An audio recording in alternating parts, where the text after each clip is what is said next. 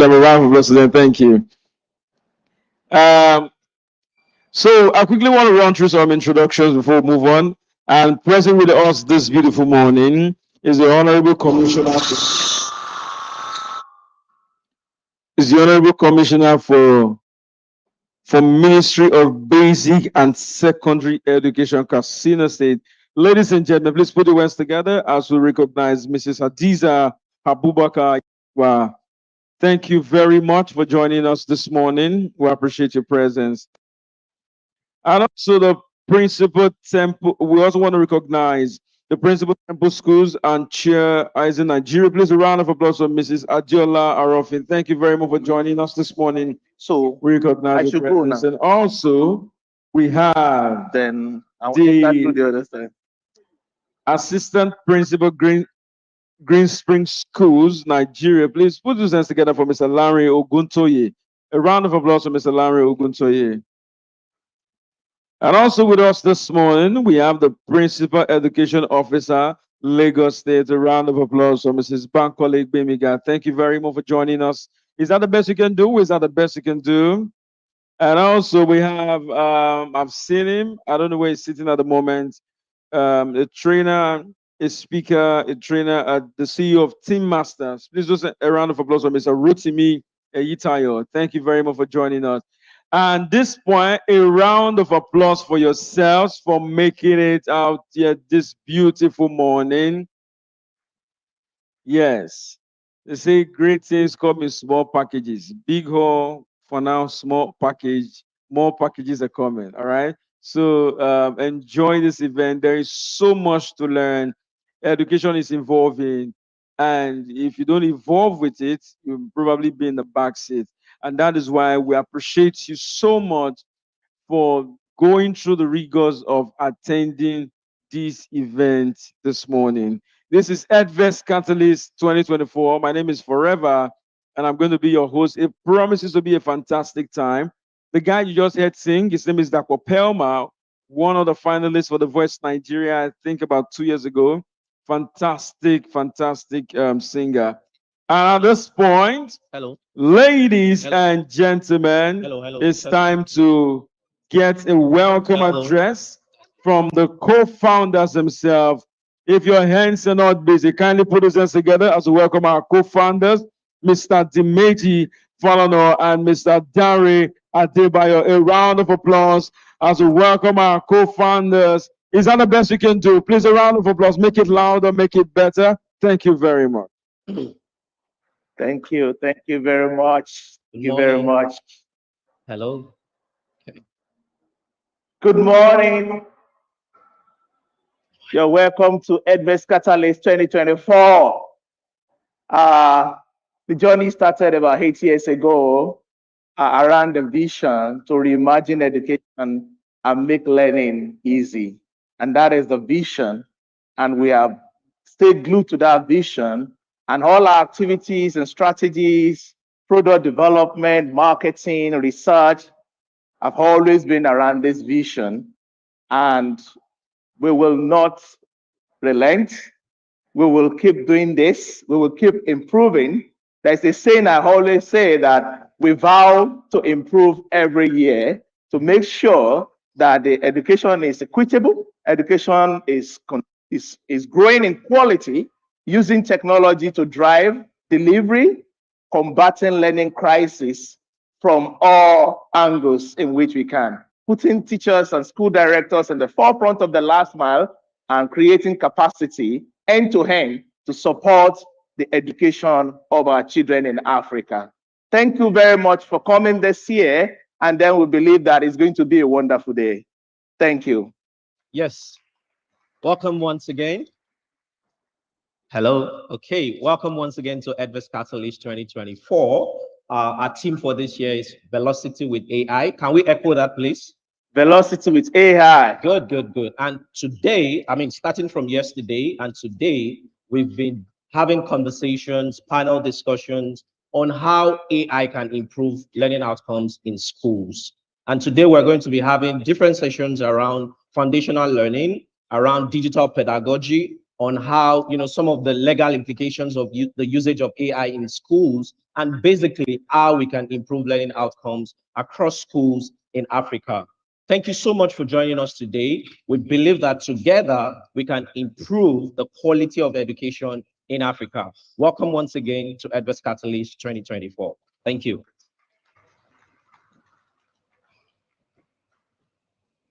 Thank you very much. So I'm going to take my session now on adopting AI in education. And I want us to do this together. Please, can I have my slide, please? Adopting AI in education, it is looking like it is no longer a breaking news anymore. We are no longer in the 90s. And when we look at different stories around generative AI and different forms of AI and the kind of value that people are getting from the technology, you can always see what the future holds from here. It all started about the mid of the last century, which is around 1956, artificial intelligence. And fast forward to today, you can see how artificial intelligence is saving lives, how artificial intelligence is improving productivity, engineering, teaching and learning in different aspects. But when we look at adopting AI in education, we need to look at it from the angle of connecting what we use with combating learning crisis. What do we consider to be learning crisis? As defined by UNESCO, learning crisis is the learning poverty. Before COVID-19 school lockdown, 7 out of 10 children in Africa go to school and they are not learning because they cannot pass some simple assessment that is age appropriate to them. And this happened as a result of so many issues, funding and so many things. But the one that we saw from our own industry is that only 4% of learning, administration, and teaching in schools across the world, only 4% of those activities are digitized. That is why we all struggle during COVID-19 lockdown. We all struggle to go online, and across the world, not even only in Nigeria or Africa, even in Florida, the whole system of the state was down for like 2 weeks, no learning, no teaching. Finland had one of the best education in the world. They struggled to go online because only 4% was actually digitized before then. So when we came out of COVID-19 lockdown, we saw the number grew. Now 8 out of 10 children are going to school and they are not learning. So that is the learning crisis, and where we want our energy to focus in the use of AI. AI, it is not going to be a luxury when it comes to education sector. AI will be our arsenal to combat learning crisis. So as Edves, we started in 2018 using AI. We started in 2018 using what we call rank brain algorithm from Google. And we use this AI to improve creation of lesson notes. So it is not new to Edves. And our drive since the last year has always been that 50% of our products by the end of this year will be driven by AI. So expect so much from Edves. So I want to show you so many things that we have done with AI and how it connects to what you do every day in the schools. We focus on theory and connecting it to practice. And then we avoid hallucination in all forms, because every work we have done with AI, they've been backed with academic theory, the framework, and sound engineering with privacy policy, starting with curriculum and pedagogy. Curriculum, which is the documentation of who to teach it and when, who to receive the lessons and for how long, the size of the content. And pedagogy is the style of delivery. So we have used artificial intelligence to improve curriculum, not only Nigerian curriculum or British curriculum, but curriculum of the world, in a way that on Edves, you can actually bring national curriculum or any form of hybrid curriculum into the system, and the system is able to help you. Let me have the video, and I want you to pay attention to the video. There's no sound coming from the video, but the presenter can just help me pause, the video gradually. Next slide, please. So the video I want to show you here, pause it, please.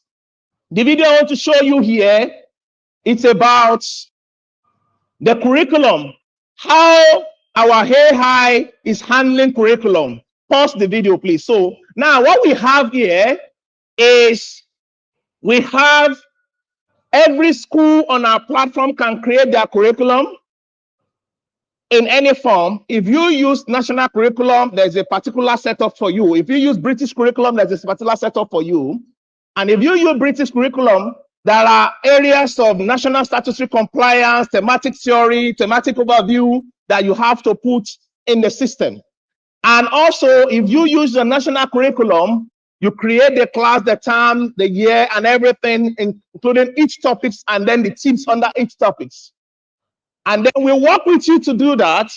And the magic that now happens is that when you go to pedagogy with AI and you train your content, our AI is able to give you the scheme of work step by step.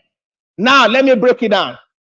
The AI comes with one thing we consider to be a list of pedagogies, which are globally renowned pedagogies. We have experiential curriculum, we have blended learning, the 3 types of flipped classroom, we have project-based learning, we have problem-based learning, we have all this learning, which are backed by academic theory to avoid hallucination. So we have done the work of research for 3-4 months on this. If you use our own generative AI, it's not going to be a situation of you just ask AI to do something for you and you want to go to Ibadan and it takes you to Oshogo. No. So our own framework guide the AI to give you exactly what you want. So can you play the video, please, so that I can continue my presentation? Just look at the video. I will speak to it. You can see, you can pick any topic from any class that you have entered into the system. You can see all the topics in the class. Everything is there, all the teams. And then you can see by the pause it now. When you get scroll down, pause it then. No, scroll down, please. So this is what we have in the national curriculum. The format in which the national curriculum is created. So we have everything there, the topics, the learning performance objectives. We have the teacher and student activity. Can you play it?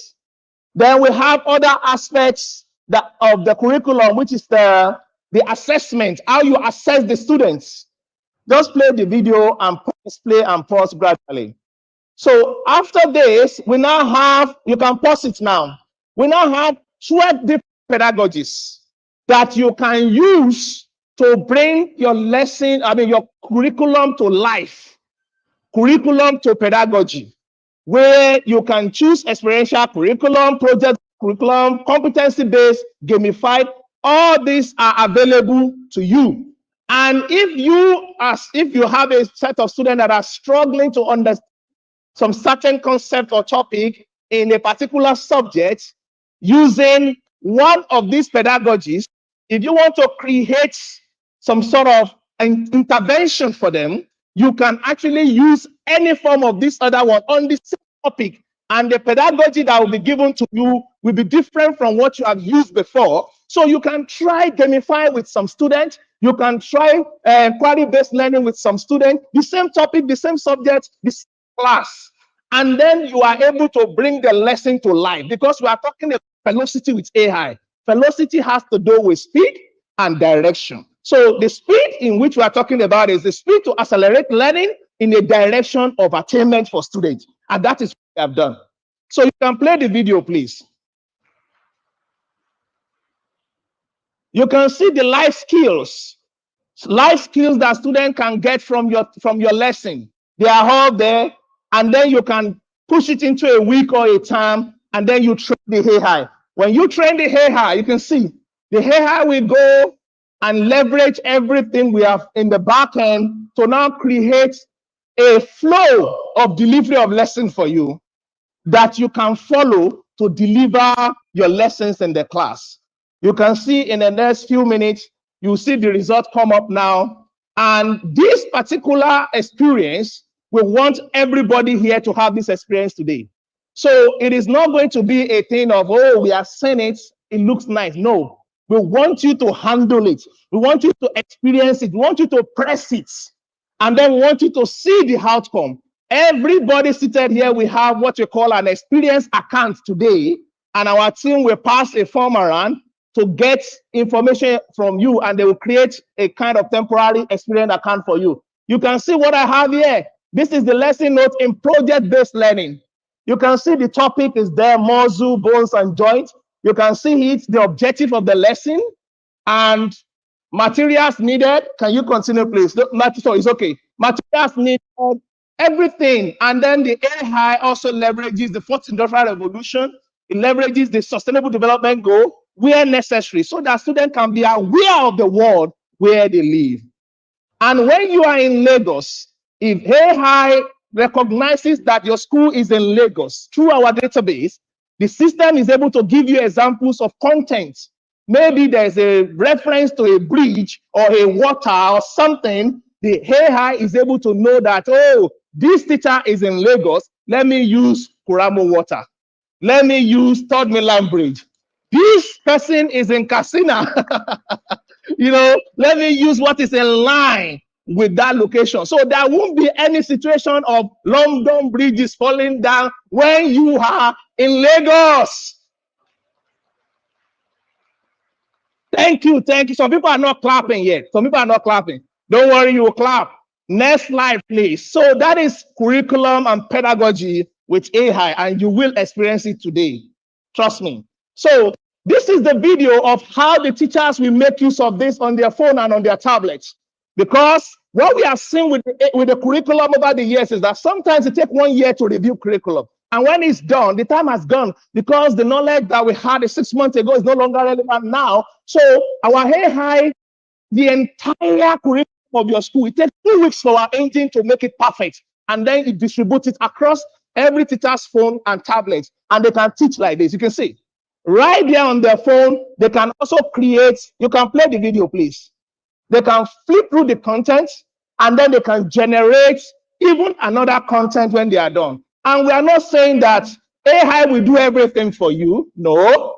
What we are saying is that AI will take you from a stage A to stage B, and then you can look at it through general intelligence, make correction, addition, and then you save your home copy so that it doesn't just become, we AI everybody into the future. No, we want you to bring your critical thinking and creative thinking into the curriculum as well, so that what you are going to get will now be the output of the general intelligence, not just artificial intelligence anymore. You can see the training is everything. So when the teacher is done teaching, you just mark a button and say, complete that topic. And then the school administrator will sit on the dashboard that, okay, this particular syllabus has been completed. And you can begin to prepare to say that 50% of syllabus completed, 70% completed here and there. And there won't be any question around if we are meeting up with our plan or not. Next, please.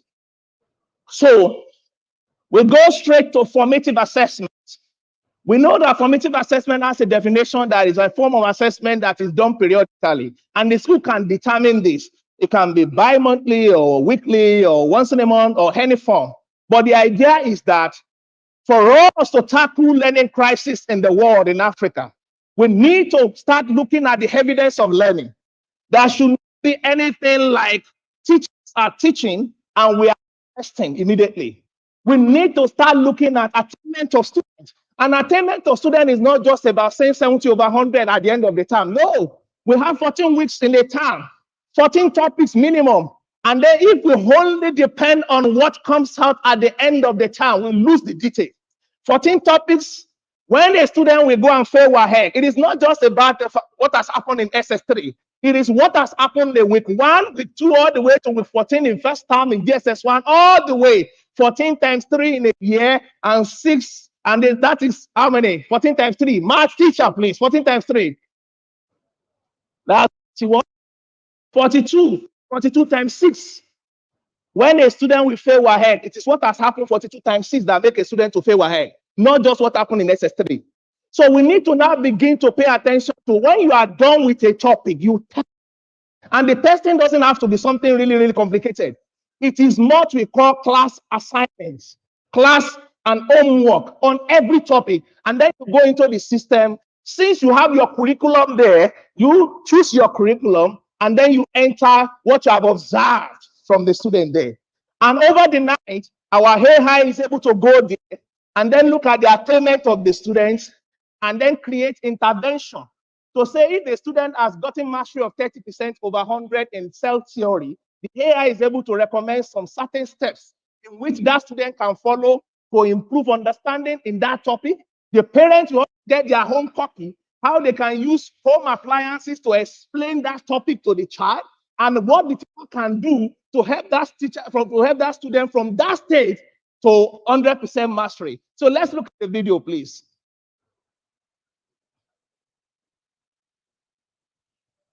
The video is short, and I want you to play it, please. So you can see now, you can pause it a little, scroll up. You can see 82% performance in a week. A week is important, 14 weeks in a term. We have to start looking at issues from the roots. This is 1 week assessment. The student has gone to school, they've done several subjects and topics, and this is what the system is presenting to them. 82% performance in this week. And then you see all the topics where the student is struggling. We have imagine, we have exceeding imagine and improvement. When you see green, it means the student has actually have an attainment that is above 70%. When you see orange, it means the student is below 70 but not below 50. When you see anything red on Edves, it means that the student is below 50. Okay? So what we have here are the topics where the students are struggling and across different subjects. So when the parents see this report, you know, even when I was young, my mom, when she sees the red biro, she knows that there's a problem somewhere. So we have brought that back digitally. So the parent will start paying attention to the red. So no longer a situation of go and read your book. Parent will not just say, go and read your book, which they don't even know what the student should read. It should be go and read this subject, this topic, where you are lagging behind, so that they will be able to participate properly in helping their kids at home. And this is it. Play the video, please. So you now see the recommendation of AI, telling the teachers on what to do, telling the parents on how to support, telling the child on how to move. Every topic matters, every week matters, and that is what Edves has brought to formative assessments. Do you want to clap for that? Thank you. I'm demanding for that because we have done a lot of work. Can I go on, please? Is it boring? Can I move on? Do you hate me? Do you like me? Say, I love Edves. Thank you. Let's go to the next one.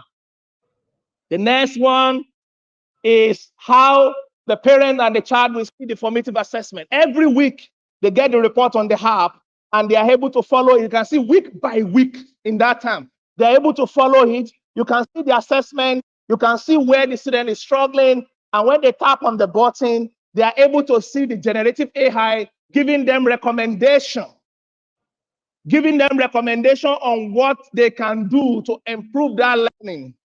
One of the things about learning poverty is that we hardly know when students are not learning. And that is where we have focused our energy. We don't want a situation that students go to school, they are not learning and nobody is aware. And that is what the system is doing. So if you play the video, you can see how the AI is creating recommendation on the app. So let's move to the next. Okay, you can see AI is talking about spelling and everything and what the child can do and everything. And this is on the phone of the parents and the students. So they are able to support A lot of teachers will say, oh, parents are not participating enough. They are not taking some of this work serious.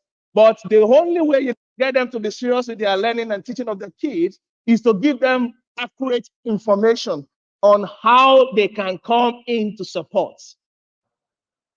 So can we go to the next one now? Formative assessment on the web and on the app. And it's very easy and slick. You will have the experience today. The next one is academic remarks. Sometimes it takes 2 hours, 1 hour for a teacher to create a remark for 18 students in the class. And the remark, usually, some people are smiling already. What some schools do is that anything above 70, anything above 60, very good. Anything above 50, good. Anything above 40, yeah, you do it in your school. I know you do it in your school. So we don't want that to continue again. This is 21st century. We want you to have AI to support the way you write remarks. And we are not saying the AI should just create something generic, but our AI is leveraging the attendance information, formative assessment information, and all the attainment of the student to create even the behavioral report, because we have a feature that is managing behavioral report of students.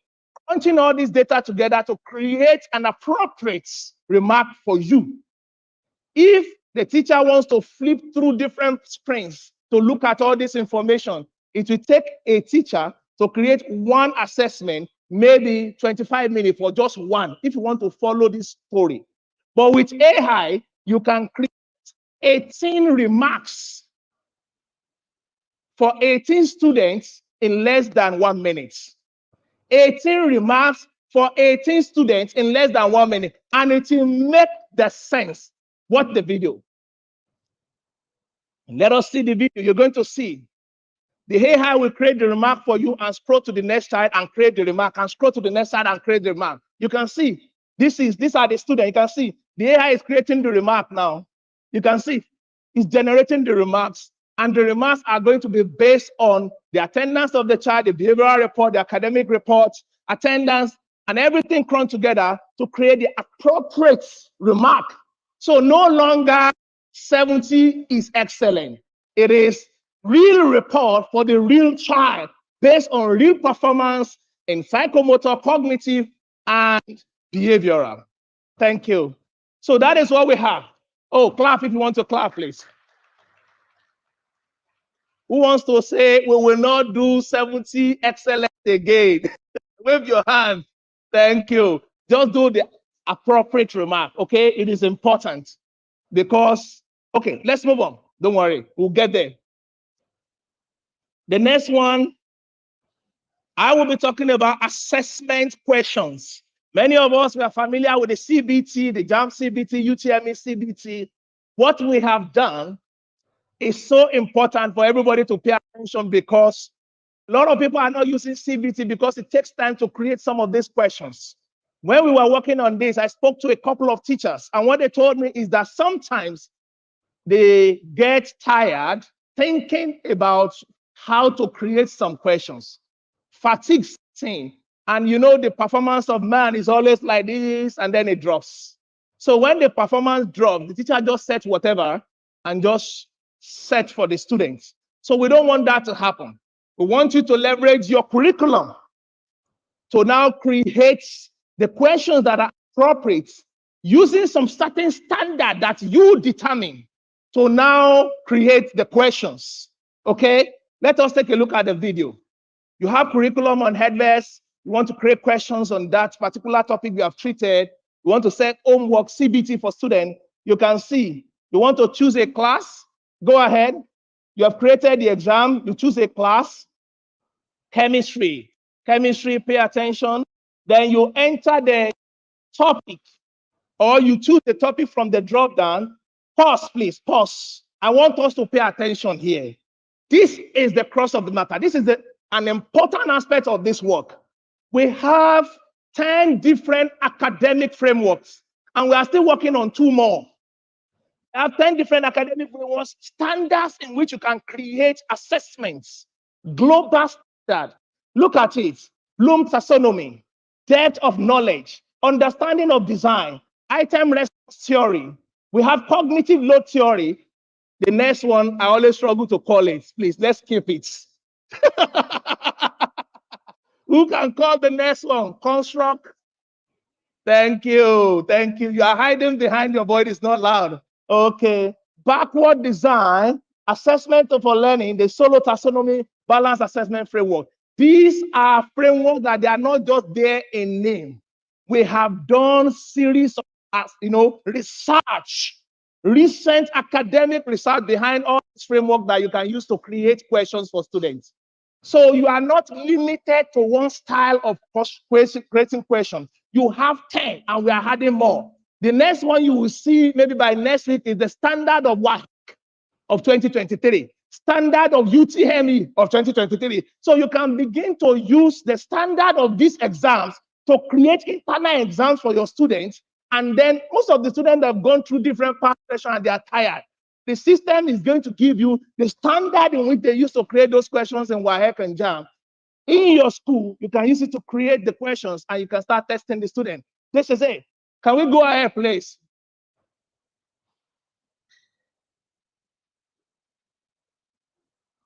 So you can see, I want to choose one of these frameworks to create my question. And when I'm done, the topic is hydrocarbon, and then the class is SS3. And then I want to choose just one of these framework to create my question. When you choose any of these framework, you get different questions on the same topic because they are testing different things. You can see Bloom taxonomy, then I've clicked, then it's saying wait. Then after creating it, then it shows me the question, it shows me the options, and then the correct option will be selected for you. All you are just going to do is to click on save. In just 5 seconds, you can have one question, and then you just go and on and on and on like that. It doesn't just end there. Edves will never give you AI generated content and save it for you. You still have the opportunity to look at the question and author it properly before you save it. So that's it. Next, please. So the question creation on Edves is now being guided and supported by AI. The speed is really, really important, and the quality of what you get is important, and your own addition into what AI is generating for you is very, very important. So the last but not the least is teacher development. So we have created our AI to be able to help school directors and school administrators to create development plans for teachers. If you want to promote somebody from being a VP to principal, or you want to promote somebody from being an assistant teacher to a full teacher, our AI is able to create the learning path for them, what they can do within a certain period of time, where they will get the resources and the content that will be good for that role. Our AI is able to create it and then give them resources online for them to go and learn. Go on, please. Because teacher development is very important. You can see, I want to choose a staff. I can choose a group of staff, and I can choose one person, depending on the list of teachers I have in my school on the platform. Then when you choose, go ahead, please. Just go ahead, please. So now when you choose the level you want the person to be, then you choose the title of whatever the person should learn, digital leadership. And then this AI is able to look at Blessing's profile to become VP in the school on digital leadership. Then the AI is able to create something in line with that. We are using a lot of human resource theory and framework to create this. So everything we are doing at Edves is not just at the level of AI leading us. It is our framework leading the AI and allowing the teacher to take the final say by making the addition before it is out. You can see now, that is the content. You can see different sessions of learning for the teachers and what the teacher should cover, or what the principal should cover, or what the VP should cover within the period of time. And then the person will just receive it in the email and follow the instruction and then go ahead and learn. Sometimes you want to promote people, you don't know what they should learn before they go into that role. AI has solved this problem for you. You want to group teachers together and give them some certain set of training. AI has solved this problem for you on Edves. So thank you very much. So the next slide is about telling you that more are coming. Edves is moving so fast with a lot of research, a lot of academics and engineering work to make sure by December 31st of this year, 50% of all our features will be driven by AI. So when you enter into Edves, you don't go outside and be struggling with different generative AI. Within Edves, all your activities, AI is following you as a support. Thank you very much. Have a nice day.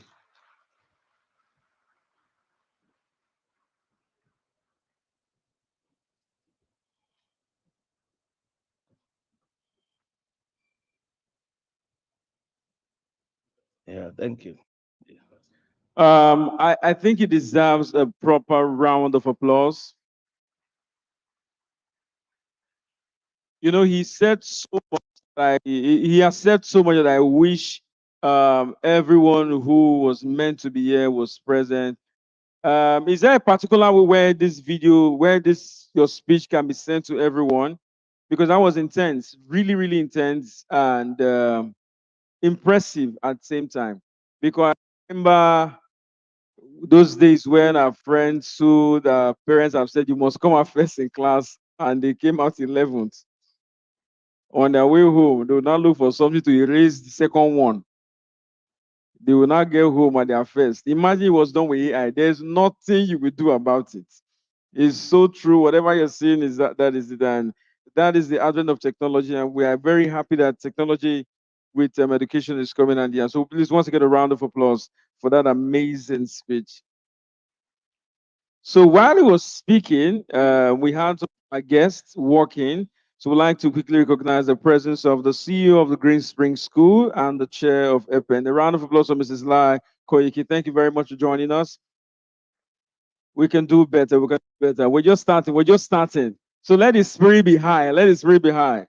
And also the co-founder and chief strategy officer. A round of applause for Coretta Martins. A round of applause for Coretta Martins. If I say now the person with the loudest applause goes home with ₦1 million, you will see clap here in this place. And we also have present with us the group head, Digital Banking Globus Bank Limited. Please put his hands together for Mr. Chinyere Tony Eke. And also present, we have the Chief Executive Director of Spring Lake Schools and co-founder of Cool Teachers Nigeria. A round of applause for SC Organizer Judith Usiakpo. Thank you very much for joining us. And of course, we have representing the Kwara State Commissioner of Education, the Deputy Director of Education. A round of applause to Dr. Zainab Bolajuku Balogun. Thank you very much for joining us for morning. And also representing the Honorable Commissioner of Education of Ekiti State, we have the Permanent Secretary, Teaching Service Commission. Please put us hands together for Mr. Michael Omolayo. Thank you very much for joining us. We have a few more people who will join us this morning. We have different panel sessions that we would be privy to get to hear what they have to say. And for those of you just coming, I also like to recognize once again the presence of the Honorable Commissioner for Ministry of Basic and Secondary Education, Katsina State. She's here in person. Please once again a round of applause for Mrs. Hadiza Abubakar Yaradua. Please put your hands together for thank you very much. So since this is an education event, I like to play this game very quickly. A person from Nigeria is what? They are teachers now. I know you are teachers. Nigerian. A person from Ghana is what? A citizen of Cameroon. A citizen of Jericho. Who said Jerichonian? I'm hearing Jerichonians. All right, so let's switch it. A citizen of England is what? English, very good. A citizen of Finland. Finish, right? I'm not finished. Don't worry, I'm not finished. So somebody from Poland is called what? Polish. So a black man from Poland is what? Black Polish. Very good. So what of a person from Iceland? I heard somebody say ice block somewhere. Finally, a person from Holland is called what? I'm hearing Hollandia. So please a round of applause to yourself. A round of applause. Now, the next person I'm about to introduce, when the speech was going on, I turned my eyes and I saw somebody throwing punches. And I was wondering, why is this man boxing air this morning at Queen's Park Event Center? And then I realized that what he's going to speak on is the mighty educators of valor. So there has to be some form of fight. To take us in that segment, please put us together as we welcome Rotimi Eyitayo. Please a round of applause for Rotimi Eyitayo. Yes, sir. We can do better. We can do better. Mr. Rotimi Eyitayo, speaker, trainer, CEO, team master. Rotimi is a distinguished speaker and a catalyst for change. His approach is a rare combination of talent, experience, and research, which has made him one of the outstanding entrepreneurs of this generation. A young and dynamic speaker, Rotimi Eyitayo has facilitated several retreats and strategy sessions for organizations, both within and outside Nigeria. To Zenith Bank, Trust Fund, NLNG, Ministry of Special Duties Akwa Ibom, GT Bank, Oyo State Government, Ondo State Government, Finiki Company, Apex International Limited, Sixth Sense, Maritime Academy Oron, Discovery Camp, Mani Waters Group Limited, Purple Bubble Limited, Imperial Gate School, Mater Day School, etc. Good morning, everyone. Good morning, everyone. Are you excited today? I need energy. Are you excited today? Are you sure? Put your hands together for yourselves. So I wasn't expecting to come up stage immediately, but I'm trying to. I just saying hello to everyone, and then next I heard my name. I'm excited to always be at Edves Catalyst. Every time it's always a great experience. It's always a great thing to learn, to connect, and to do great stuff together. And today will not be an exception. Do you agree? Come on, you know how to do that part. Do you agree? Are you sure? Now I have a very short time, but I have something very important to share with you. It's my slide up. So I'm speaking on a topic that I've been given. It's called Mighty what? I can't hear you. Mighty educators of valor. And I'm going to start my session by asking you a question, if you don't mind. And the question I'd like to ask you is, if we were to be asked as an individual or as a group of people in your organization, in your school, in the sector or the sphere of education, who are you? Who are you? Anybody? Shout it out loud. You're a teacher beyond the title and what we call teacher. What else? Who are you in the organization? An educator. I don't want educator. I don't want teacher. Who are you? A nation builder. Is getting interesting. Who are you? A role model. I was expecting that. Who are you? Huh? Some people say, yeah, You said what? A game changer. I'm liking the adjectives. Who are you? A mentor, right? The issue of identity is something that we must never relegate to the background. Somebody say after me, identity is everything. Say it again, identity is everything. You can't build on a faulty identity. And the name we address ourselves going forward is very important. Sometimes, when you talk about the frustration we have about the education sector, right? The word identity shows up, although it shows up in disguise. So we talk about it, say the problem of education is that our teachers are not well motivated. The problem of education is that our teachers don't have the right quality. Some people say the problem of education is this, is that. And when we address specifically education in Africa, particularly education in Nigeria, you know what we're talking about? We're talking about the identity that has been slammed on us through labels that do not empower us. And so the question is this: now you are at Edves Catalyst 2024, Velocity with AI. And we're coming together to learn a lot of things that will not just change our world, but will also change our sphere. It will be unjust, it will be incomplete if we take all these things Dimeji, Dare, and wonderful speakers and guests here present are talking to us about. If you go back with a faulty identity, it won't work. Have you ever noticed why it is that it's not that we don't know about the curriculums of the world? It's not that we are not aware about the technologies of the world. But at the end of great events like this, is that the people carry great knowledge with same identity. And that's got to change. Because I think, in the best sense of it, you must see yourself as a VIP. Please change the slide. Next slide. That's my wonderful, handsome self. Do you like me?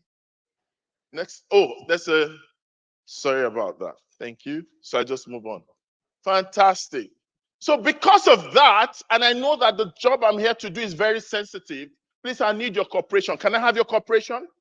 No, that's not a yes of a strong identity. Can I have your cooperation? Yes.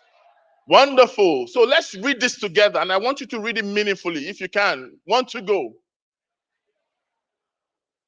Because I have purpose. My heart is open. My best days are here to show growth and results with velocity that can be denied. I am a mighty educator of valor. This is my identity. It is really who I am. Listen, this is the way we can take in anything that we will hear today, and we're sure that we'll translate it from common sense, from insight, to personal and public transformation. It is very important for you to know, all right, that in your organization, knowing who you truly are is very important. And I asked that question because of time. Let me move on. I want you to understand that you are the connection between the possibilities that we seek and the frustration that we experience. How many of you want to be honest with me? Sometimes you look at when you work, you've experienced some frustration. Raise up your hand. Fantastic. You think about the outcome and the description with which we are described as in this part of the world, and you don't think that is doing the best of justice to us. Raise up your hand. No. Now think about it. You look at the possibilities that comes to you when you think and imagine through powerful sessions like this, and yet you see that we are so far up from catching up, and you're not so happy with it. Please raise up your hand if you're like that person. Now, what am I trying to say? You seated listening to me today, you are that connection. For every frustration an educator faces, there is a mandate you have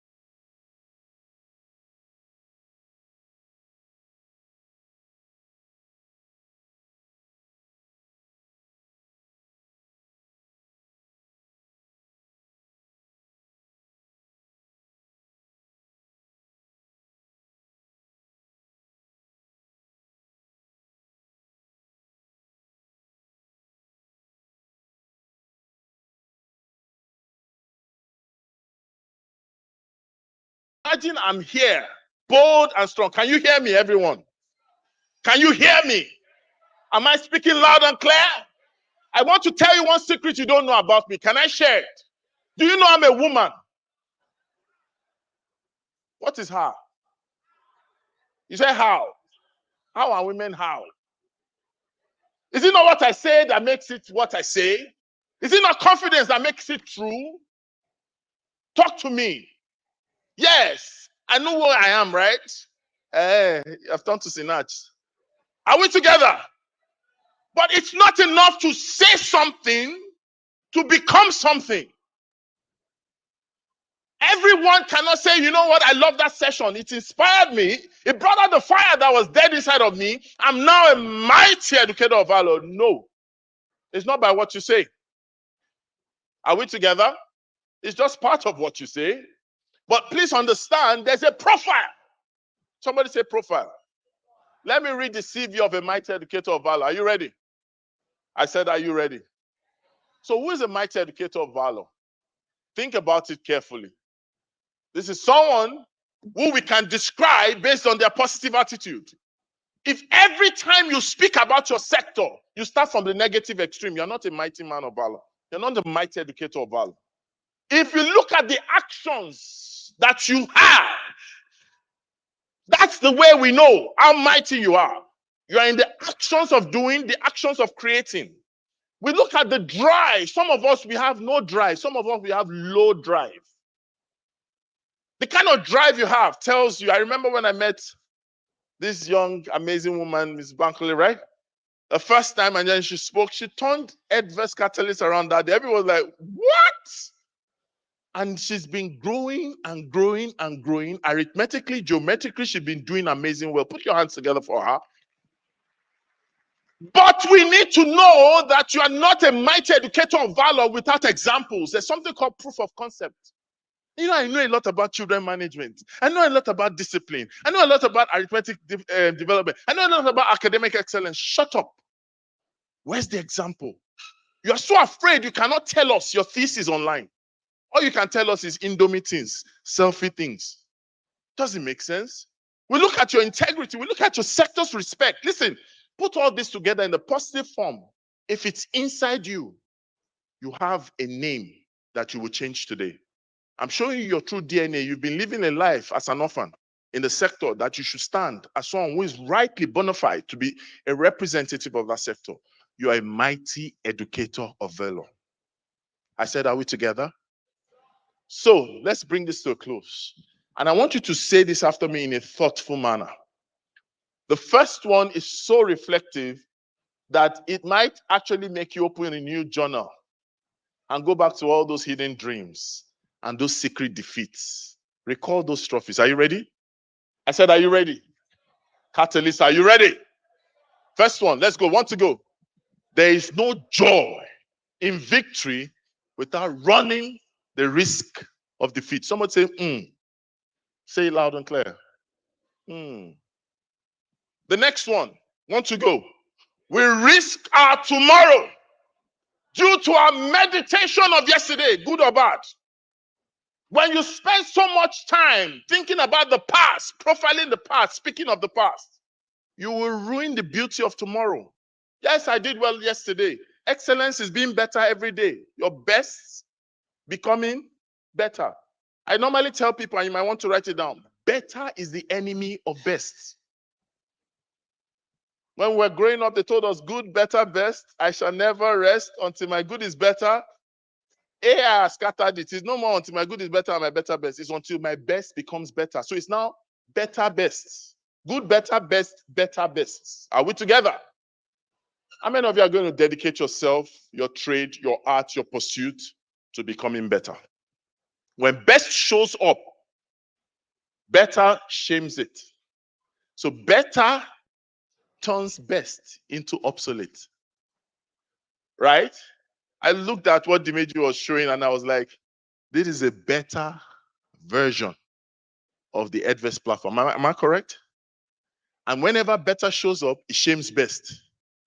How many of you remember V-Boot, Mercedes V-Boot? It was raining before. Some people killed to buy it. If they gave you as a birthday gift, will you collect? Volkswagen, will you collect? But something better has appeared and made that best obsolete. As I wrap up, ladies and gentlemen, I want you to understand this. It's time to move from the least likely to become the most likely. I think you're too familiar with your frame, your height, your voice tonality. You're too familiar with your profile and preference. You're too familiar with yourself and your expertise. If you're able to just share a bit, you'll realize, ladies and gentlemen, that small too can win. Am I correct? I hope you remember this song, This Little Light of Mine. You know, it didn't say this light of mine. It gave it the best of description. This little identity, light of mine, I'm going to make. See, the defining point of all I've said today is in your hands. What will you make of it?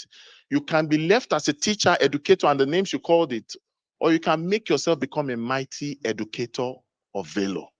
And when I was preparing this session, I decided to do a bit of twist. I have a musical background. I can play 9 musical instruments. Give me a round of applause. Come on. And I told Dimeji that let's put some things to practice. It's rusty, but I composed the song for today. You like to hear it? After my pledge. So I want us to do this pledge together. Then I'll leave the stage, you'll play the song. And if you think I did well, maybe you should give me another round of applause. So if you don't mind, let's read it silently and then we'll read it aloud. I'm done. So are you ready? 1 to go. I am a mighty educator of valor. I possess the skill and gift to win. I will shine like the sun and rule my sphere like a king and queen. My nature will breed positivity, strength, and performance. I leverage wisdom. I'm a mighty educator of valor. Can we do it one more time? Now, this time I'll look at the person next to you, eyeball to eyeball, and read it. Are you ready? 1 to go. I am a mighty educator of valor. I possess the skill and gift to win. I will shine like the sun and rule my sphere like a king and queen. My nature will breed positivity, strength, and performance. I leverage wisdom. I'm a mighty educator of valor. It's been a great time talking to you all. And I hope with these few points of mine, I've been able to. Why are you using my voice? Are you with the mic? Are you the speaker? I hope with these few points of mine, I've been able to confuse. I've been able to confuse you. You know, sometimes chaos is beauty in disguise. When you put that confusion with a script, it becomes beautiful, isn't it?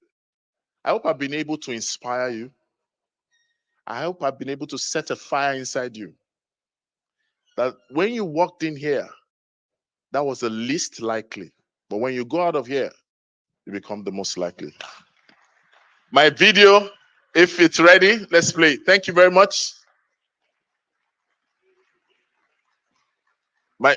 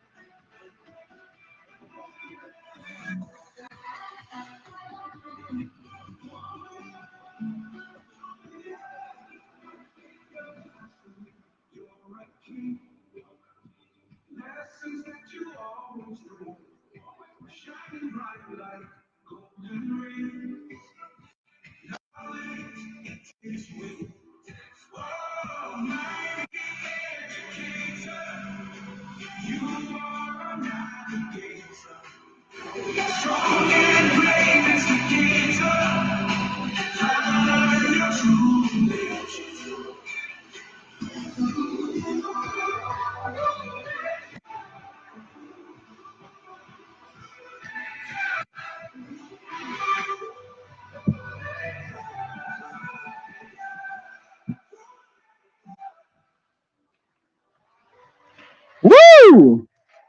Ladies and gentlemen, please one more time a round of applause for Rotimi Ayitayo. Yeah, that he has shown us what after a long career in education, he's probably going into music production. That was a good song. A round of applause for him. A round of applause, wonderful. And how many of you remember that pledge you just read?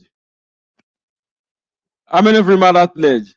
So if you remember, when he started, he said something that many of the times educators come for conferences like this, you get a lot of information, people say a lot of things, but then you go back with those same information, but with the same identity. So to be very effective, you have to transport what you've heard with a new identity. See, this pledge is very powerful. Let it not be that the only time you use this pledge is that you are here. Please collect that pledge from him. Say it every morning to yourself. As you become better, your students will become beneficiaries of that new person you've become. Please, once again, a round of applause for Mr. Rotimi. That was a fantastic session. And right now, we're moving straight to our first panel session. And for those of you just coming, we thank you for coming to join us. We understand there's been a bit of an issue trying to get here, the roads, all of that. But we thank you. You're going to have a fantastic time. Before you leave, try to get the video of the welcome address. That was with some velocity. Those of you who missed it, you need to get it to see everything that AI can do. As a matter of fact, now I'm thinking, sir, is there a way that I can travel to Canada with AI, but I will be there in real life? I don't want that. I don't want my mind to be there, my body is here. I want my mind to be where my body is, that side. Velocity AI transport. Can we? All right. Also, right now we have a panel session. And to coordinate the panel session is Director of Education, Edves Incorporated. Please, a round of applause to welcome Mrs. Nena Okore. A round of applause for Mrs. Nena Okore. And then we have a recorded voiceover that will introduce our panelists. And after each introduction, our panelists will come up to join them. Please, once again, a round of applause for Nena Okore. Thank you.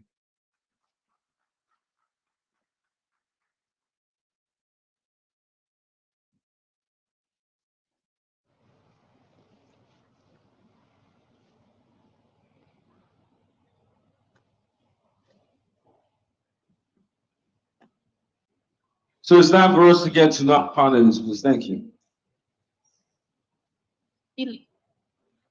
Mrs. Millie Oluwaseun, mathematics teacher. Mrs. Oluwaseun is a dedicated mathematics educator with over a decade of experience in both British and Nigerian educational systems.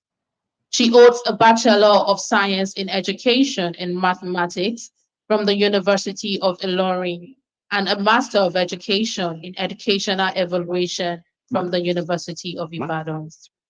Mrs. Oluwaseun is known for her dynamic teaching style and ability to tailor lessons for diverse learners, earning her accolades from students, colleagues, and parents. Beyond the classroom, she balances a professional and personal life as a devoted wife and mother, enriching her teaching with values of resilience, perseverance, and empathy. Our areas of expertise include mathematics education, educational evaluation, data analysis, and social emotional education. Mrs. Bankole Gbemiga. Yes.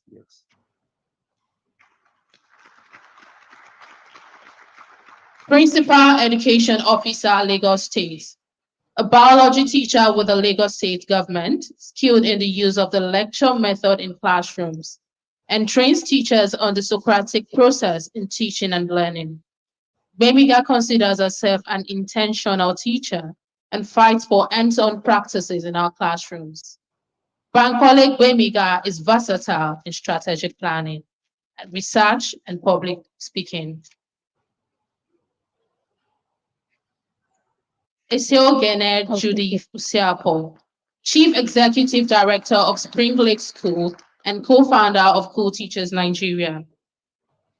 Esiogene Judith Usiapo is the Chief Executive Director of Spring Lake School and co-founder of Cool Teachers Nigeria. She is certified in the theory and practice of the Montessori method of education and early childhood education. She enjoys developing programs where young children can learn and explore through hands-on activities. This has earned her endearment as a play enthusiast and advocate. As co-founders of Cool Teachers Nigeria, she promotes the total well-being, empowerment, and rebranding of the Nigerian teacher. Mr. Lanre Oguntoye. Lanre Oguntoye, Assistant Principal, Green Spring Schools, Nigeria. Mr. Lanre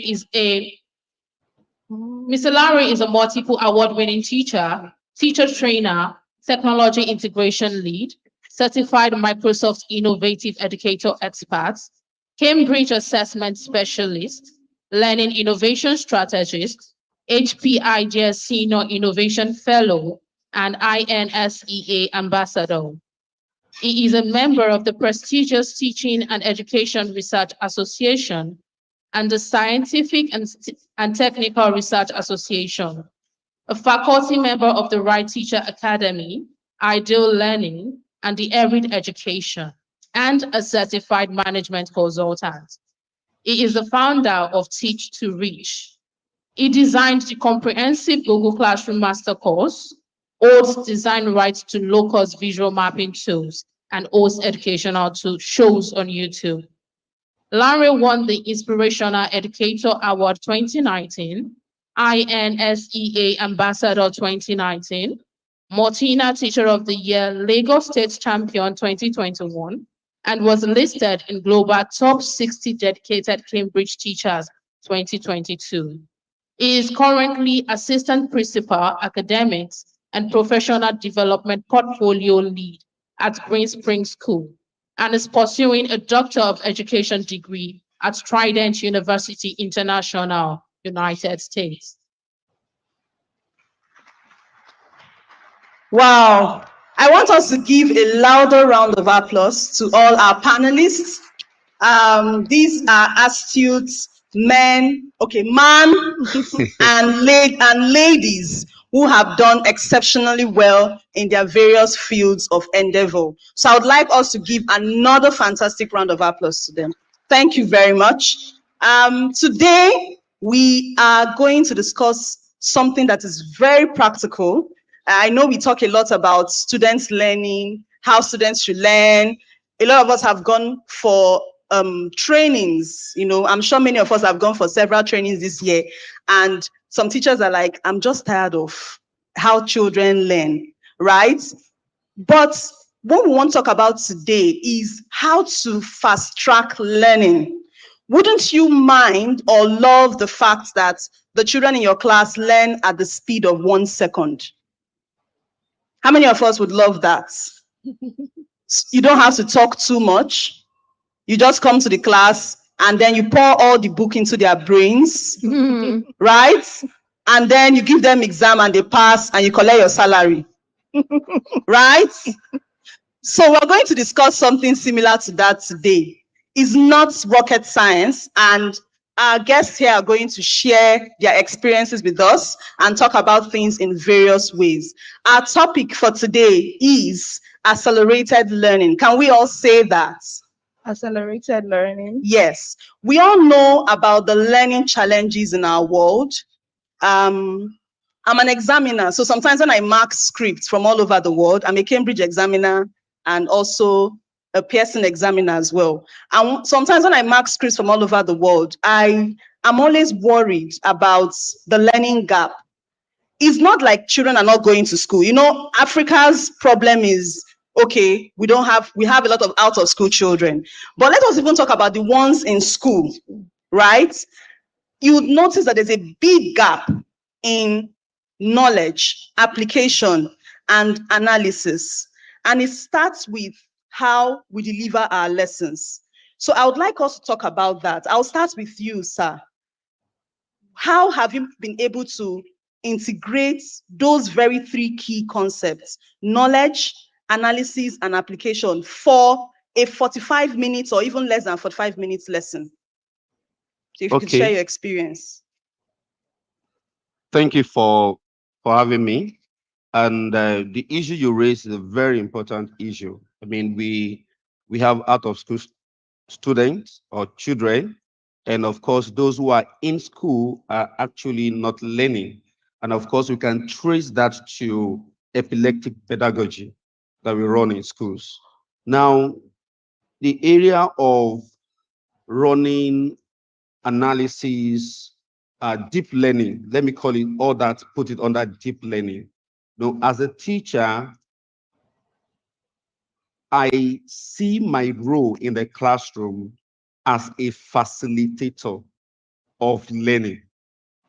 I see my role as someone who goes into the classroom and just spark a sustainable thought process in the student and watch them burn. I don't want to do the burning and show off. It is not my light that should be seen in the classroom. It is the light of the student.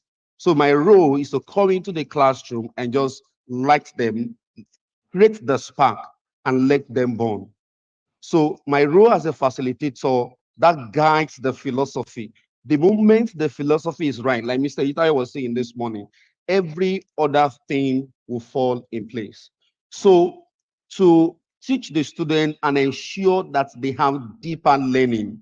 For example, when planning the curriculum or planning the lesson from beginning to the end, the teacher has to be intentional to ensure that at certain junctions, from beginning, middle of the lesson, towards the end, and of course, even at the end of the lesson, the teacher intentionally put things in place that will query the students, and not just query them, empowers the students to query themselves.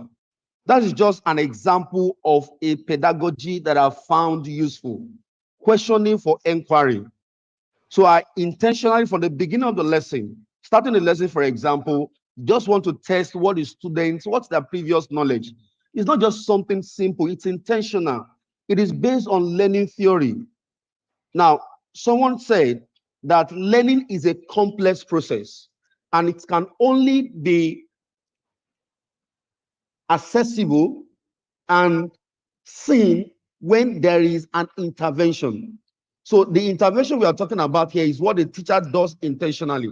So from the beginning of the lesson, I want to say, okay, so what do the students know? What are they coming into the classroom with? So I want to assess them. And that theory, that fundamental will guide the kind of, starter that we'll put in place. Is it going to be a quiz? Is it going to be an oral query? Is it going to be students coming to just present what I have given to them as, a byproduct of flipped learning? So at the beginning of the lesson, that theory will guide what I will do. Then as the lesson progresses, I don't just want to teach and keep on teaching. I want to, at every junction, test them. And so a very strong pedagogy that I put in place is questioning for inquiry. So not just me as a teacher questioning them. For example, there is something called Q matrix that we use that to guide the students to also question themselves. So it's not just enough for students to be able to answer the question that the teacher is asking. Deeper learning occurs when the student gets to the point where they can ask relevant questions. And if they can ask relevant questions, then definitely they are almost getting to the point where they can find appropriate answer. That's just one of the simple pedagogy I think can be used to ensure deeper learning in the classroom. Wow, thank you so much. Now, you've said so much about pedagogy, pedagogy, pedagogy. And a teacher, for example, might not be thinking about pedagogy at the moment of lesson planning. So I'll direct this question to you, Mrs. Usiako. Okay. Let's go to teachers who do not really have a lot of ideas about the recent 21st century pedagogies of learning, right? And they need to teach, they need to plan their lessons. How do we accelerate learning in that instance? How do we help such teachers, or how will that teacher apply the pedagogies in the classroom? So we have various pedagogies. He mentioned flipped learning, he mentioned inquiry-based learning and all that. But a lot of teachers, most times when planning their lessons, they're at a crossroad on how to implement or infuse all these pedagogies into their lesson plan. So what is a practical way that they could do this? Thank you for that question, Mrs. Okore. Thank you, Edves, for having me. So first, I would say the first point of teaching a child is connection. So you go into your classroom, you want to connect with your children. So beyond your lesson planning, beyond your pedagogy and all of that, you want to connect with the children. So that's the starting point. So for us in early years, connection is key. As you know, as an adult, you learn better from someone you are connected to. So when you get into your classroom, connect with your children first. So in connecting with them, you get to know them, right? And when you know them, that way you will be able to know what fits your children. So learning really shouldn't be about you as the teacher.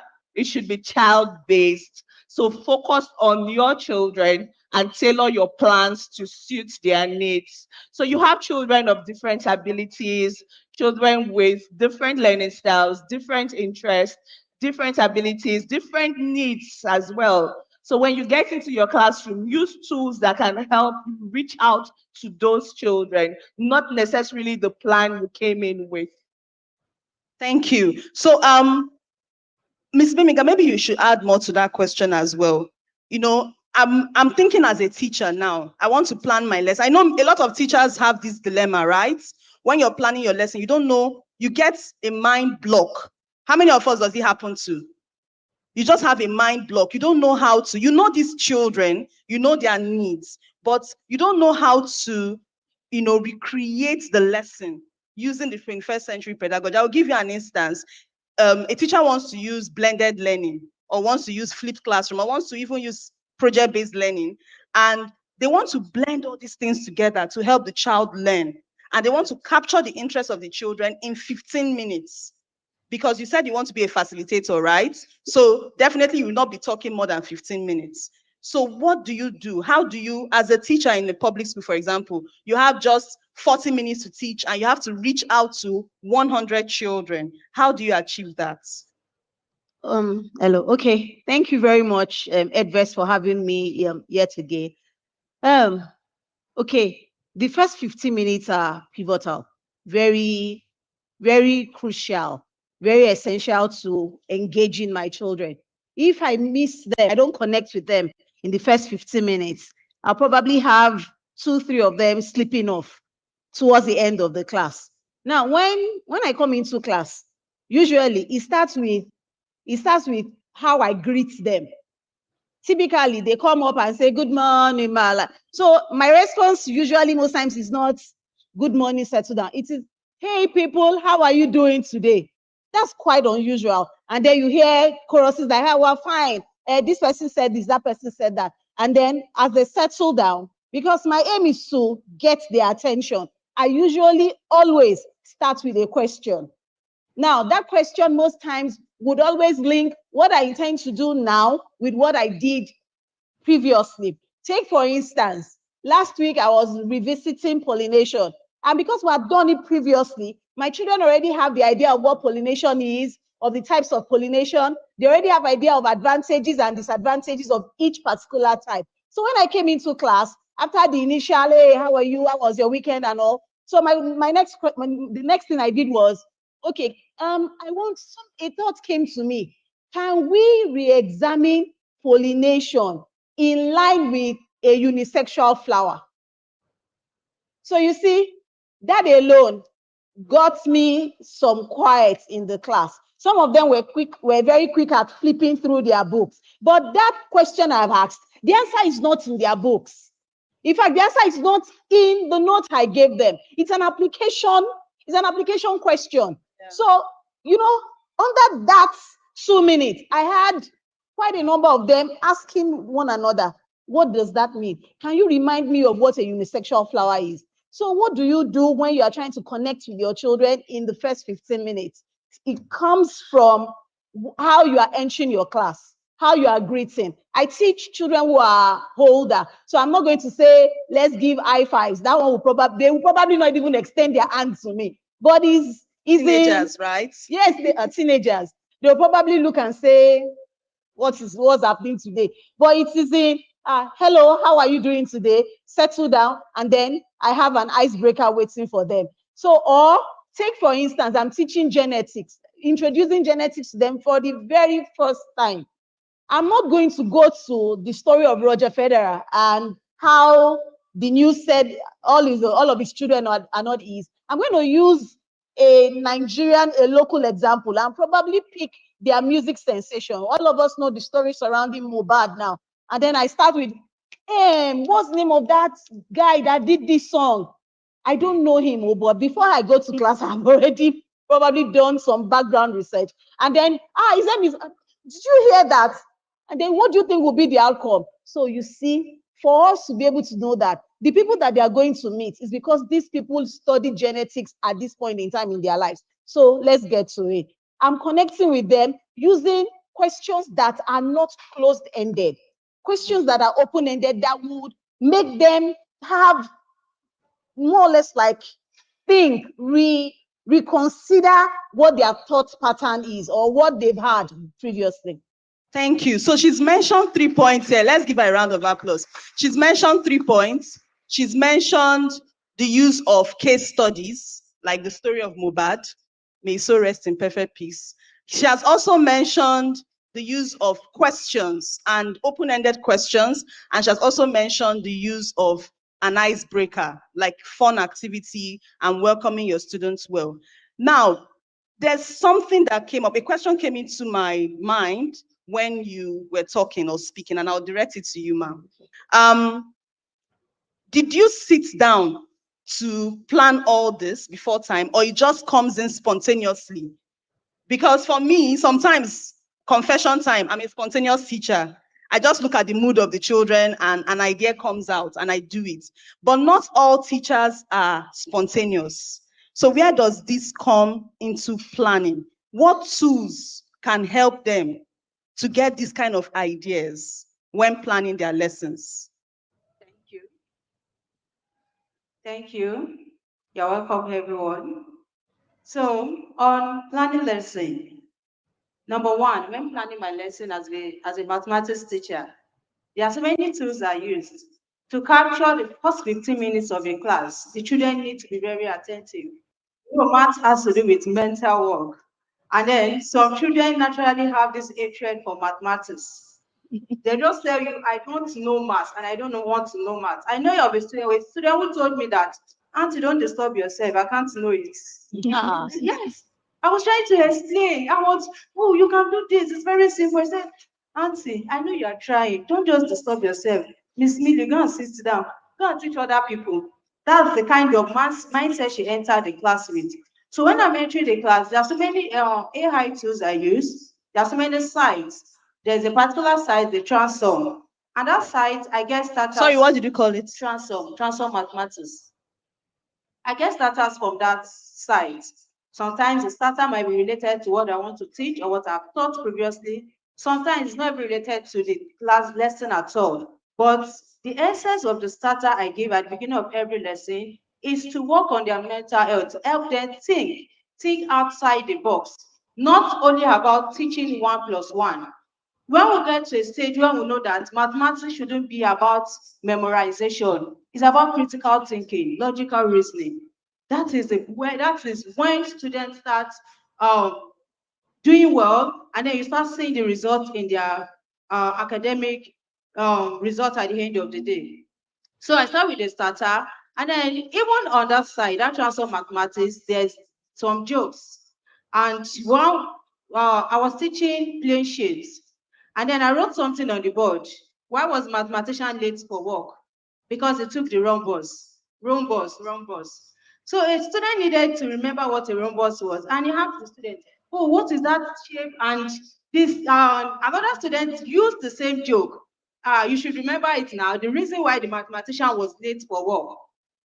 So these are things that I incorporate into my lesson. Sometimes you can even be a video, a short video of what you want to teach, or a short video to recap a previous lesson. There are so many sites, and then your presentation. When you are preparing your slides, don't make it too dull. Don't use slides that when the students see, they are not even interested in what you want to teach. They are still children, no matter how old they are. They are still children, so they are captivated by colors, beautiful things, pictures, and so many things like that. So when I'm preparing my lesson, I don't use PowerPoint. PowerPoint is very good, but there are so other sites that are app you can use apart from PowerPoint. Like we have the quizzes, we have the Kahoots, we have Nearpons, we have Microsoft Sway. All these sites, when you're preparing your lesson, in the process of preparing the slide, you can also incorporate quizzes alongside.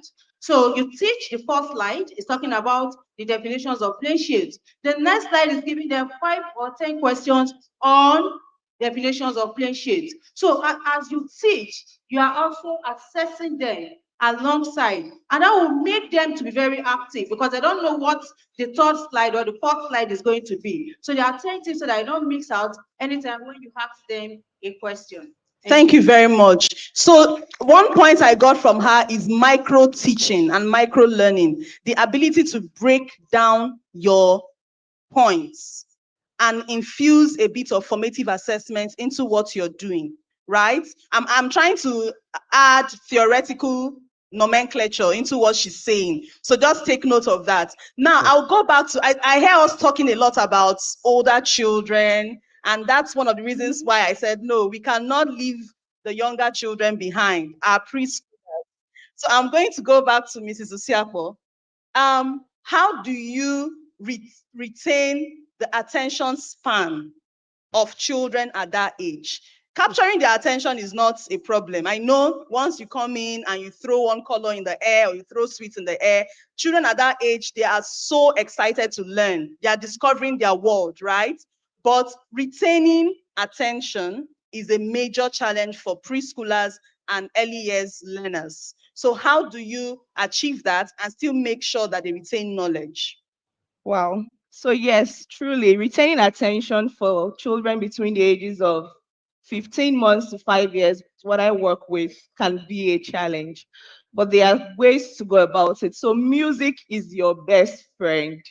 If you've seen this challenge that says, of course, I'm a preschool teacher, I turn everything into songs. That's true. We turn everything into songs. So one way is sing. You need to sing a lot.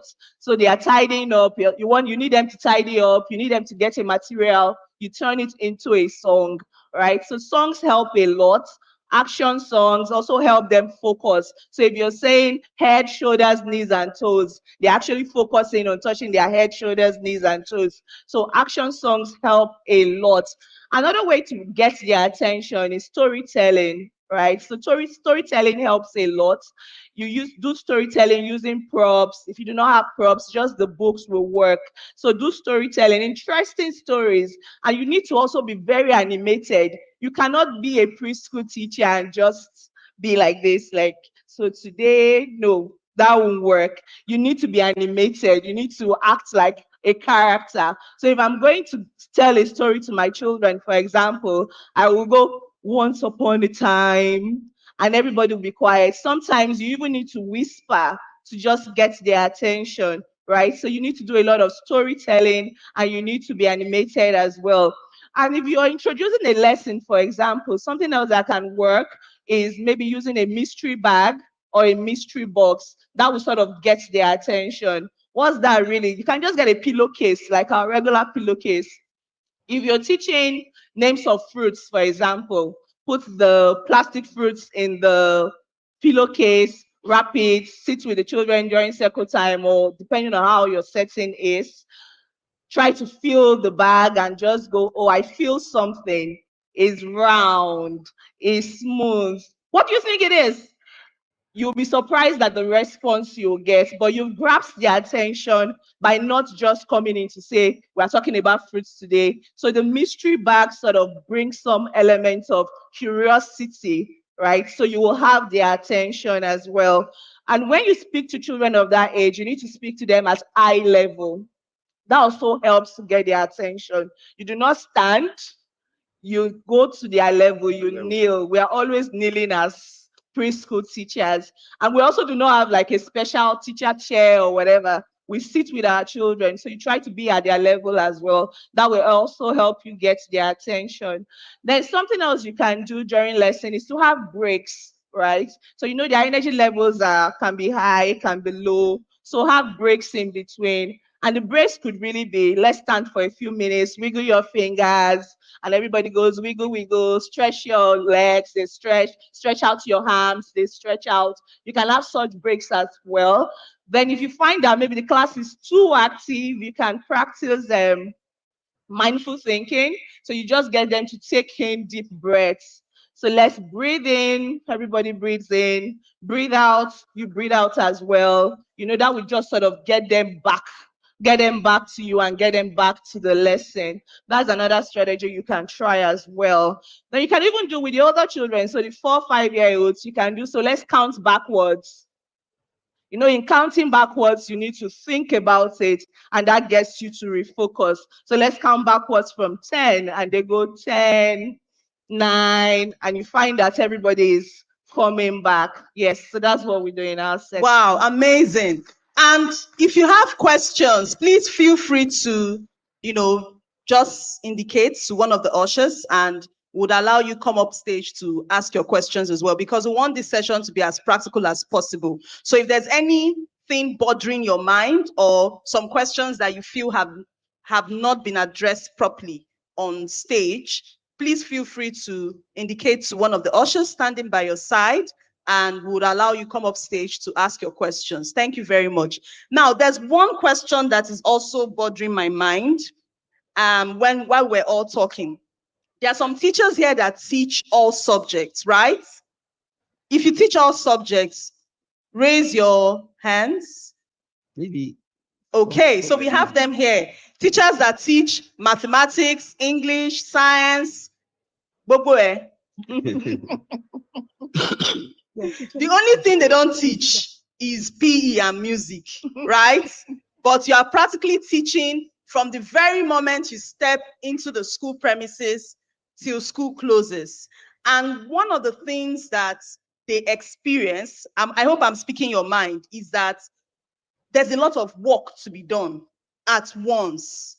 The workload is much, and they have a very jam-packed curriculum to meet up with. How are they going to infuse all these things in planning? What can they do to make life easy?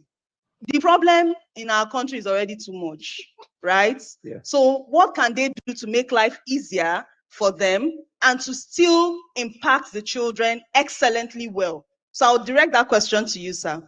Okay. Before I go into that question, permit me to reinforce certain things. Yeah, Okay. You asked a question earlier about what about teachers who don't know what pedagogy to use and all that, right? So I want to say two things on that. I think there is no shortcut, and we need to accept our roles as teachers. We must embrace capacity development. We can't, there is no shortcut. It's almost like us saying, what about a doctor who does not know the role of injection? Then how did he become a doctor in the first place? Now, this may sound so harsh, but that's the truth. We need to brace up as teachers. The moment we are weak in pedagogy, we have students who are in school who are not learning. There is no shortcut. We must take that, on the front burner. We all need to go and learn. There is something called the TPAC, for example, especially in this 21st century. Technological, pedagogical content knowledge, which every teacher must align with. How does technology align with pedagogy, and how does pedagogy align with your content knowledge? So it's not enough to say, I'm a sound mathematics person. You understand mathematics, but what about the pedagogy that you can use to communicate this mathematics to the student? And the second point is, where do we start from? If a teacher finds he or herself in a tight, start from the learning outcomes. So it's not enough to say, oh, I came to Edves, I learned about PLB, I learned about flip learning. You just want to apply it in your classroom. No, the point to start from is, what is the learning outcome? What do I want to teach? It is what you want to teach that determines the kind of tool that you are going to take.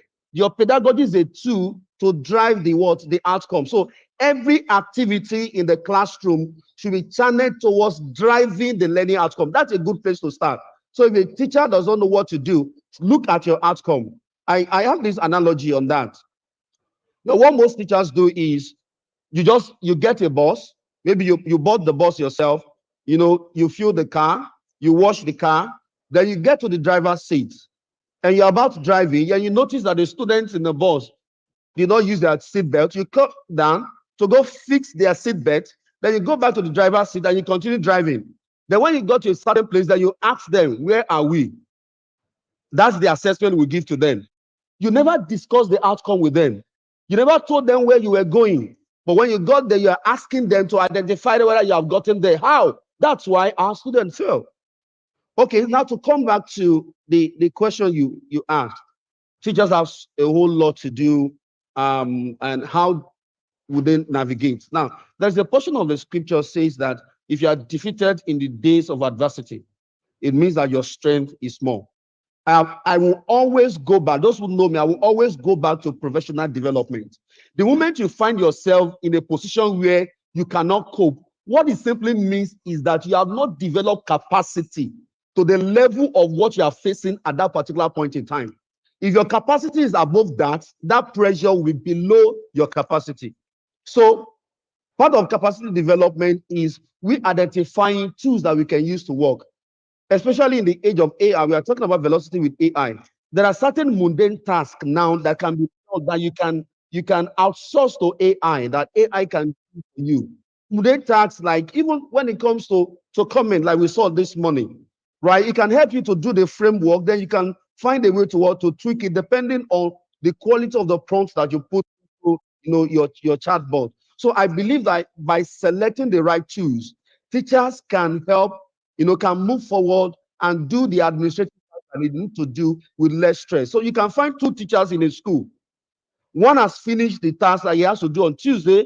By Friday, the other one is still struggling. If you go check, it's not that the work is that much. It is because of the tool that each of them decide to use. One is using a tool that has empowered him or her to finish the work quickly. The other one is still struggling.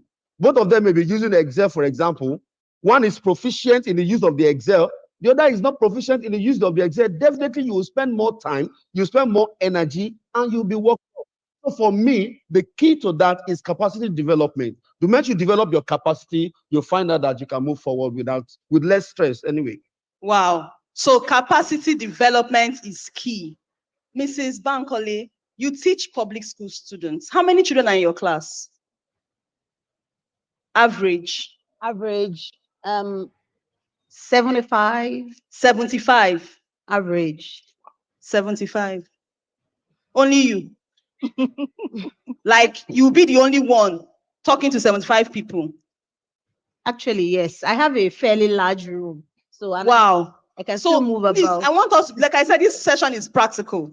And how many of us teach more than 75 children so that I can know where my... Raise your bold hands. We have people who are putting up their hands. More than 75 children. Only you. One person. Wow. A round of applause for yourselves.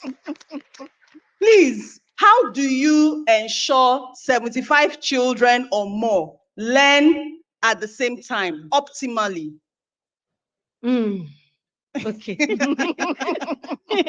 Okay. I'm not going to, I think we need to delete the word optimally. Why?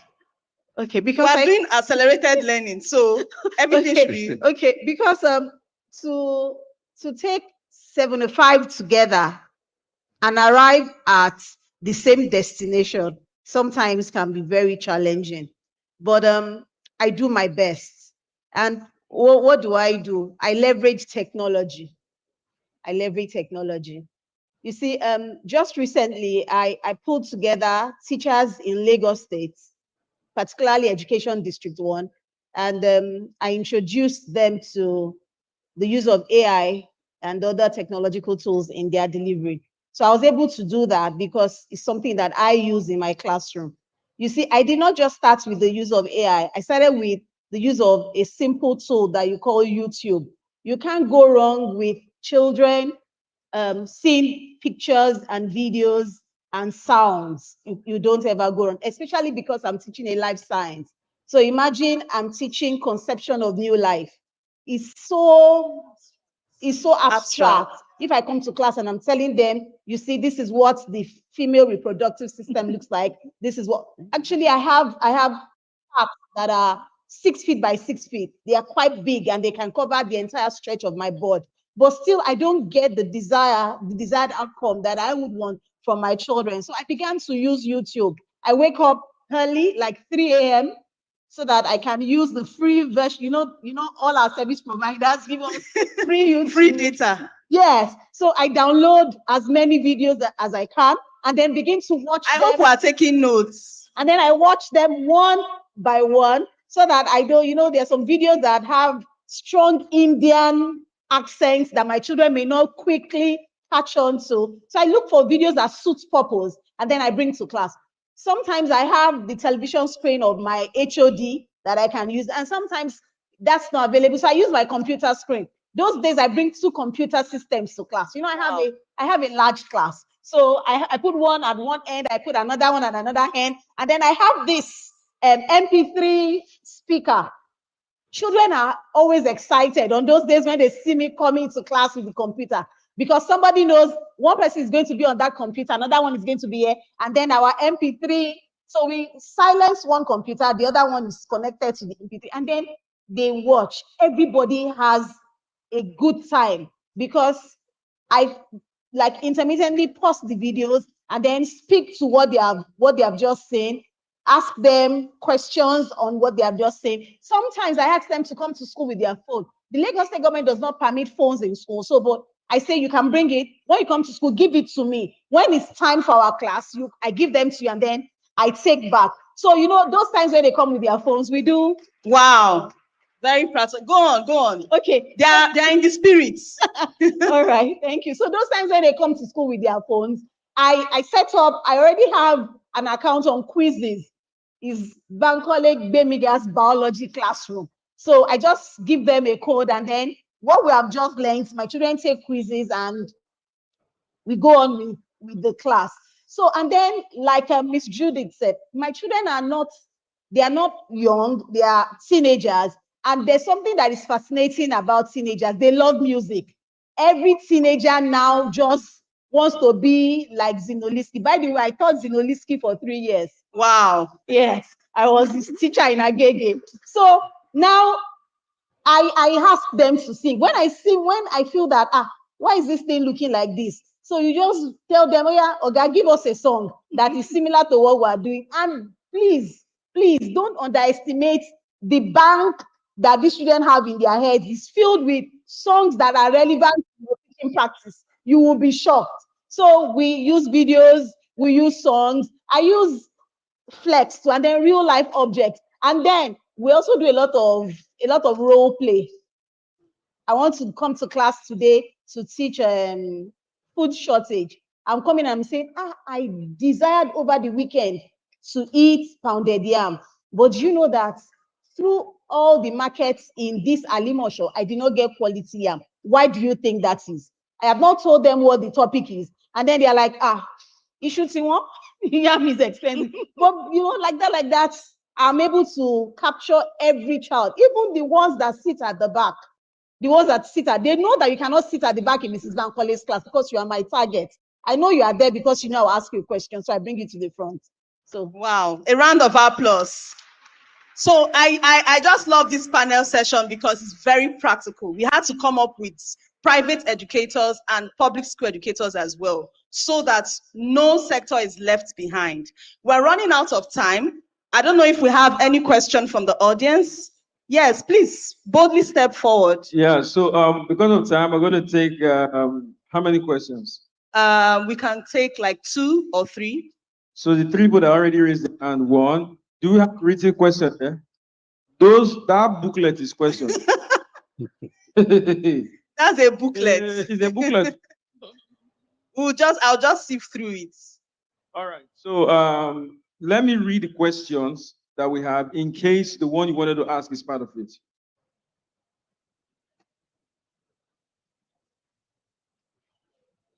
This question says, please, what is the best method to use in teaching an 8-year-old who learns at a slow pace and after grasping the concept, forgets again after about 2 weeks? That's retention. I think that was one of the questions I asked. I don't know if anyone wants to answer that question. Did you get the question? Should I read the other questions You want in case to they're take tied? it, right? Should I read the other questions in case they're connected? Or you want to answer that one first? Let's answer this one first. Okay, to teach an 8-year-old who has low retention, number 1, you need to know that child's interests. Once you know the child's interest, you know how to work on the child. You know what to bring in, the tools to apply. And what did the child do after your class? Because sometimes children, when I'm teaching mathematics, I don't like children looking at examples before they answer questions. Children are used to that. When you give them a question, they want to look at your own example so that they can use the example. And I know if you understand this concept, you will not need to look at my own example. So why are we adding? If you want to add, why? You must be able to tell me why you are adding. You are multiplying why. So it answers the why, the how, and the when question. So when the child understands why he's doing some certain concept, even if he's in a strange environment, he will be able to remember that we need to add so that there must be a reason behind whatever a child does, and that is when you are bringing life into the question the child is answering. Then let me not say mathematics because it's not subject based. If you don't practice anything you learn, you are bound to forget, even as adults, children, whoever you are. So it has to do with going back to practice what the child has learned. If you learn something now and you feel I understand everything, I can say word for word all they have said now, but if you leave this place without going through what you have learned again, you are bound to forget. So that child or the parent should also be involved in the learning process of the child to make sure that if the child practices, reads, solves what he has learned for proper retention. Thank you. I hope that answers the question. Constant practice, mastery learning, more like. All right, this question is 2 in 1. The first one is, with all the 21st century pedagogies, is it possible to apply more than one in a 40 minutes lesson or to gain mastery in one and use it well? Okay, like I said earlier, the starting point is the learning outcome. What do you want to achieve? So it is not bringing so many tools into the classroom. You are not there to impress the student. You are there to achieve the outcome. So look at the outcome and say, okay, I want to achieve this outcome. Which activity do I want to use? And that activity will be based on what pedagogy? That's what will determine the pedagogy you are going to choose to teach that lesson. And usually you don't need to use more than 2 in a lesson of 40 minutes. If you are taking more than 2, then you just want to do fun fair in the classroom. You don't need to do more than 2 to drive a particular, outcome. And I think if we take it bite-sized that way, we are going to achieve more than chunking so many things into a tiny space. Thank you. All right, thank you. This person also asks that there has been no mention of differentiation in class learning. I think Mrs. Usapo mentioned that knowing your children and knowing their strengths from knowing their strengths and their weaknesses, you're able to differentiate the kind of activities they can do. Maybe she did not use the word differentiation. Please just say differentiation. But I know what she meant was differentiation, because when you understand the learning needs and learning styles of your children, definitely you're differentiating at that moment. So the next question. Next question says, I must commend Edves for the event. I listened to Mrs. Judith yesterday, and she talked about AI tools that you can upload and the child's picture and will let you know the learning gap. So this person is asking for the name of the AI tool. Perhaps I didn't understand what she said. Thank you. She just wants to know the particular Oh, AI it's tool. called clay.com, CLAY. So I didn't say it to identify the learning gap. So what I said, if you upload a child's picture doing an activity, right? So it will tell you the activity the child is doing. It will tell you the next activity to take on with the child. So it's called Clay. You can also use it for your learning, your lesson planning. You can use it for your themed events. So if you have a theme for the month or a theme for the term, you can use it to come up with activities for those themes. It's really good.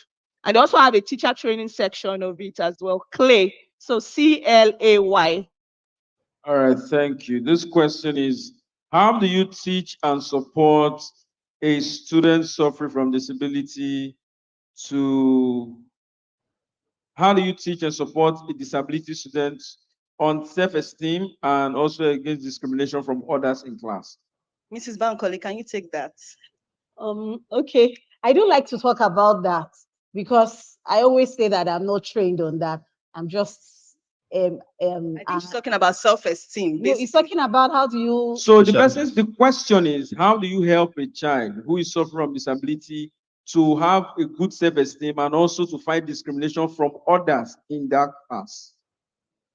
I don't know, build confidence, lead by example, use I keep okay, saying, do you want to say something? Okay. Yes. Yeah, so I think as a teacher, even if you are not trained in special education needs, I think, but every teacher should have a basic understanding of how to help children that have low self-esteem. Really, it could affect what the student absorb within the classroom, because if a child has low self-esteem, he or she can withdraw. And we may want to look into what is the root cause. Maybe when they are sorry, sir. This low self-esteem is basically because of the disability the child is having. So the classmates are the ones making the child. So how does More he or like, she help okay, more like student? bullying. Yeah, so I think it's a pastoral issue in school, right? Which needs to be addressed. They need to identify those who, that's a case of bullying anyway. They need to identify those students in the classroom, call them to order and address the issue and ensure that such does not repeat, itself. Can I answer that question? Or Ms. Judith, okay, go ahead. Yeah, so for that as well, so you start from early years to talk to children about inclusion, right? You start to talk to them that we are different. So in some of our schools, we do mix match socks day. Children come to school wearing mismatched socks. That's what it's about. So you start to talk to children from early years. You let them know that we are different. We are not all the same. You have children who have one learning disability or the other, or who have even a physical disability. So you talk to children about it. It's a continuous process. You keep telling them that we are all different. We are not all the same. Then for the child, you really just need to help the child build their self-esteem. Yes, they are different, but there's something great in them as well. So during assemblies, during circle times, there needs to be a constant reminder that we are all not the same. There should be inclusion. Yeah. So to quickly add to that, when I was a teacher, I think grade 1, I had an autistic child on the very high spectrum in the class. He couldn't even climb the stairs without assistance. So one of the things that I did then was to make the children see him as their best friend. So I put him, his kind of autism was even a bit towards the violent side, because when he's upset, he destroys things. He can even bite. He beats some of the children on so many occasions. And what I did was to make the children see him not just as a special child, but to see him as a child that needed love.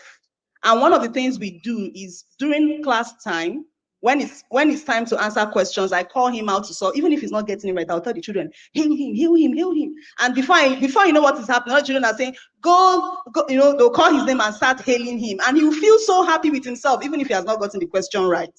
He will feel so happy with himself. And then I also formed a bit of mentorship in the class. So there are some children who are calm, who are ready to work with other children. That is also part of raising leadership skills amongst the children. So what I did was to attach that child to such children, and he started working well with them, and it was helping him to calm down at the same time, apart from the therapy session he usually goes for. So by the time that boy left my class, he was so confident. In fact, during their graduation ceremony, he played the piano for the whole school. So it's something that, mentorship, and I wasn't then I was doing it out of love. I did not know anything about special needs. It was when I went for a training, they told me the characteristic of autism, and I said, oh my God, this boy was actually autistic, and I did not know. And I was pregnant, then even blew my tummy, So, so there are so many things we can do, but just like what we've all said here, it starts with the commitment to show love to our children. So I don't know if we have any other questions so that we can. Yeah, so we have one question from our viewing centers. This is very important. So all these questions will back, they've not attended to your own. Awesome. So let me read the one from the viewing center, then we take Ogazu because it's first raised his hand. So this question is from one of the educators watching from Foremost Citizen Schools TRA or Ondo State.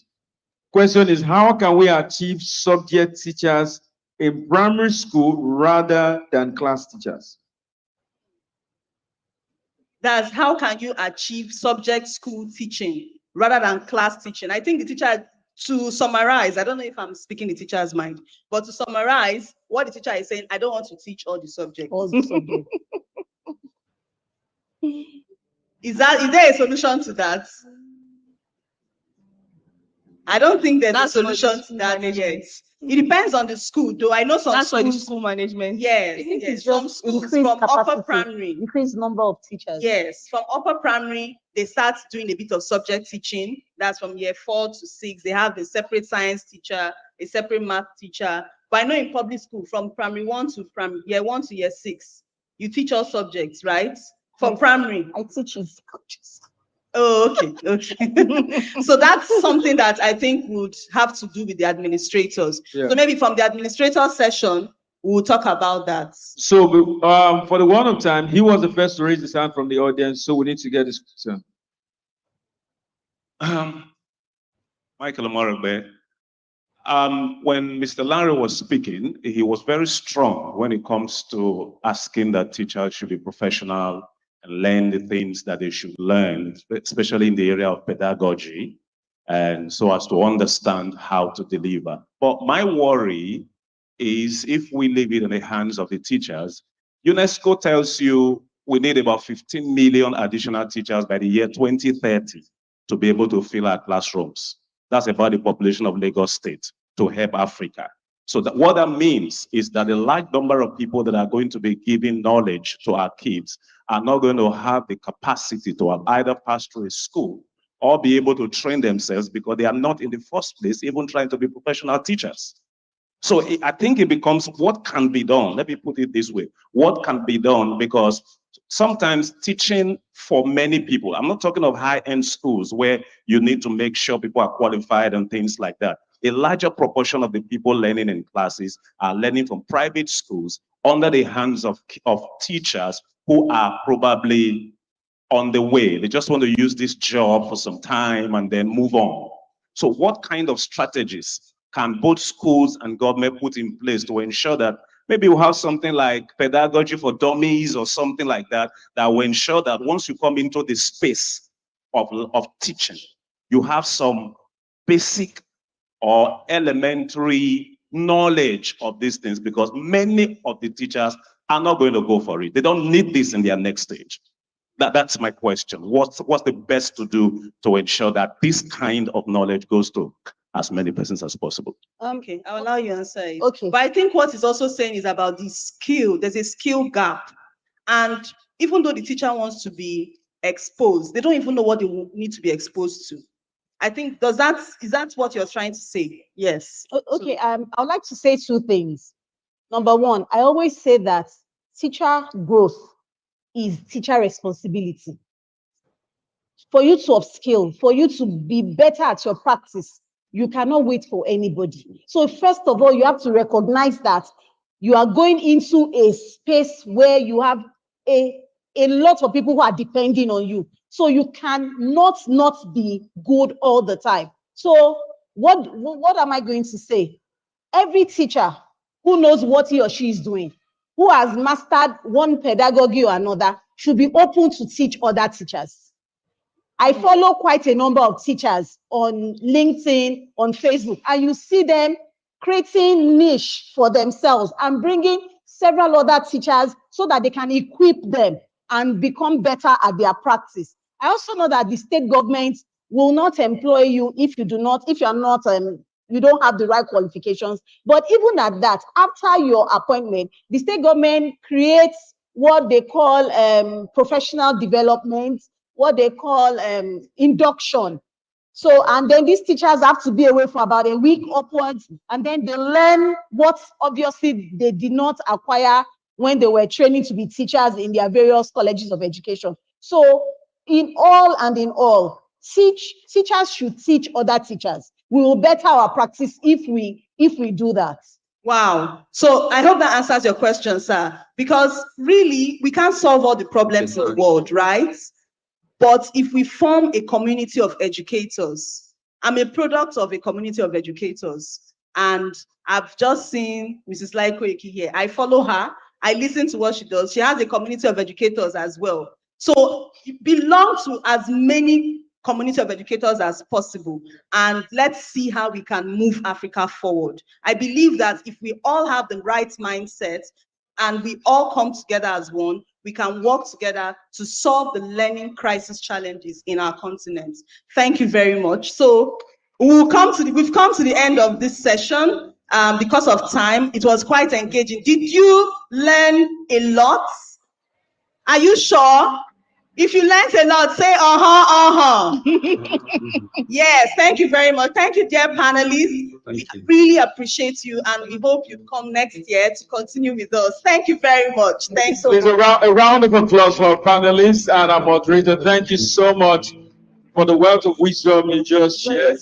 Thank you. Thank you. So I can see that there are still a lot of people in the audience that have questions that you want to ask. What will happen is that during our tea break, which will come up shortly, you can walk up to the people you wanted to direct your questions to, and then they will be able to answer you. Please, once again, a round of applause for all of them. Thank you very much. And while the panel session was going on, we witnessed the arrival of the executive director of Landela Schools. Please, a round of applause for Mrs. Angela Ajala. A round of applause. Thank you very much for joining us. And also the proprietor of Lagos Schools, and the president of NAMS, Chief Yomi Otubela. A round of applause. Thank you for joining us so much. We appreciate your presence. Also with us this morning is a senior partner at Oguntoye and Oguntoye Legal Practitioners, Barrister Aderemi Oguntoye. A round of applause. Thank you for joining us. Please, a round of applause to them. Thank you. And also, we have present right now the National President, League of Muslim Schools Proprietor, Alhaji Obalako Abdulwahid. A round of applause. Thank you very much for joining us. And please, once again, I've heard for the first time I'm hearing pedagogy. Did they wait? So when I was in school, did they use it for us, or is it new? It's new. So that means I have to go back. You see, what Miss Judith said about music is true. Because the thing that was taught in primary one, I probably don't remember. But every song I learned in primary one, I still know them to date. So if there needs to be a music curriculum in school where you are teaching maths, 4 divided by 2 is 2. You have to put it in rap. I don't know how they're going to do it. It means that these children will always remember whatever they are taught in class. The problem now is that our teachers will now have to go and get good voice training. Our classes will now be in studios. Mr. Rotimi is already there because how many of you saw that song he recorded at the end of his speech? He's already going there. So please, a round of applause for Mr. Rotimi. Thank you. All right. So we have product discovery that will come up now. And after now, please, we'll go for a quick tea break, and then we're back.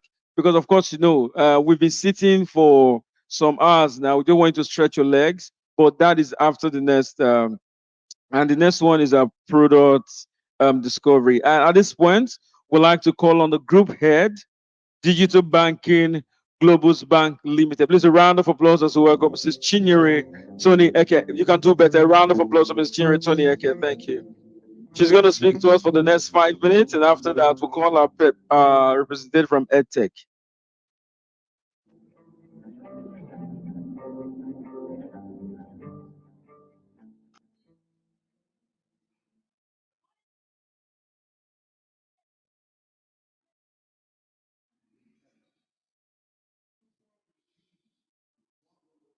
Self-driving cars, genetic editing, all the things that we could only dream of. We are excited to see how all of these things will change the way we live, work, and most importantly, the way we bank. This is a new chapter, an evolution in banking. Are you ready for the new banking experience? Globus Bank, lead the change.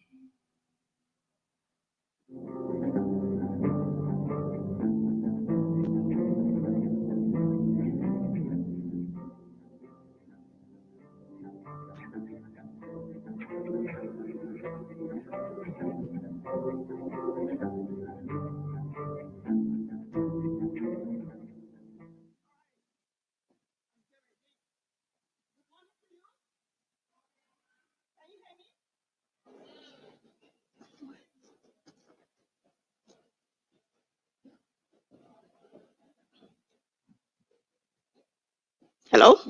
All right. So I'm going to use this one now. So once again, good morning to you. Yeah, I'm already introduced. All right, so I'm going to run through a presentation speaking to financial resilience for school leaders, but focusing on technology and financial management. Now, when we're talking about financial resilience, you will agree with me that everything we are talking about today is how we can improve our schools, how we can bring the best to our students, and how we can improve the performance of both the students and the schools. And in all these things, we also remember a school is a business, isn't it? A school is a business. And being that a school is a business, money is important. Am I wrong? Am I wrong? And because money is important, it's also important that we pay attention to how resilient we can be as educators, as school owners, as school promoters, as teachers, to ensure that we don't allow our school to run down financially or find ourselves in bad debts that we are not able to manage. And in that is why we are focusing on technology and financial management. Now, looking at Nigeria today, by the budget of Nigerian budget 2024, we are told that the amount that is allocated to education is about 6.39% out of the total budget that we have in Nigeria, which is quite small. It is not even up to 50% of the proposed, what UNESCO proposed, which is supposed to be a minimum of 15% or up to 20%. But in Nigeria, we have 6.39% allocated to education.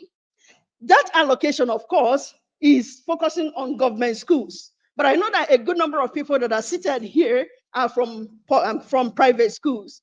And now the question is this: how do we manage our funds? How are we able to harness these resources that will be able to keep our schools afloat?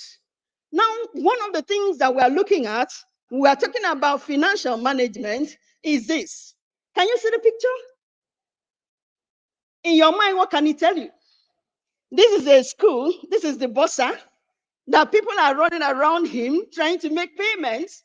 Yeah, parents are lined up in queues trying to make payment, or in some cases, parents are lined up in the bank trying to make payments. Yeah? And at the end of the day, when they finish making payments in the bank, what next? They'll carry their receipts and come to the bossa. So it's either they bring their cash here or they bring the teller from the school to meet the bossa. And the bossa is swamped because he's unable to attend to all of them at the same time. Not only that he's unable to attend to them at the same time, he's also having issues of reconciliation. Sometimes you will bring the teller and they'll tell you, oh, what I'm seeing on the account statement, I can't really tell who made this payment because there is kind of truncation in the account statement. What would you do? And that is why a lot of schools today, what do? They will tell parents you must pay in bulk. And look at the situation of the country today. We're talking about financial resilience. Financial resilience is about being able to withstand the pressure, the financial pressure, especially this period that we're talking about economic crisis in the country. And although unforeseen, circumstances around your finances, today we're talking about FX issues. And you're asking yourself, how would I be able to manage this? One sure way of managing this is to ensure that the source of income into your account is what? Is constant, that nothing tampers with that. And how will you be able to ensure that? If you insist as a school that parents must make payment in bulk, it becomes a problem. But do you blame the school?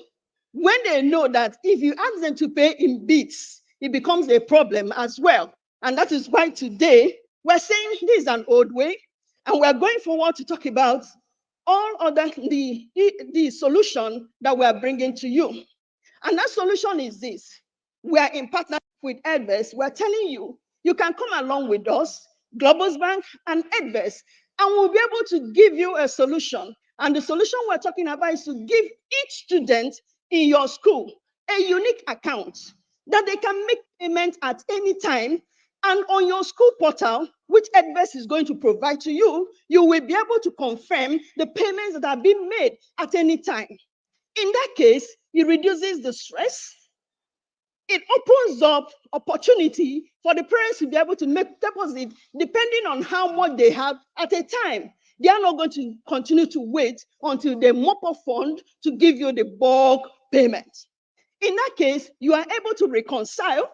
You are able to reconcile your books. Parents no longer need to get to the bursar's office to swamp him with pressure to confirm their payment, because payment can be confirmed on the platform.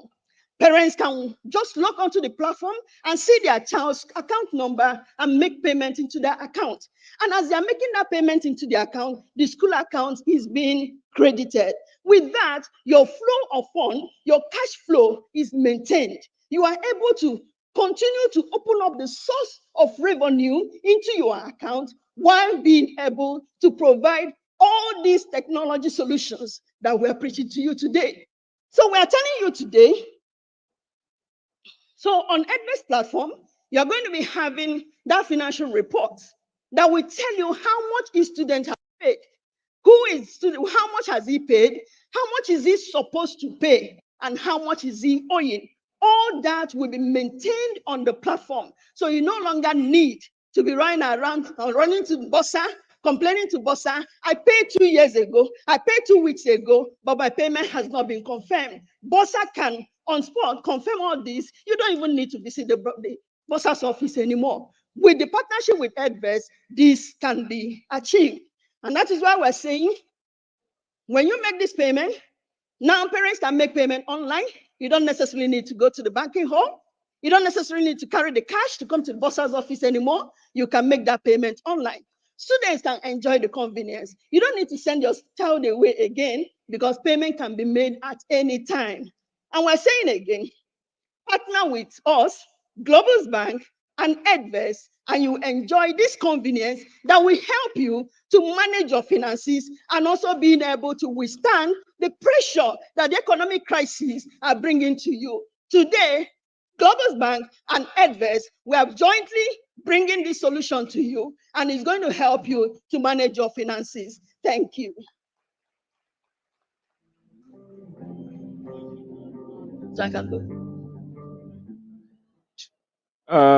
Please, once again, a round of applause. Well, thank you very much. So at this point, we're calling on our friends from EdTech. We're calling on the customer liaison officer. Please, a round of applause as we welcome Oluwalowo Tolulope. Please, a round of applause as we welcome our friends from EdTech. Please, a round of applause. Let's increase the applause.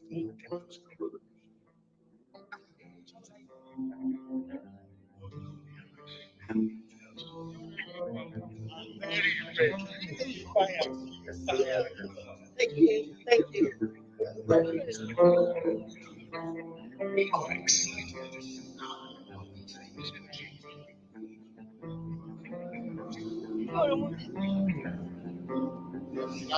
Oh, I didn't know. That's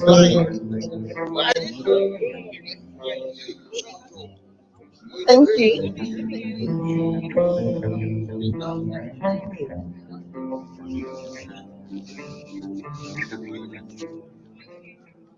Hello, everyone.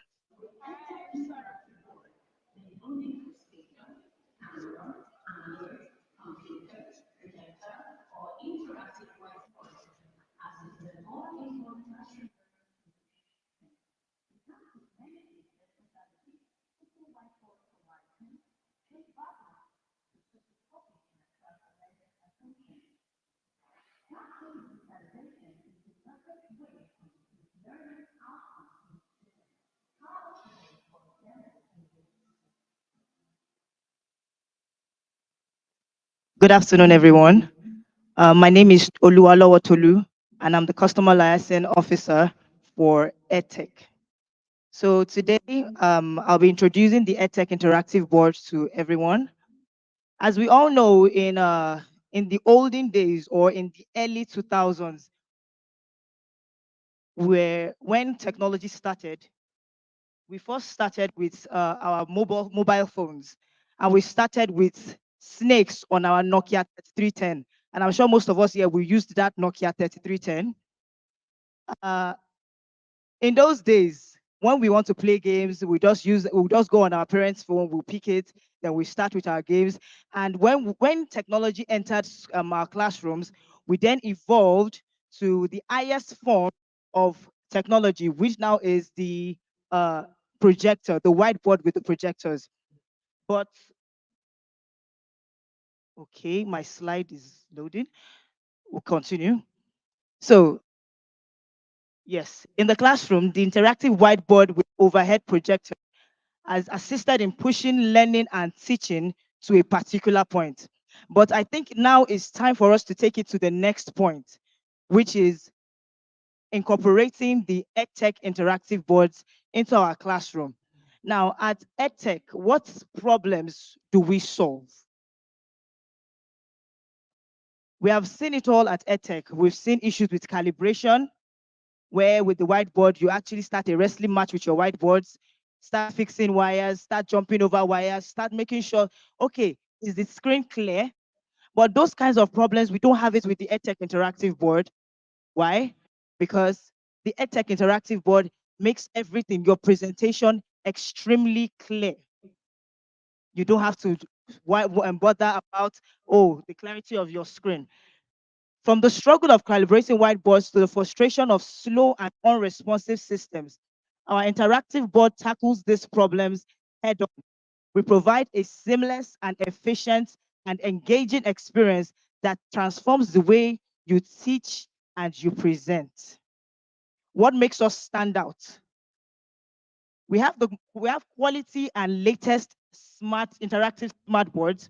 We have unequaled and unparalleled training. We do not just bring the boards to your school, we actually train you on how to use it.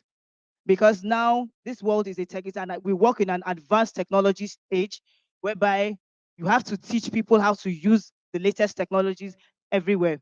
So we have innovative and relevant learning aids and software for schools, and we have fast processing speed, upgradable operating systems and components. Now, why will you need us? Our board enables you to harness the full power of AI in your classroom and offices. It helps you to create reusable digital assets, meeting and the evolving needs of meeting the evolving needs of the students, meeting the needs of the contemporary teachers. Now, we are trusted by a lot of schools all over Nigeria. And you can see this, the list goes on and on.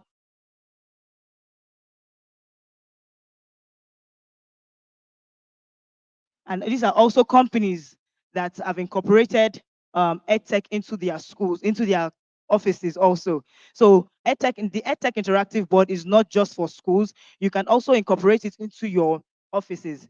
So you don't really need to struggle with the projector anymore. You can just get this interactive board, and it is very, very useful in your classroom. I mean, in your office, I'm so sorry. So our board comes in various price ranges.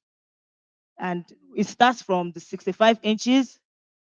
We have the 75 inches. We have the 85 inches. Anyone you want, we have it already. And you can just come over to our stand to get more details on our product. Thank you very much. Well, like I said, thank you to EdTech for partnering with Edves. I used to name EdTech Edves. Ah! There's a round of applause for EdTech one more time. Thank you. The applause is beginning to weaken gradually. All right. Mr. Rotimi, please, I need that your pledge. So once you're tired, I will just say, recite the pledge. I pledge to be a... Oh, God. All right. So I know I said earlier that after this, we'll go for a quick tea break. But before the tea break, we are going to get a quick message from some of our school heads that are present, short messages. They will be talking to us on accelerated learning. There's just so much to learn. There's still so much to learn about. And at this very time, I'd like to welcome to talk to us for a few minutes the principal, Temple Schools, and the chair of Isaac Nigeria. Please, a round of applause. Put those hands together, put those hands together. A round of applause as we welcome Mrs. Adiola Arofi. A round of applause. Is that the best you can do? Please kindly sustain the applause until she comes to stage.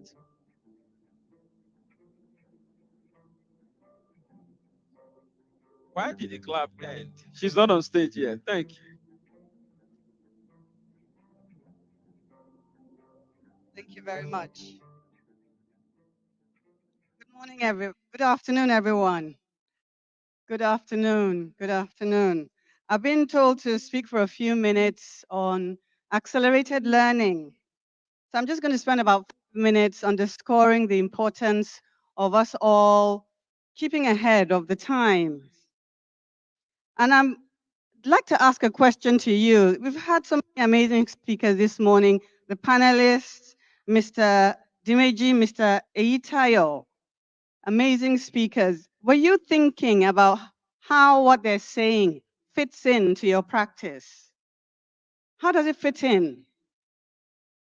So some of us have been teaching for 30 years plus. And I'd like to know, is there anybody here in the audience, the teachers who has been here in this field for 30 plus years? Show of hands if you've been teaching for not quite. How about 20? Okay, fantastic. How about 10? Okay, excellent. You are amongst the few. Did you know that burnout is very, very high in teaching? A lot of people teach for a couple of years and then they decide, this is not for me. I can't do this. So if you've been teaching for 10 years plus, you really deserve a round of applause. So 30, 35 years ago, if they had asked me, what makes you a good teacher? I would have said, I plan very well. Every week I get my red pen and my blue pen and my ruler and I rule the lines and I write everything out very, very carefully and I consult the textbooks. Fast forward 15 years. If someone had asked me 15 years ago, what makes you a good teacher? I would say, well, I plan very well. I use Google a lot. and I use my computer to design worksheets to make sure that my students are well engaged. Fast forward another 15 years now, today, if someone asks me, what makes you a good teacher? It will be the same answer. I plan very well for my students, but this time I use AI. And with the use of AI, I'm able to cut down the amount of time I'm using to research, to design lesson plans, so that I can now use the remaining time to really, really think about how to be more creative for my students. There's no doubt about it that AI has transformed the way we live.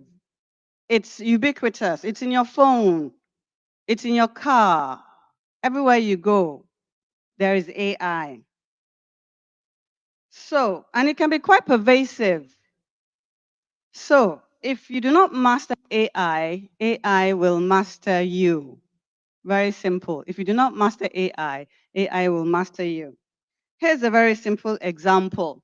How many times have you tried to send a message and your phone will autocorrect you and give you a word that you really didn't want? And you have already sent that message before you realize that, oh my goodness, this is not what I planned to say. So if you're not careful to master AI, AI will master you. The other day I was trying to send a message and I typed in, I was trying to find a contact on WhatsApp. I didn't know that WhatsApp now has Meta. It's not telling you, ask Meta. I didn't know that. And I was trying to find a contact called Adlin. And it auto-corrected my search to Adele. And because I wasn't paying close attention, I think my finger must have hit the search button. And before I knew it, I got this long expose on how Adele is an amazing singer and she has released many albums, and it wasted a lot of my time.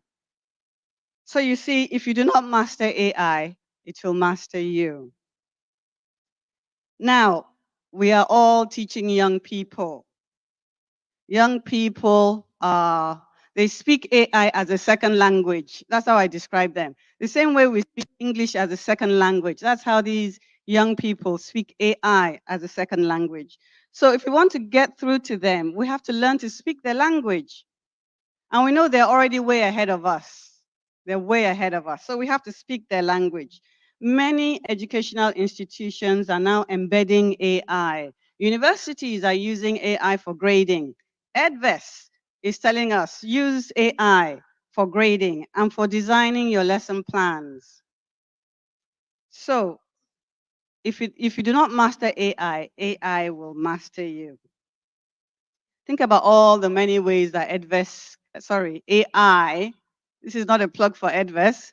Think about all the many ways that AI can make your work better. What it will do for you is that it will synthesize large volumes of information into small usable chunks, and it's available for free. You don't have to pay thousands of pounds to go to university for it. So how will you be using it after this edition of the Catalyst? We saw some demonstrations from Dimeji earlier. Will you be using it to bring learning closer to your students? Will you be using accessibility tools like text to speak or speech to text? Will you use it to find out how someone is teaching your subject on the other side of the world? Or will you use it to analyze your students' grades so that you can get insights on how to help them better? Or will you just simply be using it to deepen your own knowledge? The possibilities are endless. With the right mastery, you can transform your practice and you can become the quintessential teacher whose students learn faster and better. So finally, as educators in charge of these young, adaptable minds, we have an extra challenge, don't we? How to keep them safe and how to imbibe those values in them that will make them use this AI honestly, not to cheat in exams or to write essays for you, but to use those tools honestly and to use them for good. So, esteemed educators, I'm going to wrap up by saying, do not let AI master you. Be intentional about mastering AI. And at this conference, I wish you increase and growth. Thank you.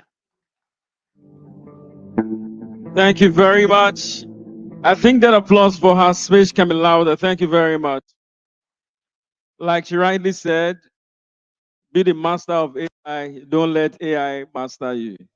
I'm even happy that our own autocorrect was good from Adlib to Adele. Me, I was trying to send OG to one of my boss. The thing that he autocorrected it to was ODE. The man replied me, "You are calling me Ode, Abi." I say it's autocorrect. He say autocorrect yourself. So please don't let AI master you. Our next speaker is the CEO of Green Springs Schools and the chair of APEN. Ladies and gentlemen, please around welcome Mrs. Lai Koiki. Please put your hands together for her. She comes on stage for the next few minutes to say something concerning accelerated education. Thank you. Please, a round of applause, a round of applause, a round of applause. And when she asked that, how many of you have taught for over 30 years? I almost raised my hand. And I remember that it's my mother that taught, it's not me. Please, a round of applause for her one more time. Round of applause. Thank you.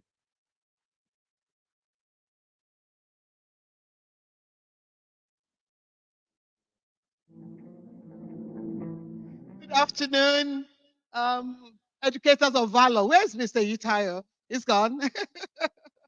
Well, it's good to be here, and thank you all for making it to this conference, amazing conference, the Catalyst again, put together by Edves. For educators, we have to continuously improve ourselves. It's so critical. Just as Mrs. Arofi has said, you know, we're in the era of AI, and most of us we're not natives. What are we? I mean, yes, I mean, we're just coming into it and we're learning every day. But then the children under our care, under our tutelage, are children that are natives to technology. And we cannot afford not to be adept in the use of AI. Also, it is important that we shouldn't allow those children to step out of bounds, really. But if we don't have adequate knowledge or we don't use it for their benefit, then we can get into trouble. Beyond that, the children themselves can get into trouble, and we cannot afford that because there are so many pitfalls in that area. So many pitfalls. And it's very easy for children to outstep, you know, the safe bounds, you know, of AI or whatever. I mean, she spoke about examination malpractice, homework malpractice as well, in the sense that you give students an essay to write and they just and it prints it out and they submit it. And that is why there are apps with which you can check if this has been AI generated or if it's the thought of the child that has come to the fore. Even though I think we should also revisit that, because again, the student needs to put in the right instructions to AI for the AI to give the right things. And at times AI is wrong. You know, at times, I mean, we found that AI can also be wrong. And so we need to step up our game and ensure that we're on top of our game. It is important.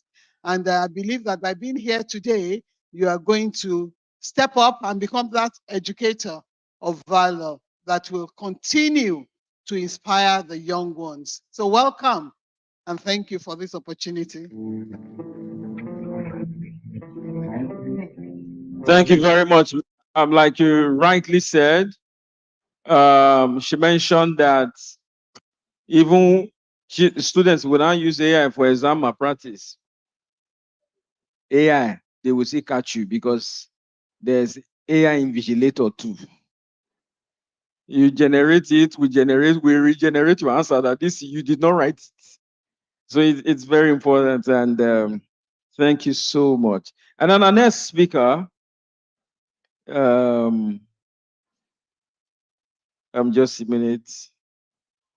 Our next speaker is the proprietor for Lagos Schools and president of NAPS. Ladies and gentlemen, please help me put those hands together as I welcome Chief Yomi Otubela. A round of applause as we welcome Chief Yomi Otubela. The applause is going down. Well, this is a sign that after now, indeed, we'll need tea break.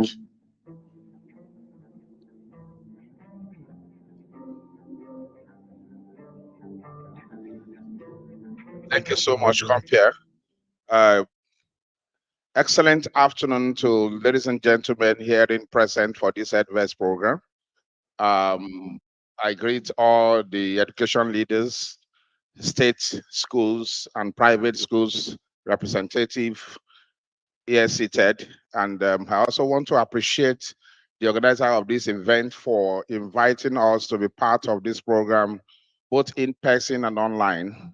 We at National Association of Proprietors of Private Schools in Nigeria felicitate with educators that are part of this program for this year 2024.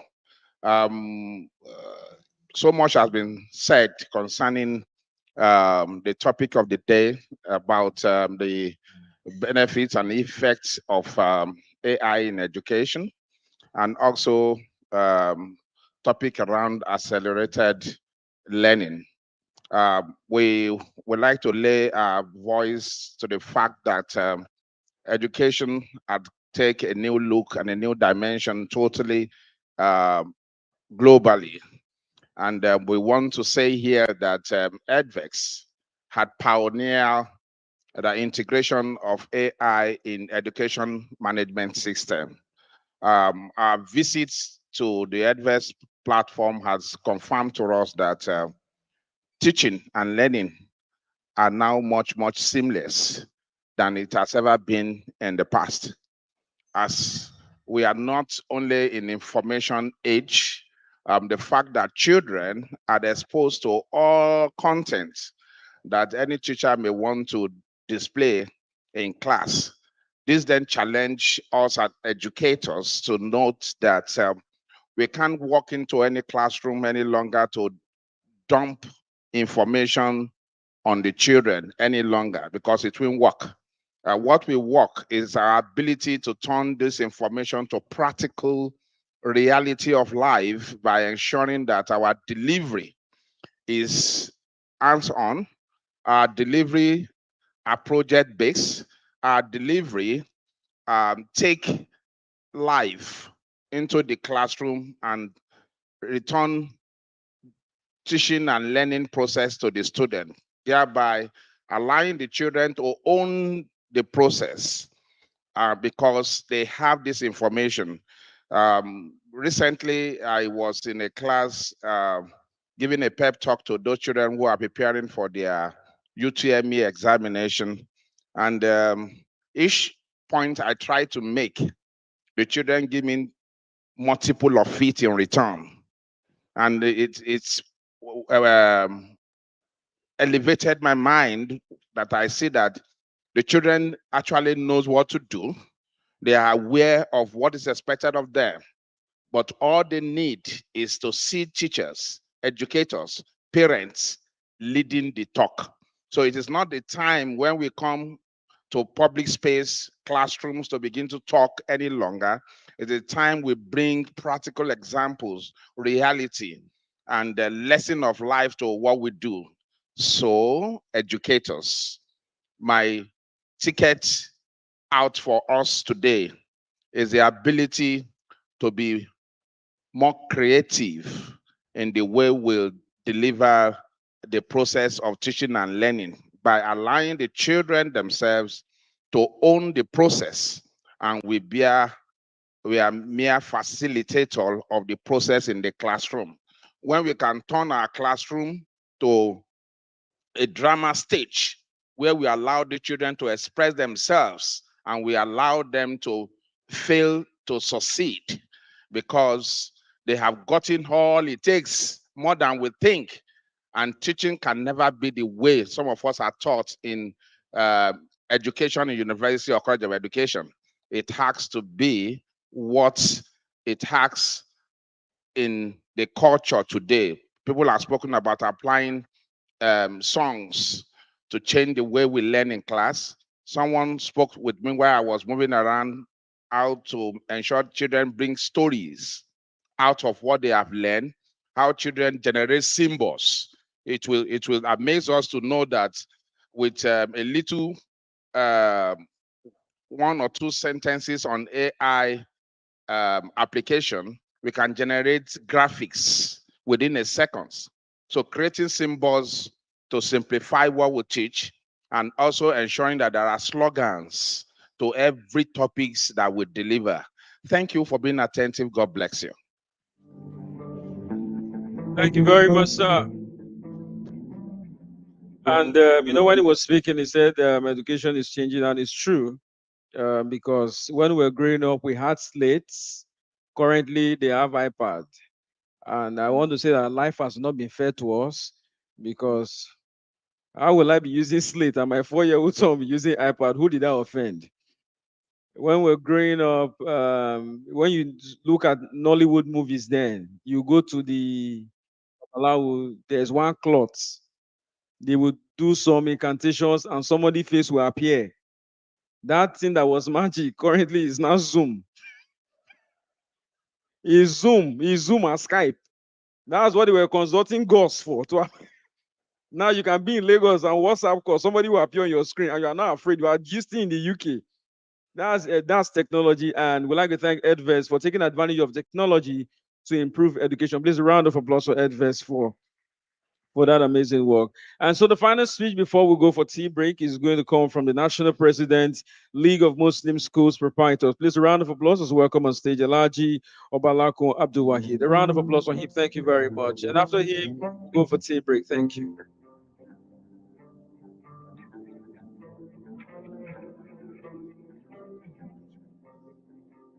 Good afternoon, everyone. Ladies and gentlemen, esteemed educator and distinguished guests.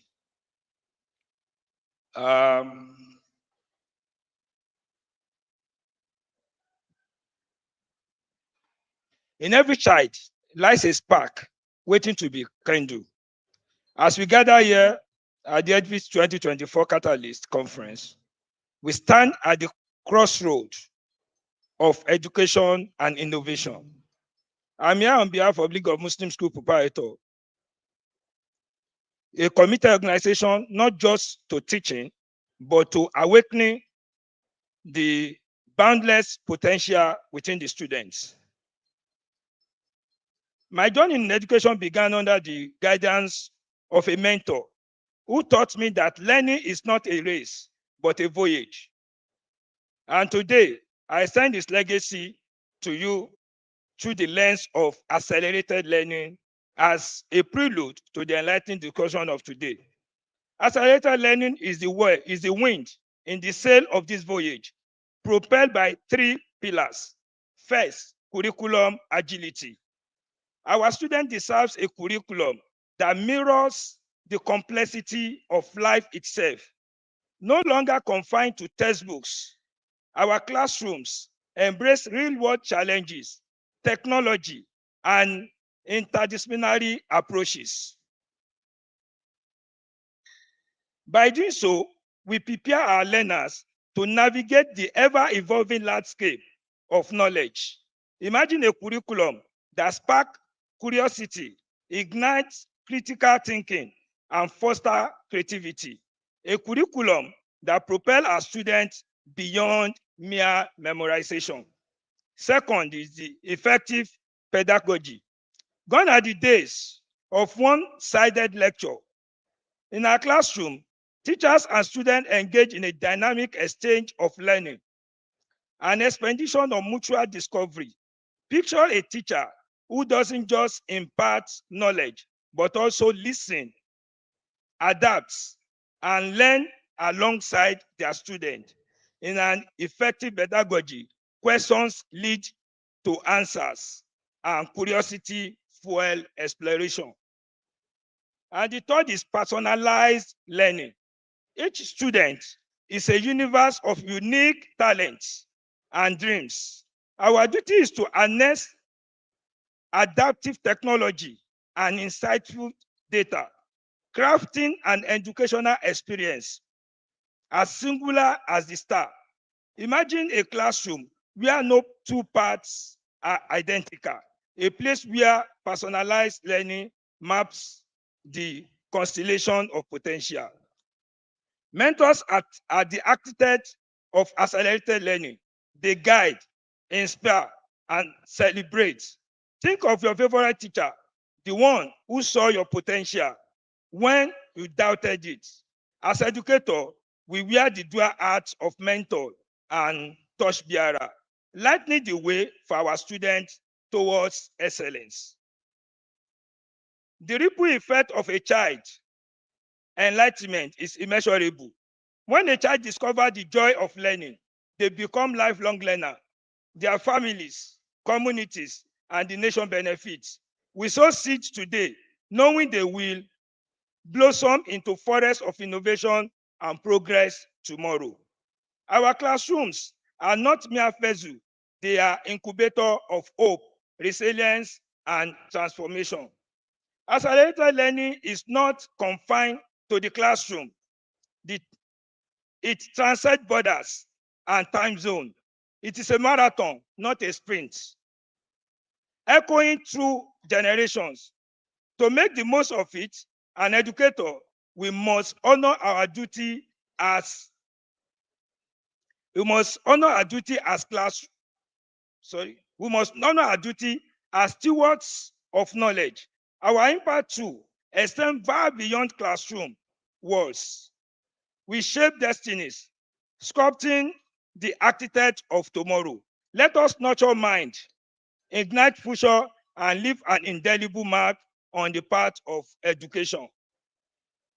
In conclusion, the League of Muslim School Proprietors presently seeks the horizon to empower member schools with the tools and training necessary to revolutionize education through workshops, digital resources, and support networks. We champion collaboration and ingenuity, yet our voyage is far from over. I call upon you leaders and visionaries to join hands with Edves. Together, let us harness the transformative power of accelerated learning. Thank you for your time and attention. May our commitment to accelerated learning propel us towards a brighter, more enlightened world, a world where every student has the opportunity to thrive academically and unlock their God-given talent. Thank you for listening. Thank you very much. Please a better round of applause. A better round of applause, and thank you. And so right now, as we proceed for tea break, I'd like to announce to you that on my right we have one of our sponsors, Globus Bank, our partners rather. They have their stand there. We have all exhibitors around on the right, on the left. But Globus Bank is saying that if you open an account with them today, you get a card immediately. And schools can also open accounts with them. So check out the stands all around. We have exhibitors around. So for the tea break to be fast and for us to function effectively, we'll kindly request that our speakers and our facilitators remain on their seats while my invited guests who are attendees of this event kindly move to your left, which is my right. We have our tea and our snacks served over there. So we can start up right now. But our facilitators, our speakers, please remain on your seats as it will be served to you. That way we can buy some time. So we have like 10 minutes for this. Thank you very much. So we have like 10 minutes for this. So please, the tea is to your left, which is my right. But you can also go around to check out.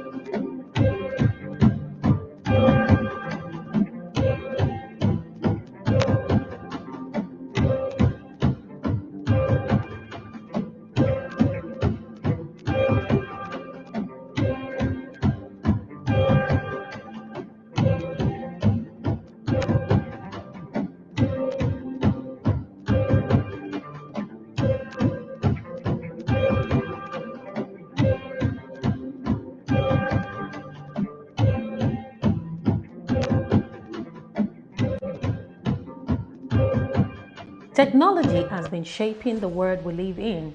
So in education, the classroom is being transformed by technology to make learning easier.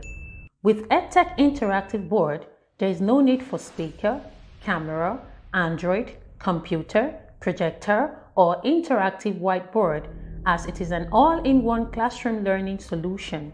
It comes with many features such as the digital whiteboard for writing, change background to suit the topic and attract the learner's attention, import videos or pictures to the digital board, erase and recall content on the digital board, draw 2D and 3D shapes with ease, and you can also save lectures for future use by learners.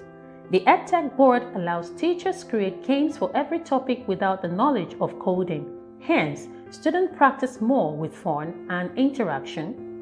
EdTech board comes with 3D and other multimedia learning resources that bring abstract and difficult to understand STEM topics to reality. The 3D video helps students touch and interact with lessons. Use your favorite teleconference solution to connect in-class and out-of-class students with ease.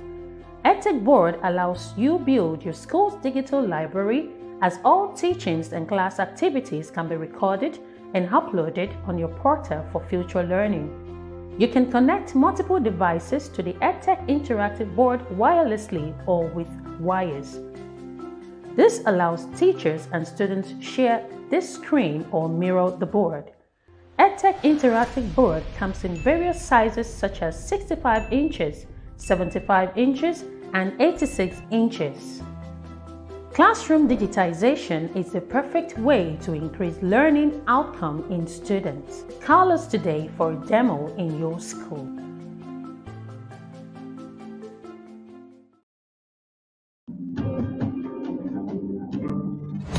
Are your students struggling to engage with traditional coding lessons? Are you struggling to find experts to teach coding? Code Funhouse is here to solve that problem. No prior coding knowledge needed. Teachers utilize our AI tools to make coding engaging. Our platform personalizes the curriculum for each student and adapts learning to their needs.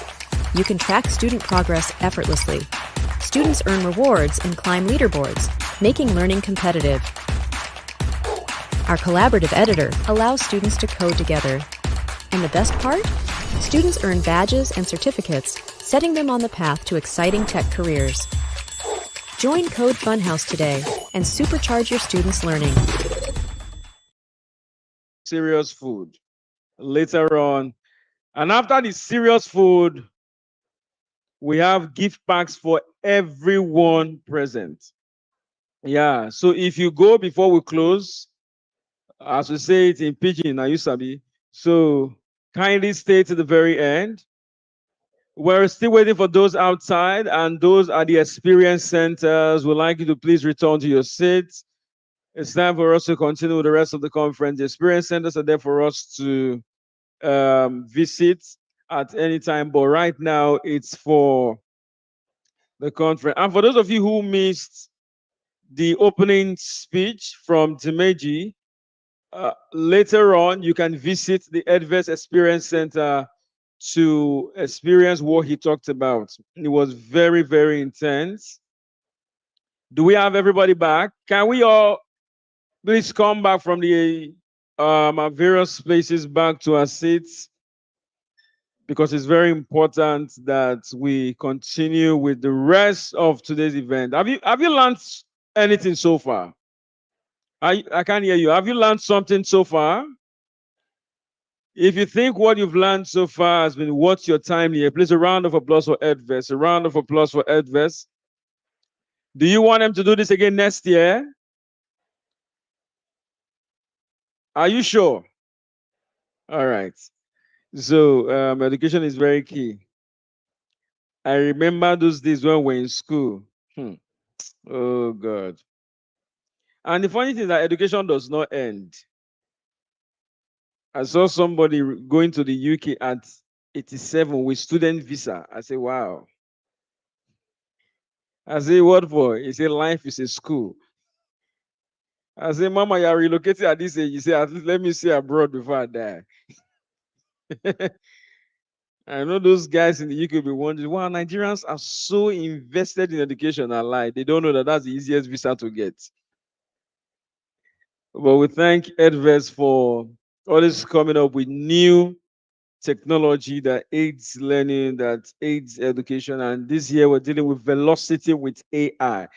I'm still stylishly waiting for the people who are not on their seat yet because we don't want you to miss any of the things that will come from facilitators, invited speakers, and all of them.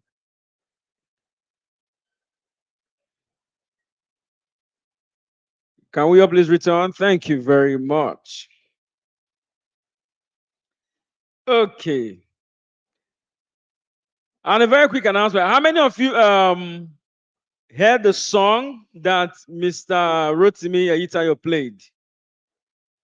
So I have a good news to that song. Can media, can you guys play that song again? It's very good news, oh, very good news. Media, can you guys play that song again? From Mr. Rotimi that gave us some valor fights. Is it ready? Huh? Because we need the song. The song is very important for what I'm about to say. I know it's impromptu. You didn't plan to play it right now, but we just quickly, if you can help us with it. 2 times 1, 2, 2 times 2. You see music. I still remember. 2 times 3, 6. Ah! Media, can we get a song? We need it. So we'll play the song later on, but this is the announcement for the song.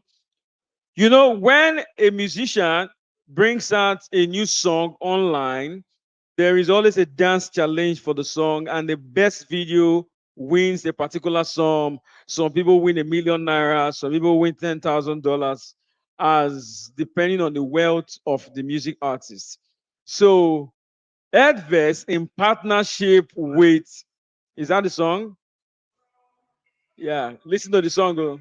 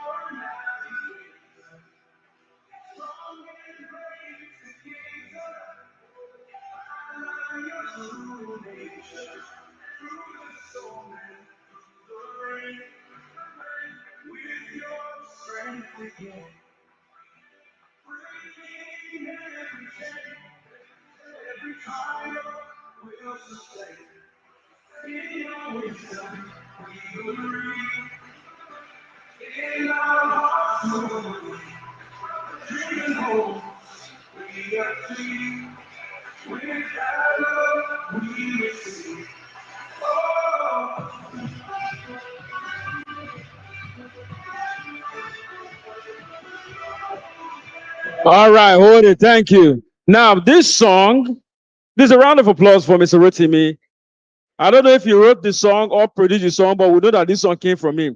Now, Mr. Rotimi, in partnership with Edves, have said that we are going to have a dance challenge for teachers with this song. Yes. Record a video, post it, and tag Edves and Rotimi Ayitayo.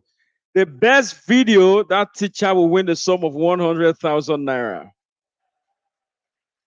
The people that are not clapping, they are already saying, I will not win. Is it that you don't believe in yourself? So the best, so we don't want you to get involved. So try to get the song, record your dance, post it, tag Edves. This is for teachers. And the winner, when we meet teachers, we meet teachers. So don't come and say you teach Sunday school and you now be part of this. Teachers in schools, the winner wins 100,000 naira. Please, once again, a round of applause for Edves and Mr. Rotimi. Yeah. You need the song again? No, before we finish, I'll let you know how you get the song. I will let you know how you get the song. I like the interest that I'm getting. We need teachers to be involved. At least 100K just like that. Wow. Why did you win it? I dance. See God. Awesome God. So right now, very quickly, we're moving straight to our first session after tea break. We're going to be talking about what is new with AI, inventions, and regulations. When you hear regulations, you know that there's law involved in this one. And so to help us coordinate this, I'm going to call our co-founder. Please put his hands together as we welcome Mr. Dare Adebayo. A round of applause for Dare Adebayo. He's going to join us shortly. And so for those of you who are just stepping in, I mentioned earlier that aside this tea break, we have proper and serious food for everyone. And also we have gifts pack for everyone that has attended. Please want to get a round of applause for Daria Adebayo. Thank you.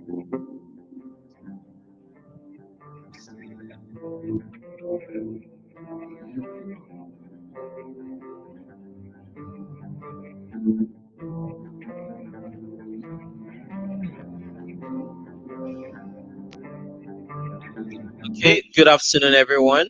I'll be having two people with me on the panel. So I'll just, media, please, can you? Barrister Aderemi Oguntoye, Senior Partner at Oguntoye and Oguntoye Legal Practitioners. Aderemi Oguntoye is a Senior Partner at Oguntoye and Oguntoye Legal Practitioners. He is armed with a Bachelor of Laws degree from the University of Ibadan and a prestigious Nigerian bar membership. He is a member of esteemed organizations such as the Nigerian Bar Association, the International Bar Association, and the International Law Section of the American Bar Association. Aderemi possesses a keen focus on providing bespoke legal solutions to small, medium-sized enterprises, SMEs. His expertise in corporate and commercial law, corporate investigations, and business intelligence serves as the cornerstones for SMEs. Navigating complex legal landscapes. Notably, his recognition as a leading legal practitioner in the 2015 Who's Who Legal Directory underscores his exceptional standing in the legal community. Ladies and gentlemen, please put your hands together for Barrister Aderemi Oguntoye.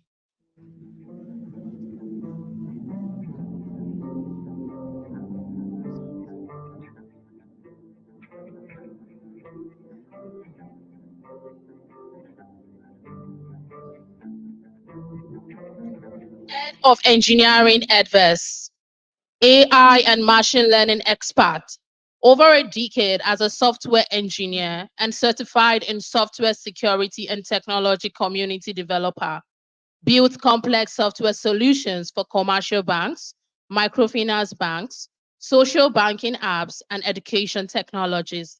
Ladies and gentlemen, please put your hands together for Mr. Ahmed.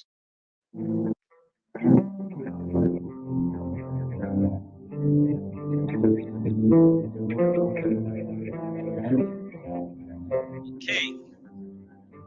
Good afternoon once again, everyone. Are we ready? Are we ready? Okay. So yes, we've been talking about AI, AI, AI. But of course, there are legal implications for any new invention and almost everything that we do. So this panel discussion is a little bit on the tech side and a little bit on the legal side in terms of what are some of the things as school owners, as parents, and as teachers that we need to know that the law is saying about the use of AI. But before we dive into talking about, legal, I like Ahmed, our head of engineering. He's looking like a tech bro, right? I'd like him to talk a little bit. What exactly is AI? Maybe some people have some concepts of some definitions about AI that we need to correct. What is AI? We've also been talking about some of the speakers have been saying things like generative AI, So can you just give us a little bit background information about what AI is all about? Just in like 60 seconds. Thank you. Good afternoon, everybody. I'm very excited to be speaking to this audience about artificial intelligence and technology at large. So the question about AI generally means artificial intelligence. And then when you look at a computer, when it's built in its components, it's able to do set of instructions. But what we are talking about when we say artificial intelligence to computers, to activities, to solutions, is giving the computer a brain of its own to be able to take some decisions that are not pre-programmed, right? So when you give some set of maybe data to the computer to say for financial data, right? Give me the most profitable business. Maybe you supply 3 business ideas and then you give their bit of financial prospects. The computer is able to look inward, look through activities or trends or past events that would be able to guide in its decision to say, this might be the best line to go to without you pre-programming it to say, this is the defined route to go. The computer has that brain of its own to detect those trends and then make a decision by itself. So we are saying artificial intelligence to anything now that AI is attached to gives it a brain of its own and help you generate a new set of outcomes that are not predefined. Thank you. Thank you so much for that definition, Ahmed. So I was somewhere in Europe last week, and I was talking to the organization in charge of data protection, and they were talking about some of the rules and regulation around the use of AI within the country. And they mentioned, specifically they talked about the how to use facial recognition. And they are planning an event. And one of the things they said is the fact that they can actually, the cameras can spot when somebody is falling so that they can quickly provide medical attention to that person, but they are not allowed to read the face of that person and bring the data of the person out. So, and that just tells me that there are actually quite some regulations that, as basic users or as school owners or as teachers, that we need to be aware of when it comes to, the usage of AI. So, Barrister, I would like you to educate us a little bit. What are some of the, regulations? What are some of the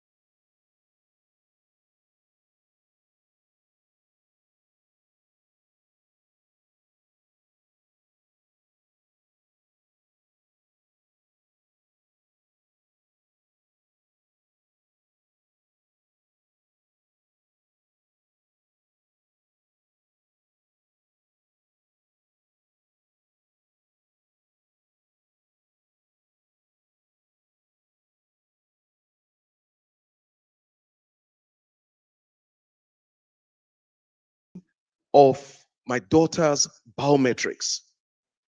But as a lawyer, the inquisitive nature said to me that I should ask the person a question because I was about to take an oath that I consented. And I asked the question, and the counselor said to me that your child's biometrics and data is protected under the American law, and that they, as a government, must take the consent of the parents before they process the data of the child. That it is a must that the child's parents' consent is taken. So the question is, why am I, as the father, and my wife as a mother, consenting? We all know that. Every children under 18 are called minors. And to that extent, the obligation on parents and educators now becomes pivotal whenever we are dealing with artificial intelligence. Artificial intelligence is, like you rightly said, it's like a human being behind the curtain, because the processing of everything that has to do with AI is being done by an artificial human. So when you're dealing with AI as an educator, a proprietor, a business owner of schools, there is an exchange of data, an exchange of understanding. And to that extent, consent is very important. Under Nigerian law, let's leave the National Data Protection Act aside. Section 37 of our Constitution says that every citizen, being a child, a major, a parent, must consent to the use of their communication, of their data, their privacy. Their privacy to communication, to data, to anything is protected under the law, under the Constitution. So, what is it for schools? When you are exchanging the data of your child, or you're exchanging the data of your students to any artificial intelligence data provider, consent is very important. You must find out from the parents whether they are consenting to the use of the minutest data of the name of the child before you upload it to anything. Consent is constitutional and it's very key. I'll stop there for now. Thank you. Thank you so much. Consent is constitutional and is very key. Okay. Ahmed, what are some of the things we need to be conscious of, maybe as school owners or as educators, in terms of security when it comes to the use of AI? Thank you very much. I think this question is very important, right? Especially because this gathering is a gathering of the school owners and educators. A lot of data is actually put in our custody to manage, to authorize the transmission and processing at every stage, right? From when a student comes to enroll, down to all their courses they are taking, down to the scores they have in all of their courses and all of that, right? So one very important thing that the school owners and the educator need to take note of in terms of securing this data is to firstly ensure how is this data processed? How is this data processed? And I will even roll a little back before the digital point of contact, right? When you collect the data from maybe a classroom teacher down to the head teacher, down to maybe a data warehouse of the school, right? How do you protect the access to this data, right? Does every staff in the school have access to this data just because they are staff, or they actually need a granted access to some of this data. So from there, from even managing from paper, you get to understand how much weight the security of the data you are managing is to you. Now come to the online platform, right? When Edves process data, there are a lot of points where we have checkboxes for consenting.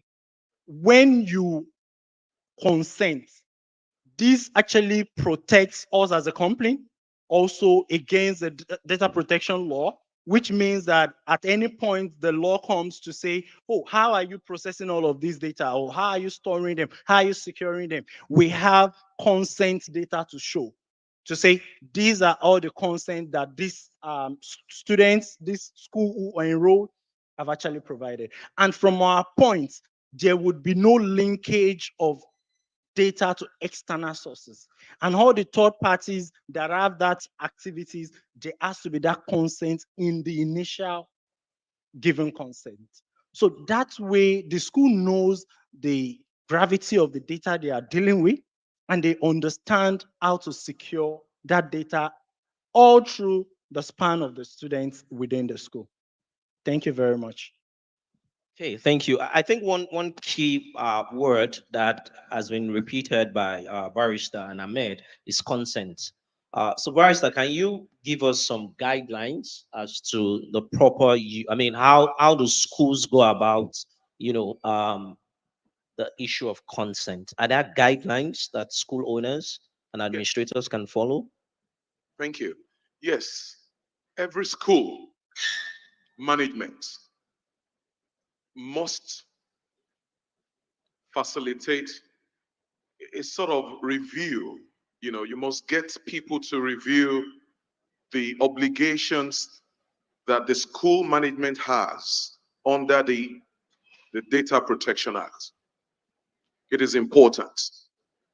The second thing that is important is, apart from facilitation or having a review of what the law entails or the obligations placed on the management of the schools, in processing the data of the students, every school management must also ensure that they have regular interface with parents, because you must allow the parents to understand how secured your data processing facilities are.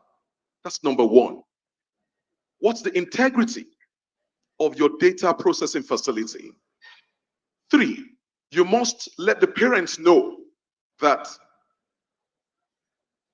the data of their children, is secured with you, and it can stand the test of access control. So when this sort of engagements happen, at least once in a year, once in a session, the parents are assured if anything goes wrong, the parents will remember that the school carried them along, because things can go wrong. Artificial intelligence is like artificial human. Hacking can happen, data can be stolen. And when these things happen, most school management and organizations out there, they always wait for incident to happen before involving lawyers or involving experts like Edves. You don't have to wait for an incident to happen before you are on top of the regulations and the things that are expected, the steps that are expected for you to take. The final point I want to make is that, generally, under the law today, it is important for schools to have a data protection officer, someone who is skilled and trained in protecting the data of the students that you have. It is important. You must spend money, because you cannot just accelerate, through velocity and just move with the speed of light to the use of AI. You must also develop capacity.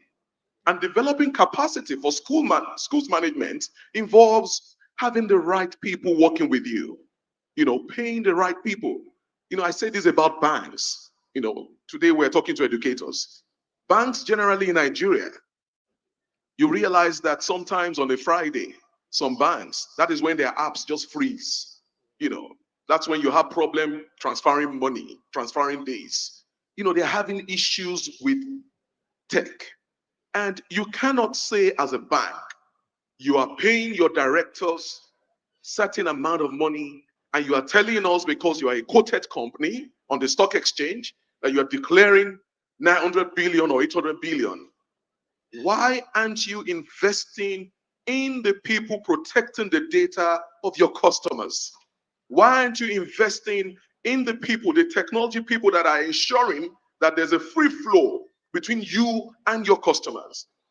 Education is getting to that point where from the very beginning, you must have a data protection officer.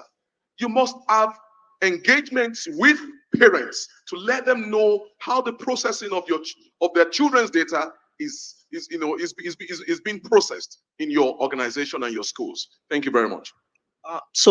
Well, while you were talking about having data protection officers, I know that the Nigeria data protection law actually requires any organization that is processing data to have a data protection officer.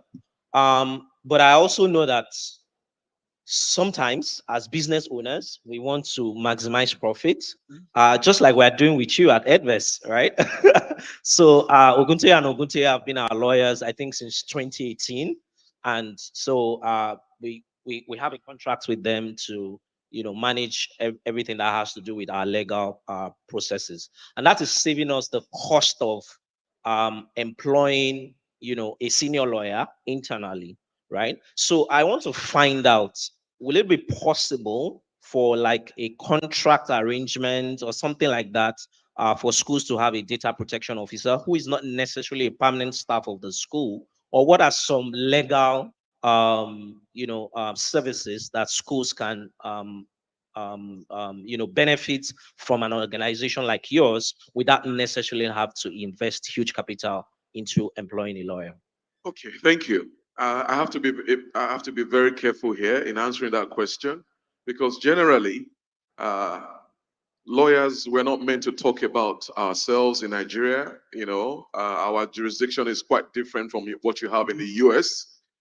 You recall that when this catalyst is going to happen, we had to appeal to you and Dimeji that please, we don't want to advertise. We don't want to tell people about our expertise. We don't want to tell people that this is what we do, because the law doesn't allow us to do that. However, since this is a panel discussion, I think I can get away with a few things. So we've been lawyers to Edves for 7 years. There is a notion by school owners and organizations generally that it is only when you get into trouble that you need a lawyer. It's a cultural thing in Nigeria, but we need to change that. When you are trying to also succeed, when you are trying to accelerate, when you're trying to go on that velocity, you need professionals to travel with you as well. I say to people, don't wait until there's a problem or an incident before you get a lawyer to advise you. And it is always more expensive when a school waits for an issue to happen before contacting a lawyer to, just travel with them. We've heard about issues about bullying in Nigerian schools. There's a particular school in Abuja, I don't want to mention names. They contacted us and said, oh, we have been sued to the tune of so amount of money. The government is asking us for our policy in this area, our policy in that area. And I said to the proprietor of the school that, but you did not engage us to assist you, hold your hands in drafting the policies when we told you about the, importance of some of the steps. It's important to always know that you must carry professionals along. You don't wait until something major happens. So another myth out there is that, oh, legal service is very expensive. We cannot afford it. No, you can afford it. If you can afford to pay your teachers, you can afford to have a lawyer on a retainer for your school. The moment you have more than 100, 200 students that you are managing their data in your school, you need a law firm to back you up. It's very important. And the fees, anyway, I'm sure Daryl would tell you that the fees are not outrageous. To get quality legal advice on a retainer basis, where you pay once a year or you pay twice a year, you know. So it's always important to have that backup. Apart from, okay, finally on your question, a data protection officer, you can even outsource this. It's not necessarily that you must have someone employed. It can be outsourced. You can have a consultant who is a data protection officer, because it's so important. And I must end this by going back to banking. This year, our judges in Nigeria are becoming bolder and more courageous. Areas where traditional banks believe that, or organizations believe that, oh, Nigerian law wouldn't cover that. Our judges are becoming, sophisticated. So what happened this year, this 2024, in February? A particular bank utilized the data of a customer to set up an account. The customer did not give such instructions or consent to it. So a judge of the Federal High Court, the customer decided that you have used my data wrongly. Wrong use of data. And the customer went to court, to the Federal High Court in Ikoyi here. Then the judge looked at it, and the customer said to the judge that under Section 37 of Nigerian Constitution, my right to privacy of my data, of my communication, is guaranteed. Then the bank sent senior lawyers, senior advocates to say, no, you don't have any rights. There are certain things you have signed up to. And when they give us all those account opening forms and all these AI things, we always scroll to all the things that say consent. We don't bother to read. We just click consent. However, so the bank was quoting different laws and different consents that have been given by the customer. But because the constitution is superior, the judge said to the bank that you are culpable because you did not specify and explain in details what you were going to use that data to do. So it amounts to wrongful use of your customer's data. And to that extent, the judge placed a penalty that we lawyers call damages of about 7.5 million on the bank. A time will come that parents of the students we have in our schools will challenge us, educators, that we have used the data of their children wrongfully, or the data of our children has been found somewhere. It is important to guard against this. It is important to have procedures where the parents are carried along, procedures where we have data protection officers, procedures where we engage with legal minds to understand the implication of this so-called AI. Thank you very much. Thank you so much. I think you've spoken a lot, and I'm thinking that maybe we need to set up a webinar sometime soon to dig more into this. I think this will be very helpful. Do you agree with me? Okay, thank you. So we'll work on that, and we'll check on your availability and see how we can make this happen. Thank you so much. Ahmed, lastly, your last words. Can you tell us some good use of AI, things around, the good use of AI from a technology point of view for schools? Thank you much. I think I'm very excited at this question because when we pull out new things and they say, oh, AI, some educators and parents have this reservation around, oh, what's the negative side? What's the negative side? But then the good thing is the good part really, really, really outweighs the fears of the negative part. So I'll give you an insight to what the good use is, especially as it pertains to education, right? So take, for instance, a student scores maybe an average of 65%. And just look at a score, average score, 65%. And now you begin to, if you would want to help such a child, you would want to dig into how many subjects did this child did, what score, where did this child perform very well, and then where did this child perform lowly. And then you want to begin to dig into, okay, in this subject that this child performed woefully, what are those topics or what are those key areas that this child did not get the concepts, right? With AI integration, which Edves has done, already working, we are able to, automatically give recommendation as the result is being processed to the students. We are able to give automated recommendations for each single child to say, this area's excellent. Maybe this concept under this topic should be improved. And the parent is even given suggestions of materials online that they can use to help this child.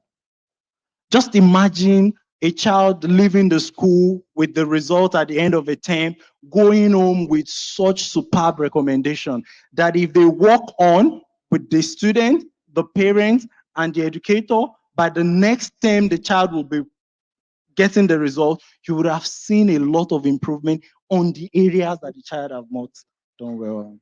Thank you so much. Our time is up. We'll host a webinar where we can talk more about legal, policies and other things. One final one. 30 seconds. I was impressed when one of the school owners, I think I can't remember her name, she's still here, said that do not allow AI to master you. Master AI. Yesterday evening, I have a daughter that is writing WAEC at the moment. So she saw me at about 10:30 p.m. On the phone. I was speaking to one of my colleagues in Chambers, and I was asking him a few questions because in our law firm, we have embraced AI so much that we have a chief technology officer, And some people say to me, why do you have a CTO? You're a law firm. And I say to them, the world has gone artificial. You need this to happen. So I said to when I was talking to our CTO, who is a colleague and a lawyer on the phone last night, and I was asking him a few questions. Then my daughter, writing WAEGs, she was also studying in the study. Then she overheard the conversation. I said, Daddy, you know that question you are asking your colleague, you can simply consult ChatGPT. So I had a good laugh. So she said, oh, you don't know what ChatGPT is? I said, I know what ChatGPT is. Or alternatively, I know what it can do for me. But I want to remain human because I want to master this process. Is that okay? She said, well, you're just stressing yourself. On that note, I just want to say thank you for listening. Thank you. Thank you so much.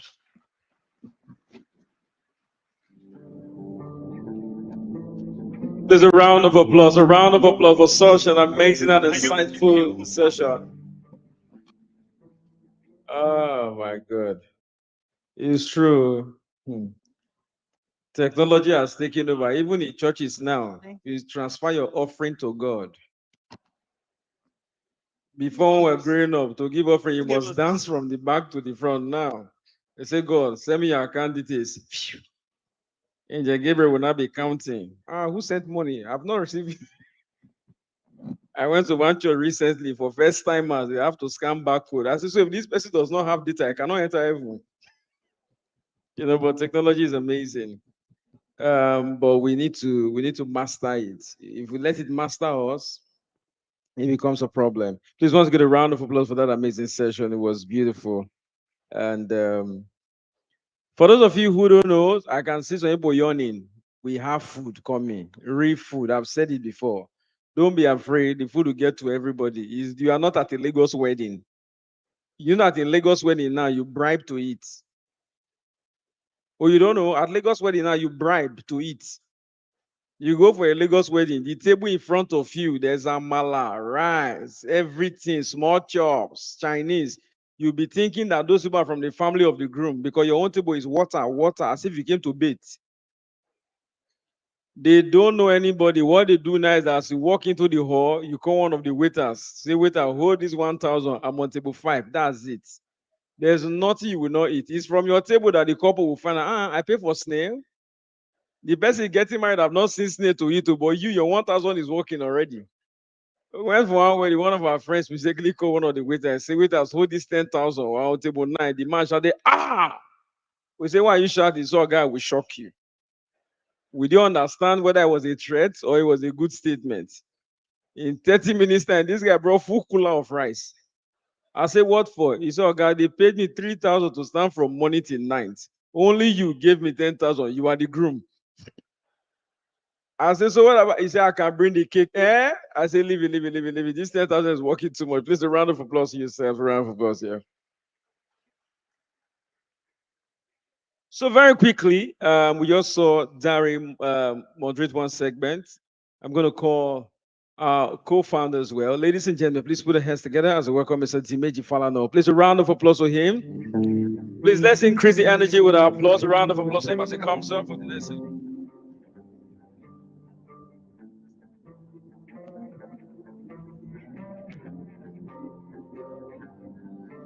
Yes, thank you very much.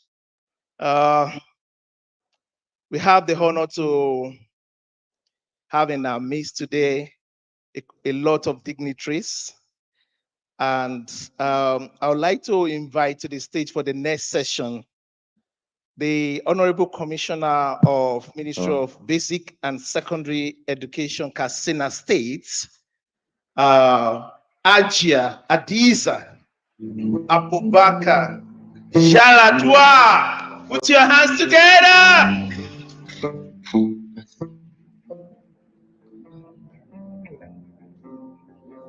Yes, you're welcome.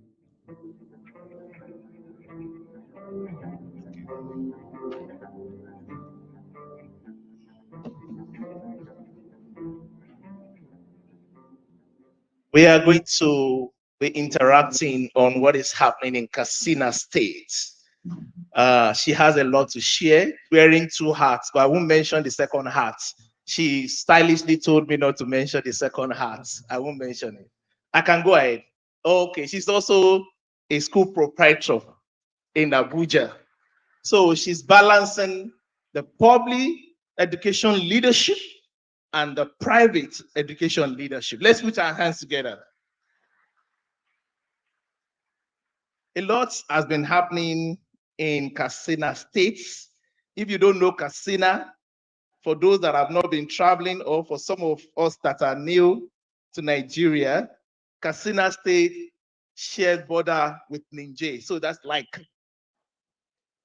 So she has traveled all the way and she has done a lot of great stuff to actually get herself there. And we really appreciate you, Ajia, for coming. And I want to give you the floor. I want to step aside. Please give us idea of what is happening in Katsina State on area of accelerated learning. What is the government doing? What should we pay attention to from public and private sector? Thank you. Thank you. Good afternoon, everyone. Thank you so much for actually involving me in this conversation. I call it a conversation because it's interactive. I'm also here to learn. I've learned so much. And of course, to share little nuggets of what we've done in the past 1 year in Katsina State. Okay, so first things, I want to give a little bit of a background. His Excellency, Malam Duko Umarada, came up with his blueprint, which is called Build Your Future for Katsina State. And this is for all the different MDAs and different sectors in Katsina State. So before he even came into office, he already had his blueprint. He set up a team.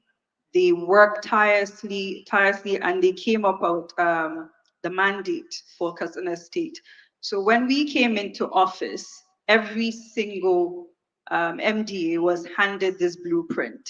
So go and study it. What he wanted us to do was he wanted us to study not just our own MDA, but all the other MDAs, because as far as he's concerned, we all have to synergize and work together. So for instance, in education, I have to work with the health MDAs. I have to work with environment. I have to work with women affairs. So there's a synergy in with all the MDAs because education is a holistic learning environment, right? So there's health. When we talk about health, we're looking at nutrition. When we talk about environment, we're looking about safety and security. Obviously, Kasana State is one of the volatile states in terms of insecurity, right? So there's a lot of components, there's a lot of moving parts. So, you know, the title, Build Your Future. I mean, that's why we're here. AI is the future. So for whatever reason, I feel like His Excellency had already tapped into that before we all came in, and he said, listen, run with it. And this is what we're doing. So education in Katsina State, we came in and the first thing we wanted to do was to have sufficient data, because without data, I do not think we can plan anything. And obviously, this is my first time being in a public space. I'm not used to paper. So when I walked into the office, there were stacks of papers. It was like a library of papers behind me. And I said, this is not going to work for me. I went and I met His Excellency and I said, no, we're moving from analog to digital. And in his language, he said, hey, Hajia, that's why I brought you now. So what are you waiting for? So already we had that room to maneuver this already existing structure to move from analog to digital, right? But here's the tricky part. All the people in the ministry, 80% of them are not tech savvy. They don't understand the language. It's new, it's scary, it's foreign. So there was a bit of a struggle with collecting and asking data. No data was available. So we decided, okay, we need to actually do a baseline study of the entire, this is in particular to me, the entire educational system. So we hired a consultancy company. They came in. It took them 4 months before we got the data, right? And now the data comes to us raw. So I'm thinking, who's now going to summarize and compress this data for me? So again, we need to find someone within that space to compress the data. Then we start to look at how many schools do we have in total, how many primary schools, how many secondary schools, how many teachers do we have? Is there a gap in the recruitment process? Down to even continuous assessment, you know, the learning environment. So there's infrastructure, there's teacher recruitment, there's actual students, even things that were minute, it sounds minute, even the feeding programs, because we've got boarding schools in our public sectors. We have the security, we have welfare, we have incentives for our teachers, because we are losing good teachers. I really think this is a huge concern for us as a state and as a country in general. So what can we do to elevate their skills, capacity building? So this whole year, we've just been studying what's happening in the state, what we met, and how we can move. We have a lot of interventions that have been happening. We are training a lot of our teachers. So the first thing, one of the first things that His Excellency did was actually he recruited 7,325 new teachers in Katsina State. We've never had that done in Katsina or even in the north. So we already identified there's a huge gap in that. What next? I said to him, we need to train these teachers. We've talked about methodologies, pedagogies, all the new teaching methods. I don't want to start putting blames and shifting blame on what the past government did. What are we doing now to make that change and make that impact and make create value? So we decided we were going to train the entire new 7,325 new teachers. Wow. We're rolling out the training next month. And the training, we're not doing it just a normal training. We're obviously going to up the bar, right? So we're looking at the different topics. We're bringing in technology in the training. We want to be able to grow their capacity in terms of new teaching techniques. Mr. Rotimi came to Katsina. They came in and they trained. So before then, I thought to myself, what ways can we improve quality education? In the public sectors, we have what we call the quality assurance and monitoring. And I realized I needed to up my game with the quality assurance. I needed them to understand, let's change the narrative, let them understand why they need to go out and do the quality assurance. And I got a team, and Mr. Rotimi was part of the team. They came down to Katsina, they spent a week, it was fantastic. I'm sure you would know, you would attest to that, Mr. Rotimi. You gingered them. I loved it. So we're changing, we give them templates. We're securing tablets, and we're having trainings for them. So we're imputing the templates in the tablet. This is going to create efficiency for us. So if I have 34 local governments, I can't be in all the 34 local governments. I have zonal coordinators, they're 12. So we're looking at logistics, we're looking at time. So again, AI comes into play. So we're securing tablets. We've actually done that.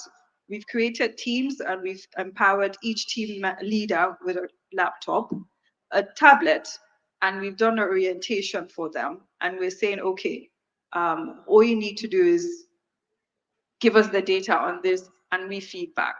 We get the feedback. Where do I get my feedback? I am in the process of creating a dashboard in my office. This dashboard will enable me to sit in my office and monitor what's happening across all the schools. Again, AI, right?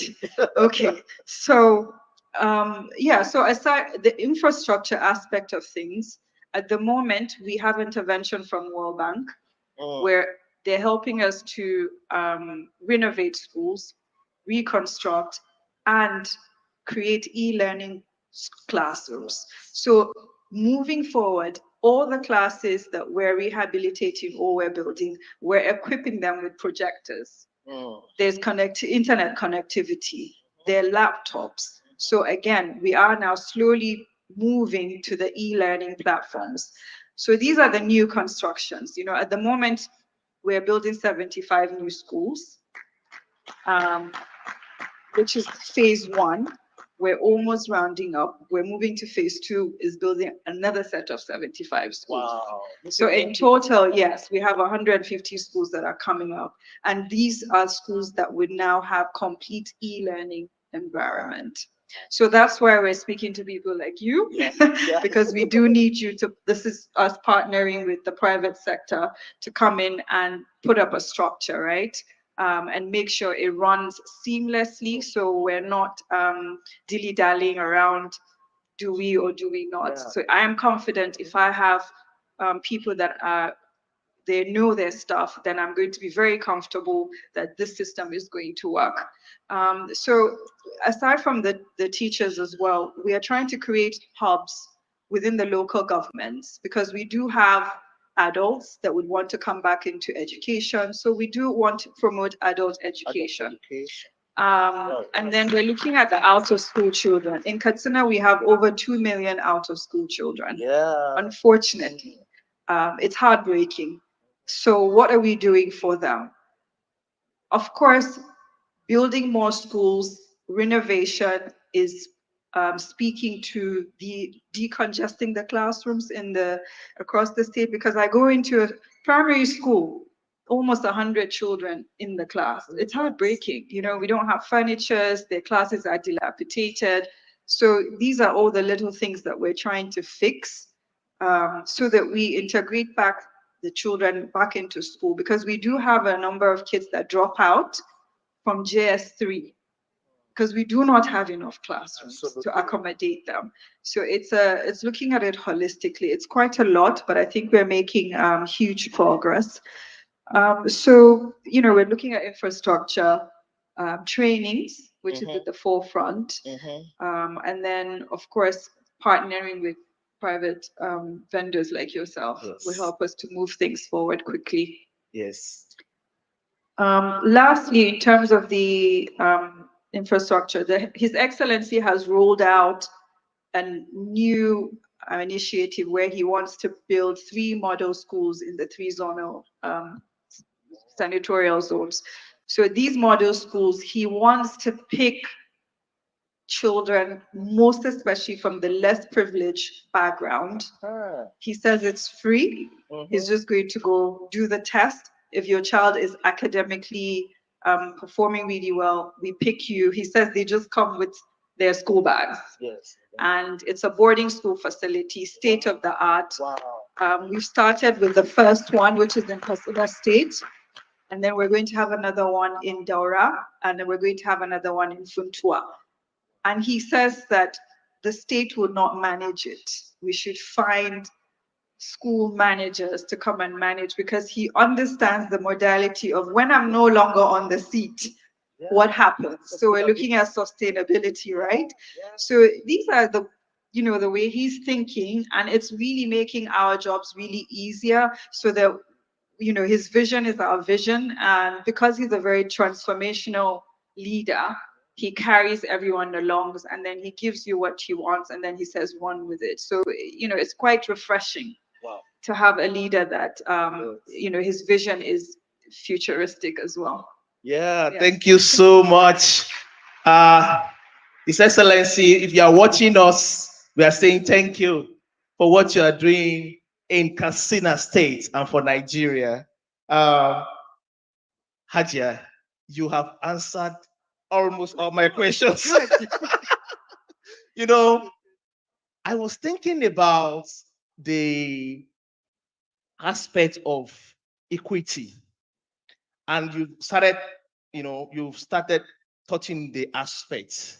And I want you to maybe stay a little longer on, you talked about nutrition, you talked about feeding program, and the initiatives around reducing out of school children. Because I was in Ghana a couple of days ago, and I made a presentation on how economy can actually grow if we bring back some students back to school.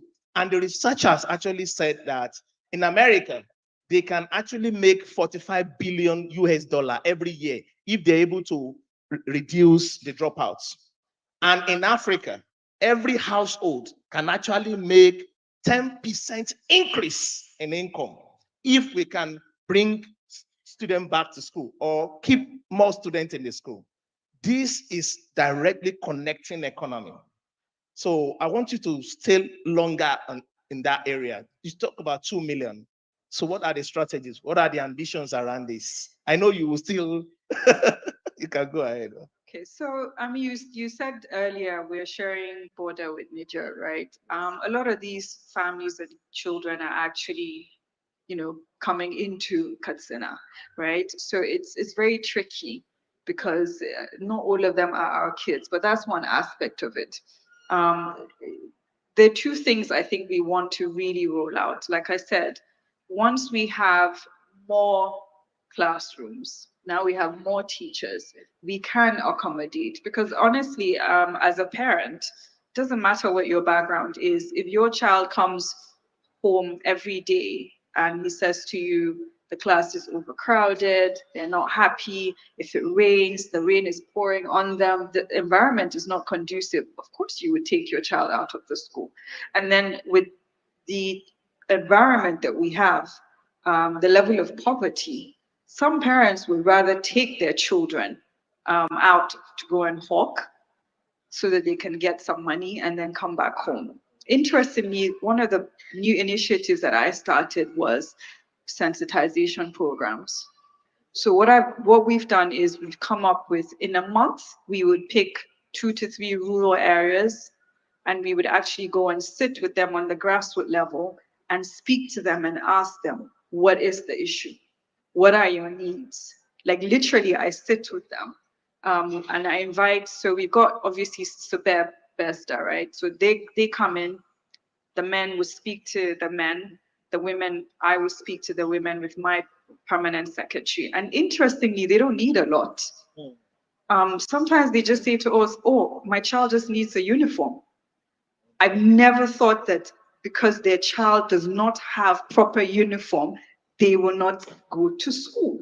There's a sense of belonging, right? And we miss that. Writing materials, the simplest things, school shoes. And guess what we've done now? At the moment, by September, we have actually procured 5,000 school bags, 5,000 school shoes, 5,000 uniforms for both boys and girls, mat sets. And I said, I am going to put it in my work plan that every single term, we would do 5,000 every term, so that these children would have what they actually need to go to school. So it's the little things. You know, education is free in Katsina, I'm sure most of these states. But when I tell you education is free and you come to school, you don't have an exercise book, you don't have a pencil, not for the lack of anything, but the economical situation is not making things any easier. You know, if I can't provide that, why not? Because I do want these kids to come to school. And in these sensitization programs, I find I interacting with young adults because we do have the issue of early marriage in the North. And these young women say to me, what about us?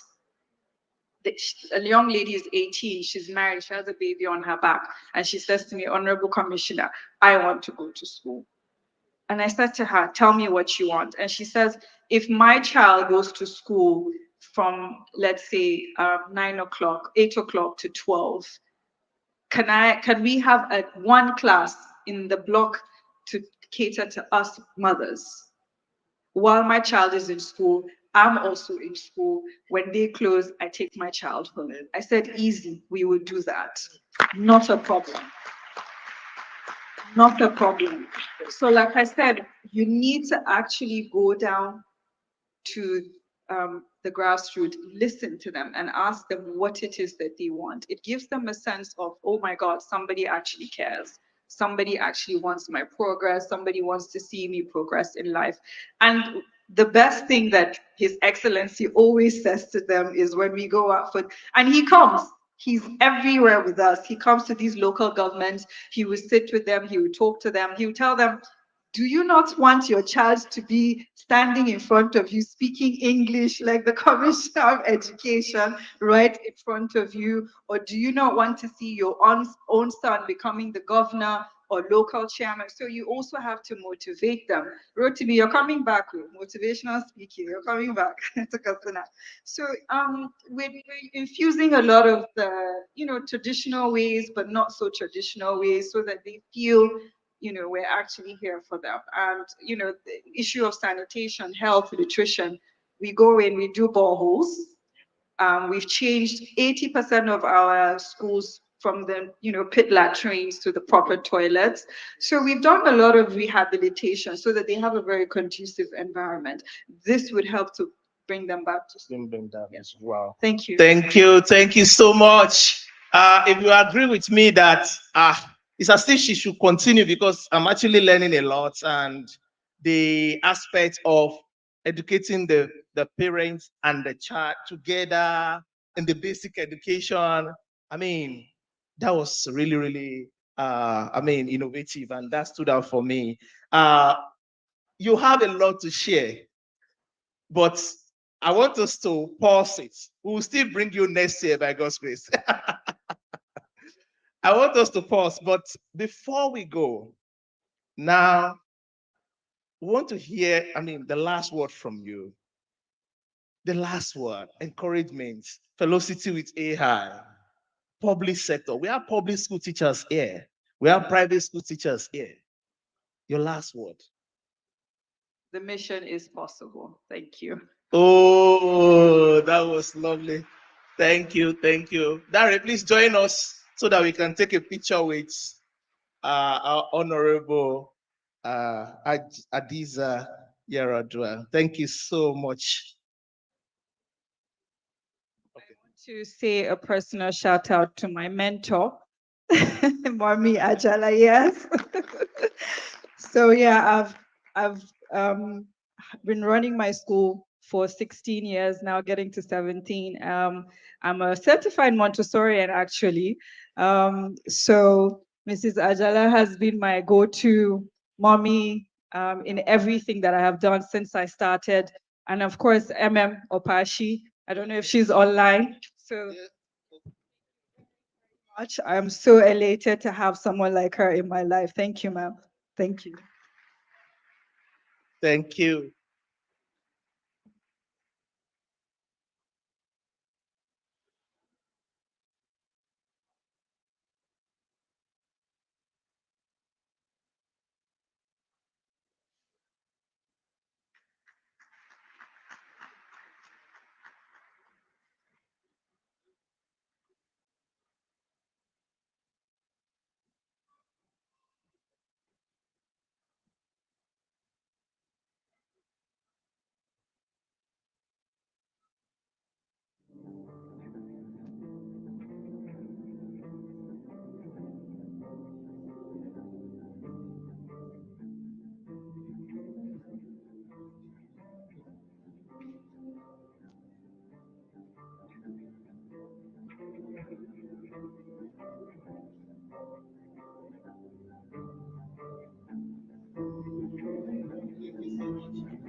Thank you, Honorable. Yes, yes. Thank you so much. So this session, we are going to make progress, and we have the greetings from Honorable Commissioner, Ministry of Education, Enugu State, the person of Professor Ndubuesi Umba is organizing one of the biggest public sector education program in Enugu State right now. He was just begging yesterday, Dimeji, I won't be able to make it, but don't worry. Someone is flying down right straight into your program from New York. And the person is wearing two hats. I will call her after this session. Her name is Mara Huba. Let's put our hands together. She's the essay on education in Enugu State and also an educator, a lecturer, the person that actually funded Experiential Curriculum Learning Network. It's a global network. So you will hear from her briefly, just to give us the greeting from both Enugu State and University of Buffalo. And she flew down with her colleague. You will hear from her, don't worry, at the right time. They all came in just few minutes ago. Thank you very much for coming. Don't worry, I'll mention your name. Don't worry, I'll mention your name.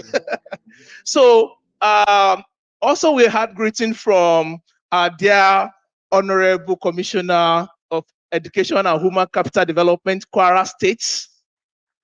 And she is ably represented by Dr. Zainab Bolajoko Balogun, the Deputy Director of Education, Kwara State, representing our Ajia Kawu. Please, can you put your hands together as she comes to the stage for their session? And also, we have here our able daddy. He's been smiling all this while, representing our dear Honorable Commissioner of Education, Ekiti State, Mr. Michael Omolayo from Ekiti, the PAM Secretary, Teaching Service Commission, representing the Honorable Commissioner of Education, Ekiti State. So Kwara, Ekiti, thank you so much. We are going to go straight to the conversation. Ma, it's for you. We need one more mic. Our session is going to be short because I know that you have really been preparing for this. A lot has been happening in Kwara I'm also a Kwaran by marriage.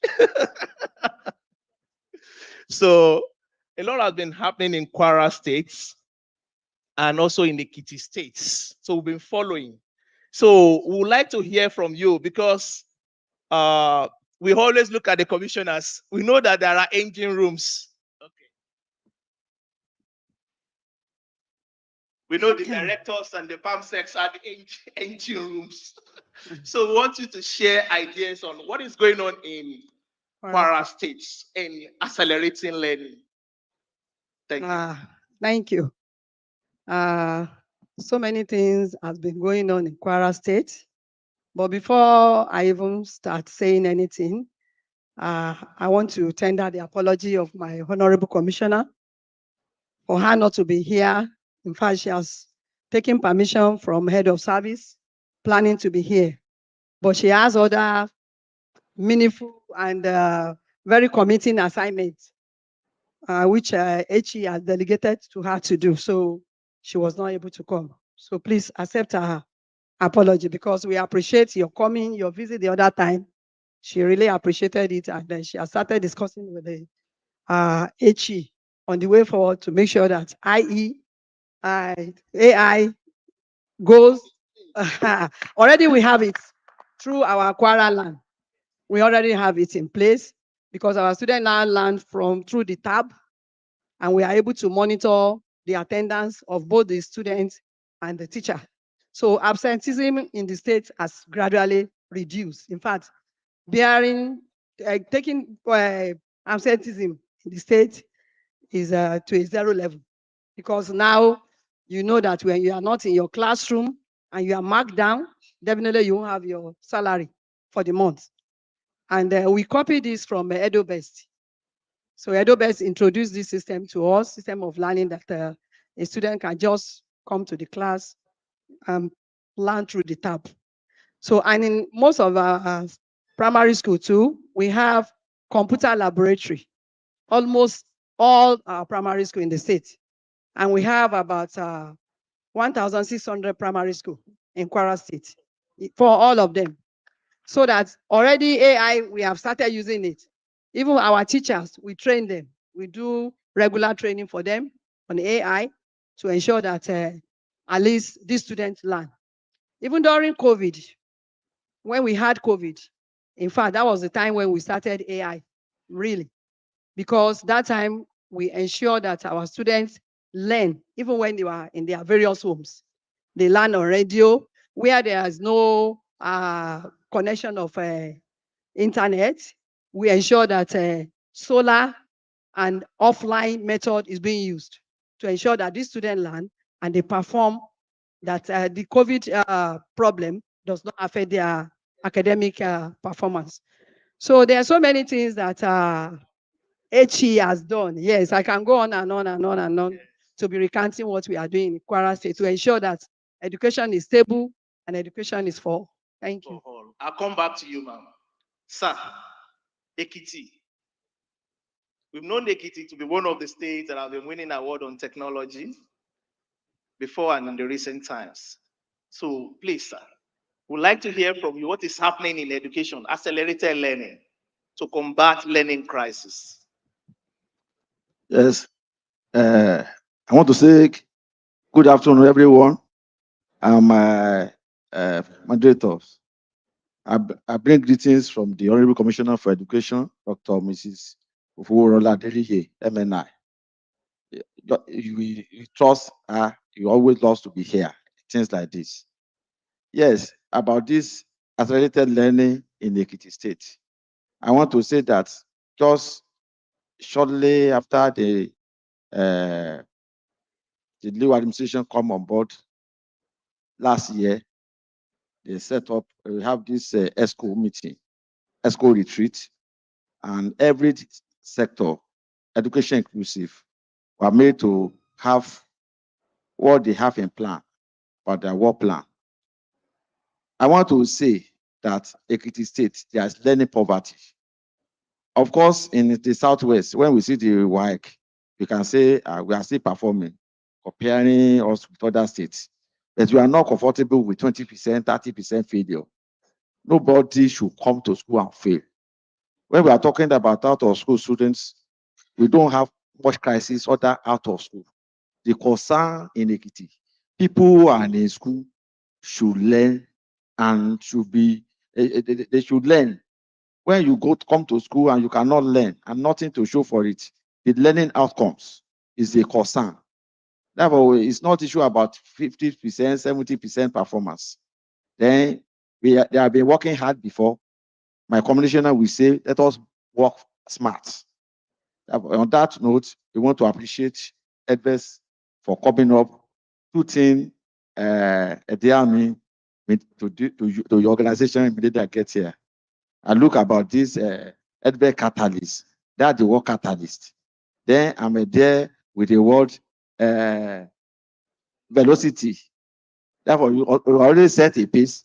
Everybody with AI, everybody should join that direction and that magnitude of movement. I want to say that now that we say we want to do things differently, we want to move away from the way he has been doing and getting the same results. Let us move smart. The Honorable Commissioner said, let us have, it looked like a big picture that we must have smart school. At least start small. You can be cascading them. Said this may look big, but it is attainable. For a person that has positive mindset, that is attainable, then we have started. And I want to say that in some of our schools, as a pilot, we are having schools that are now using, they are not leveraging on technology for learning. And just about 2 months ago, the Honorable Commissioner said that instead of these ICT laboratories that you have been using before, we need to move further. Let us have smart classrooms, because all intervention in the past, you put all these all ICT facilities, you put them to the ICT laboratory. The teachers are having problem accessing it. It's mostly the ICT teachers. And if you want to advance in technology, you will not depend on teachers who study ICT. People that does better in ICT, they are not even, did not study ICT the first instance. Many people in other subjects. Now that there's some intervention, instead of spending things thinly around many schools, let us make sure that we have results in some selected schools. And that one is paying, is helping us. At least there's a school, Ado Community High School now.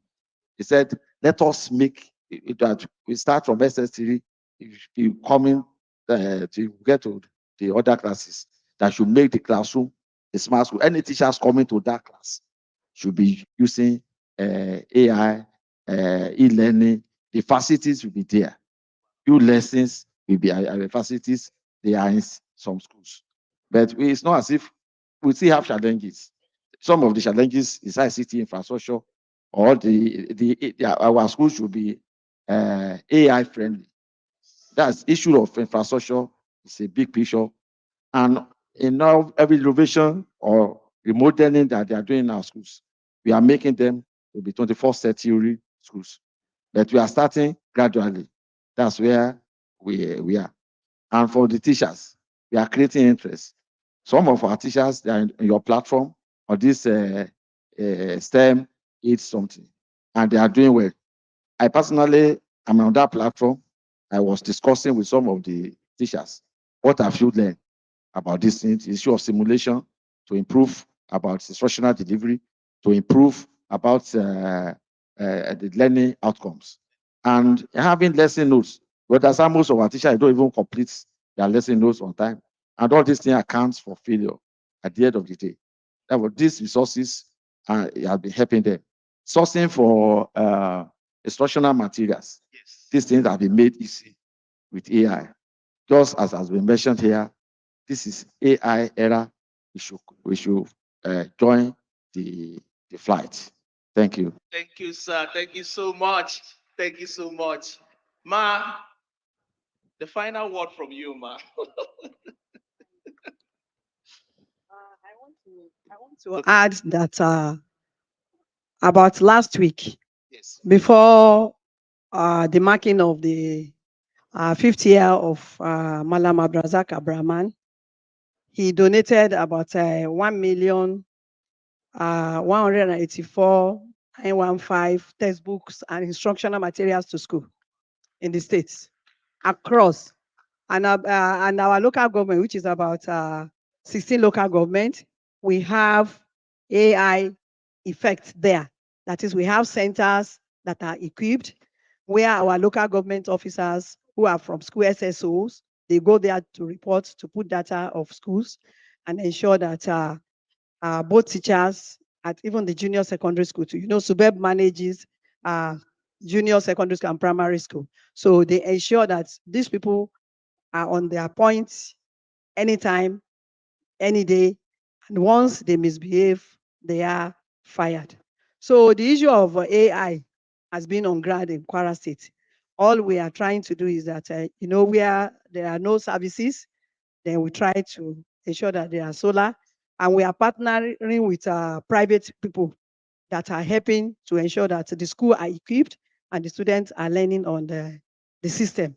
Because we know if you don't learn AI, you will not be able to compete with the outside world. So we want our children to be able to compete anywhere they go and to show that, yes, they are competable and they can perform. Thank you. So my final advice is that our teachers should please be mentors and mentees to themselves. They should be mentor and mentees to themselves and ensure we have an enabling environment. And we don't stop, like the other woman said the other time, that a teacher is supposed to be going through training regularly, not waiting for when study leave is being approved for you or money is being provided at the organization. You want to develop yourself because you want to compete with your mates. You can see those 4 teachers that came. I was impressed. Their performance was very good.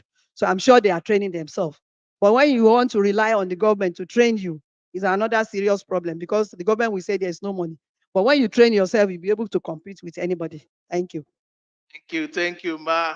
I think you've been striking the point of accountability built into the system and making sure that teachers take their professional development as their personal work. So, sir, last word from you, sir. Yes, I just want to include that before we have Khan Academy in Ekiti, but because of lack of opportunity there, things cannot move. Apart from that, there was some teaching problems in terms of intercollectivities in our schools. As we speak, the government of the state has provided internet connectivity for 100 out of 202 schools, 100 schools, and they have internet, yes.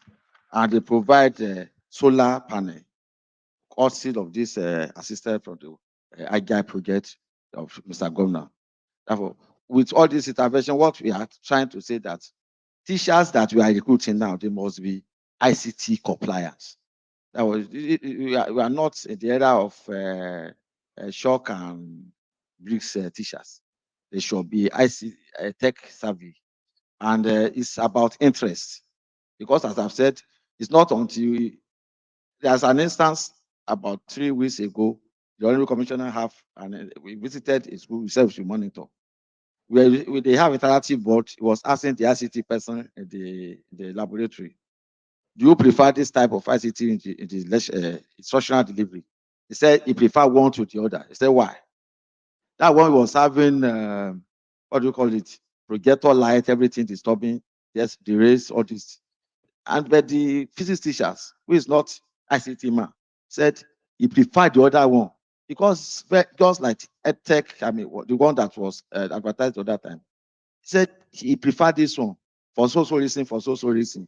And we are thinking of what can be used that to drive technology. It's not just about acquisition of materials, but having things that we add value to our system.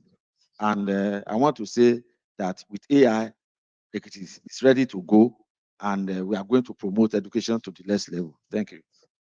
Thank you for finishing on that advocacy note. Thank you to promote quality education. You can see a lot is happening in Nigeria. from the north to the south to the east. So let us take pictures together as I call on Dr. Mara Huber, all the way from University of Buffalo. Let's take a picture together, please. Where's Dari? It's gone.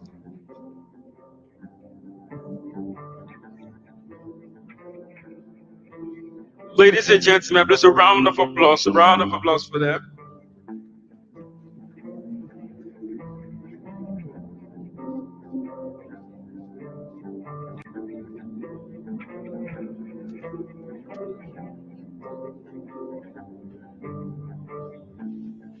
All right, ladies and gentlemen.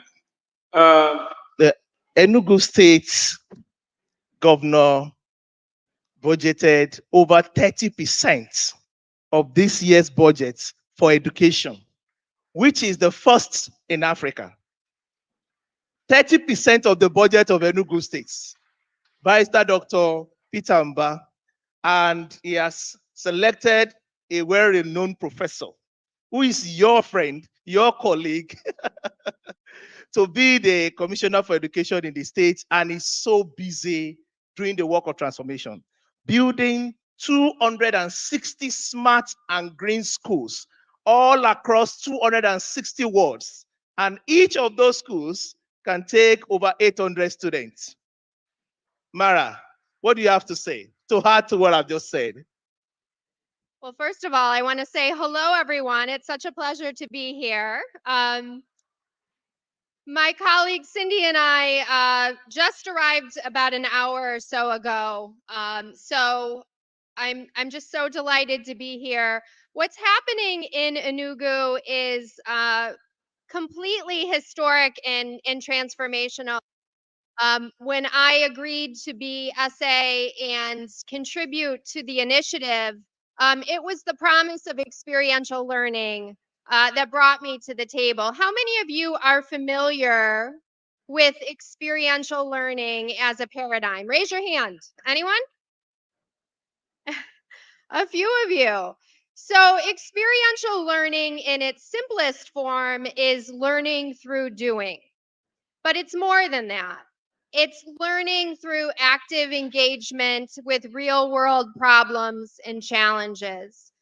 And in engaging with the world, in engaging with experiences, with challenges, with communities, students develop competencies, 21st century competencies that are connected with emerging areas of innovation, that are connected with sustainable development, and that are connected directly with the governor's manifesto and the innovations in infrastructure and economic development.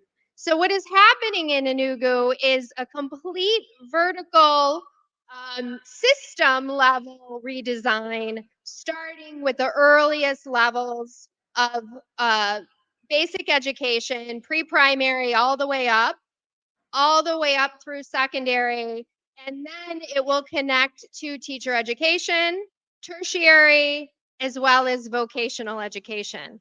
And so what you are seeing develop is a complete dynamic system that will connect youth with emerging opportunities and priorities. And at the foundation of all of it is teachers. So that's what is bringing me back to Enugu, is the extraordinary work that's happening with the teachers, which is being supported by Edves. Thank you so much, thank you. Yes, we have been working with Enugu State for the past 6 months in building end-to-end digital infrastructure called NMS that is powered by artificial intelligence, so that all the curriculum as directed by Mara is now being developed into the system and straight to the classroom. And from the states, they can monitor the usage. Every teacher has a tablet. They have interactive screen in the school, and they are being trained. Every school has a solar power with internet facility that can cover every teacher and every student. And inside each of the smart school, the teachers have the teachers lodge.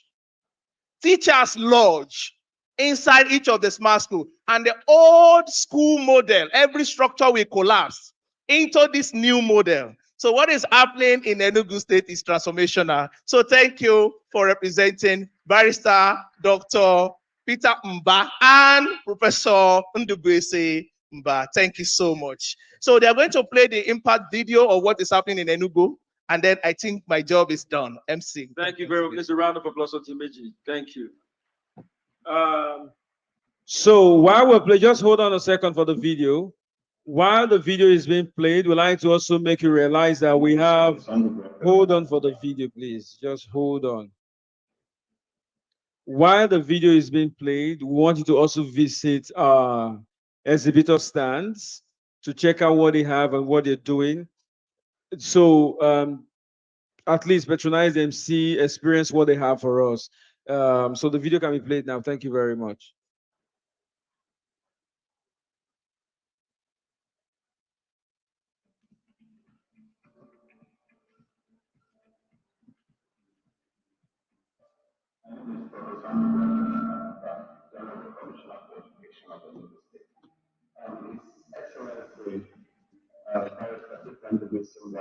Vision.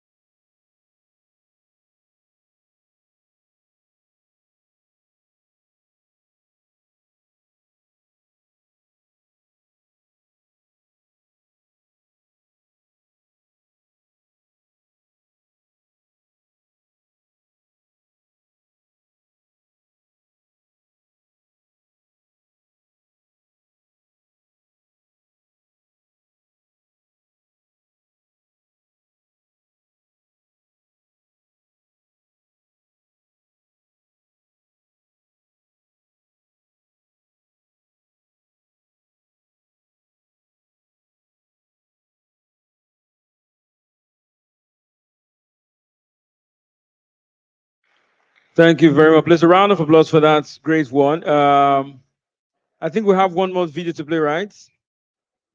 Okay, we're done. All right. And so while the last session was going on, we witnessed arrival of Cynthia Tissick. Please, a round of applause for her. We recognize the presence. A round of applause for her. She's an innovative pedagogy and creative spaces librarian, University of New York at Buffalo. Please, once again, a round of applause for her. And also, we like to recognize the presence of the founding head and director at Education at Charterhouse, Lagos, Mr. John Todd. A round of applause for you. Thank you very much for coming. With us this afternoon is the CEO of the Kids Scott School and founder Learning as I Teach Africa, Dr. Abimbola Ogundere. A round of applause. So thank you very much for joining us and being with us. I've been looking at him since I had plans that after the event is done, I'll walk up to him and tell him my financial situation because I believe that there is no way he's not going to help me at least with something substantiable. The CEO of System Strategy and Policy Lab, SSPL. Round of applause for Dr. Motala Adogi. Sir, please stand. Let them see you.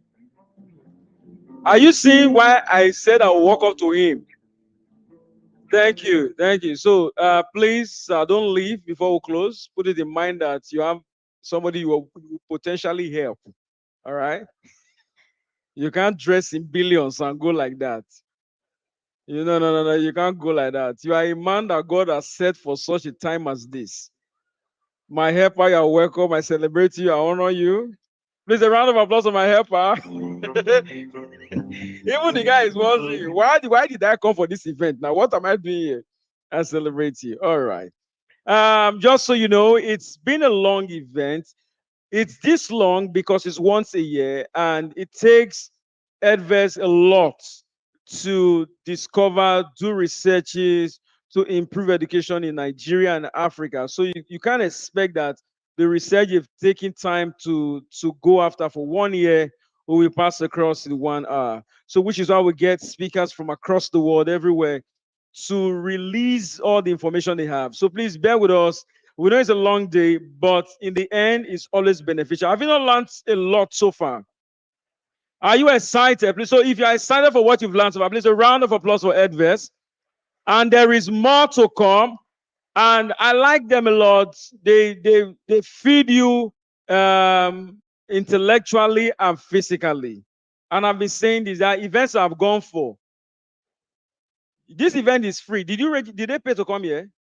Did you pay? Are you aware that with the kind of information you've received so far, if you were to pay, you will pay minimum of at least 300K. So, and they've done it for free. This hall, the owner knows them, but he still collected money for the hall.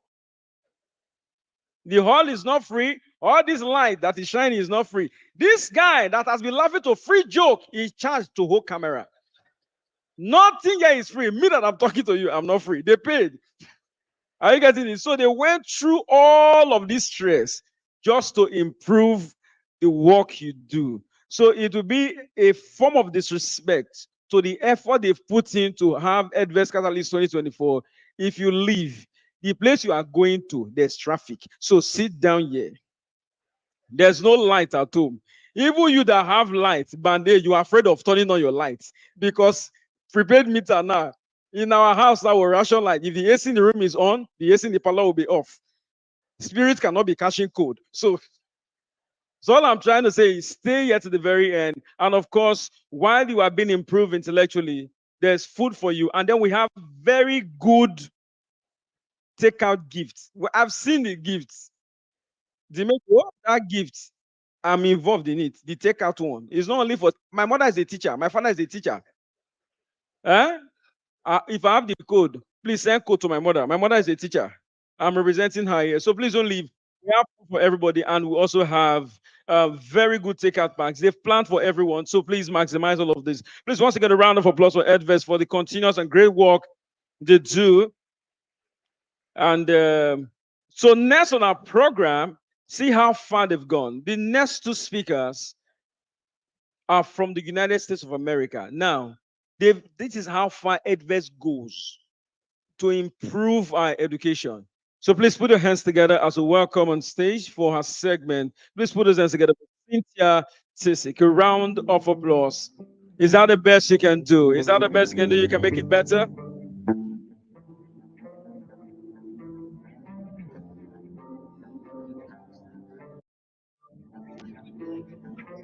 Can I say Hello, everybody. I'm just waiting for the clicker. I actually have a little presentation. I'm a visuals kind of person, so I do apologize. Here we go. Okay, so my name is Cindy. I'm going to be walking and standing because I've been on a plane for 11 hours, so I got to get up and stay alive, stay awake. I want to talk to the teachers today about technology. I am an innovative pedagogy librarian at the University of Buffalo, and I travel around the world talking to teachers K through 12 on how to use technology effectively in their classrooms. And what I've done in Enugu State, along with Dr. Huber, is I'm the SA for ed tech and digital literacy, because I'm a librarian, so there's the digital literacy. And what I do is I train the new smart school teachers on how to use various technologies in their teaching. And working with them and educators in Enugu, local educators who train teachers, I've developed a 6-week course for them. So they've been working through the course, and I'm going to be going and meeting with them over the next couple of weeks. And I'm also going to be training new teachers that are going to be hired for these smart green schools. But one of the things that I wanted to talk about today, which is often missed for teachers, is digital pedagogy. What is it and what does it mean? So I have seen teachers be told they have to use technology in the classroom. They have to adapt and they have to do it now. And to be honest, some of them are afraid. Some of them are hesitant. Some of them don't know what to do or what to employ. Here's what I'm here to tell you. It's okay. It's okay. AI is new. It's just coming out. People are just learning what it is. I teach professors how to use virtual reality, augmented reality, artificial intelligence, and everybody is all learning. So I have a heart for you, and I want to bring professional development with tech to you. So I'm going to just go through what are the foundations of digital technology, digital ed tech. Okay, so all it is it's the traditional pedagogy you use using digital tools. How many of you ever used WordPress or WPS or Word? You use that? Yeah? That's a digital tool. You used it, you learned it at some point, right? And you incorporated it into your pedagogical approach. So, what are some of the main pedagogical approaches? Okay, so first is constructivist. These are probably things you've all heard, but in the course, I give you the background, right? So students in the classroom are constructing knowledge. You're with them, you're helping them construct the knowledge as they go. Now, a lot of this is formative rather than summative, and it works very well with things like experiential learning, okay, applied learning. Okay, the next is reflective. So in something like that, you're having the students read or look through something, process it, and reflect on their own learning. A lot of these things are somewhat self-directed. You're there as kind of the guide for them, okay? All right, next is going to be inquiry based. That's where you give them a problem, one of the UN SDGs, right? And you give them all the tools that they need, all the books, all the websites, and you have them go at it and they inquire. This is the type of pedagogy where you can learn with them, okay? You're learning in the classroom along with your student. Okay, next one is collaborative. That's your traditional kind of group work. How many of you have ever done collaborative work with your students? Have you ever had them work in groups? A couple of you. Okay, now it's challenging, right? Some students are going to do more work than others. Let me tell you something though. You start putting some of these technologies that they're used to or they want to learn, and they'll start working together. So, an example I have is we did a virtual reality um, photo shoot with our students. They were trying to take a neighborhood and make a virtual experience. 3 weeks in groups. Every single student showed up. They showed up consistently and they participated. And at the end of the 3 weeks, when they made their virtual presentation, okay, that was the one thing that they all said. We wanted to come to class. We wanted to learn to use this tool. It was really cool. And with a collaborative, you can do something like that. And then the last one is going to be something called integrative. Now, a lot of your learning objectives and your curriculum is integrative. You want your students to learn about a subject across different disciplines. So, for example, you're a diverse culture, right? You have diversity in your culture. So, what does that mean for the sciences? What does that mean for languages, for literature? That's an integrative approach, okay? So, what approach are you going to take in your classroom? That's going to depend on you, what your goals and your objectives are. Okay. But this is the foundation before you even start talking about tools.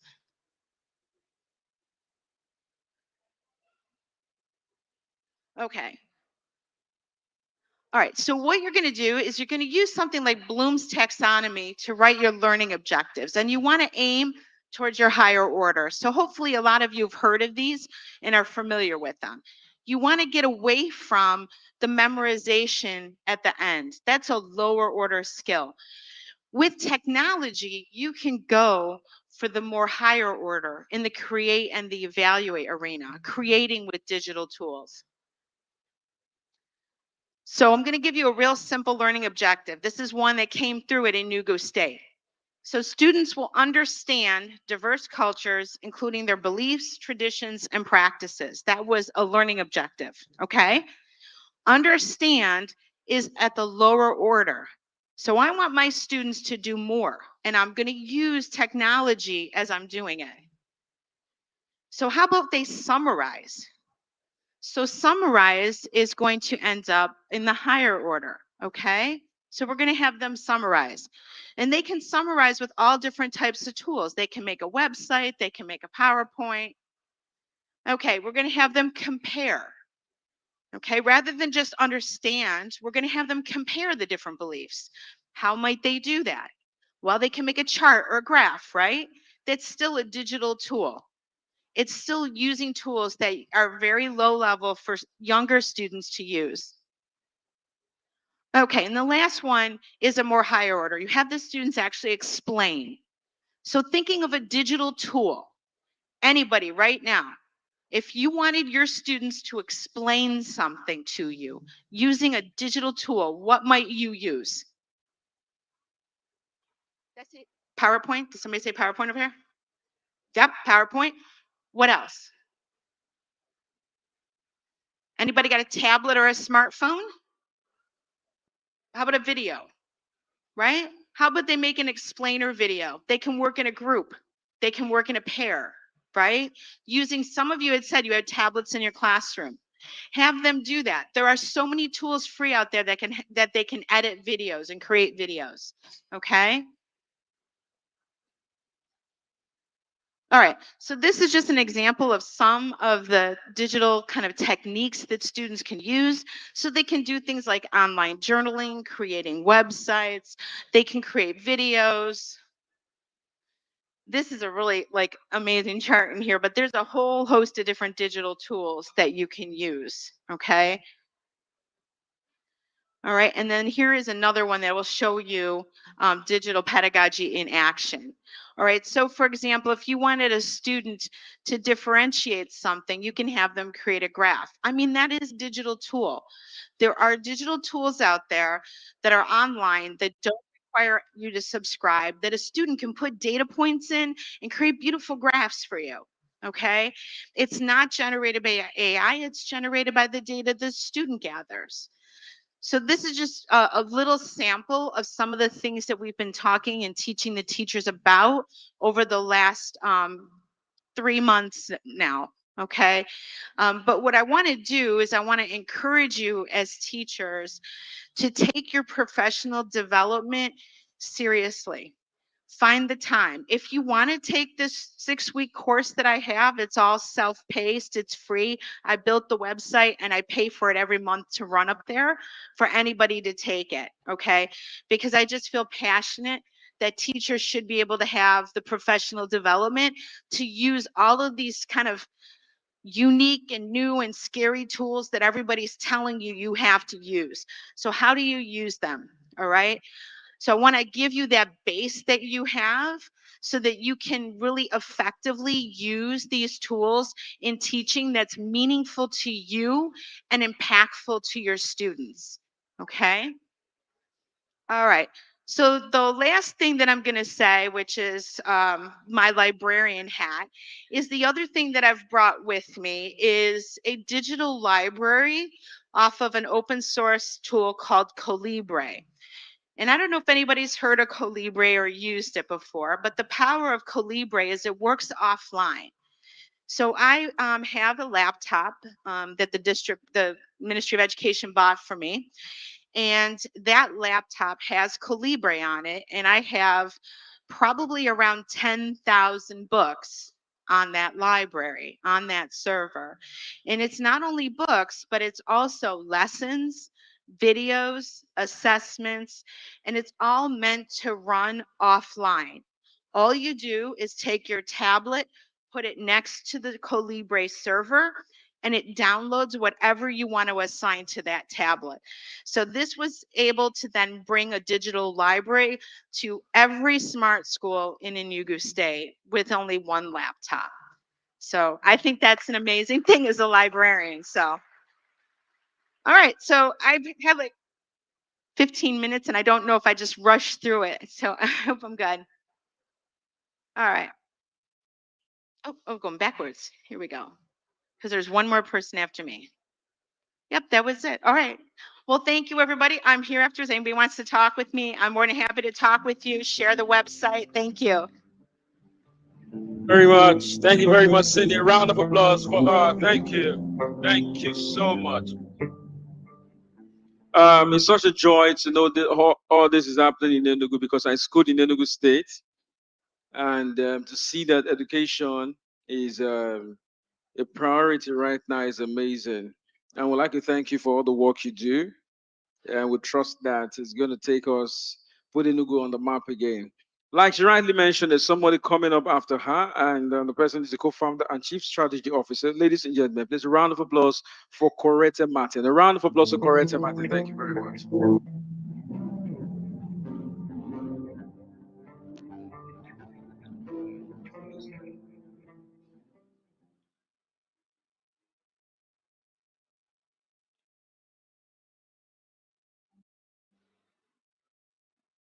Well, as we wait for the slides, if you can hear my voice, clap once. If you can hear my voice, clap twice. If you can hear my voice, clap 3 times. If you can hear my voice, say, hey, Coretta. Say, hey, Coretta. Hi, my name is Coretta Martin. I'm here from Atlanta, Georgia, and I'm so excited to be talking with you all today about the velocity of AI, differentiation, and the personalization of education. As soon as my slides come up. But let me start by introducing myself again. My name is Coretta Martin, and I'm an educator. I'm a former classroom teacher. I was an instructional coach, a special education director, a chief academic officer, a curriculum and PD specialist, and now I'm the founder of an ed tech company called IEP&Me. Thank you. And we are working to support schools with differentiation and supporting teachers, leaders, systems with implementing inclusion and special education into their systems. But let me get a pulse of who's in the audience now. If you are a teacher, raise your hand. If you are a parent, raise your hand. If you like to read more than you prefer to write, Raise your hand. If you would rather give a presentation than write a paper, raise your hand. Same. So that's what we're going to talk a lot about today is just differentiation. We are all different. So let's take a minute and turn and talk to the person next to you. What's something that makes you different as a learner? Talk to the person next to you. What makes you different as a learner?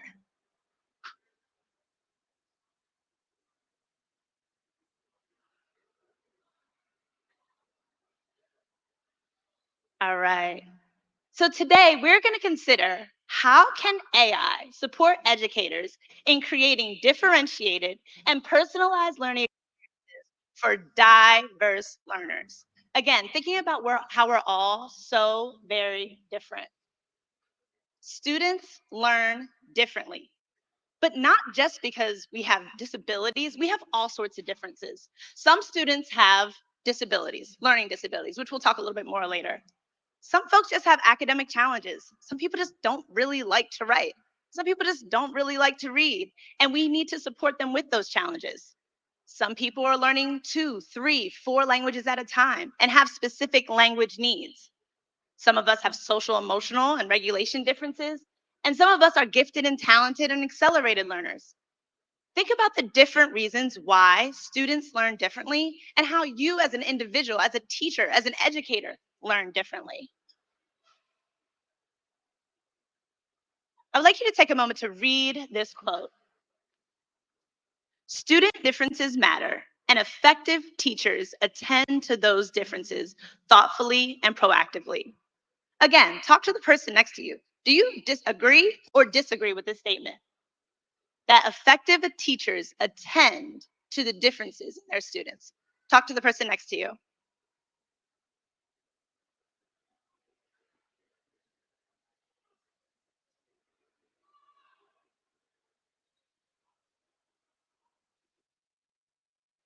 Thank you.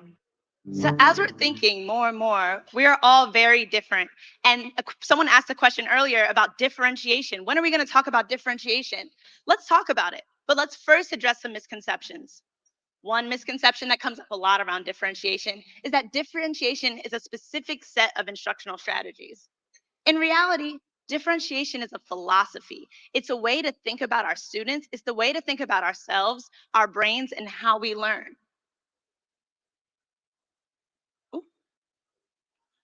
Well, let's think about the components of differentiation.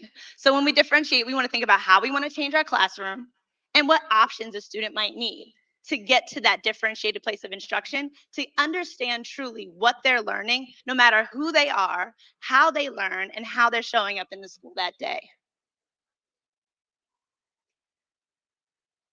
But we see a lot of student impacts when we don't differentiate.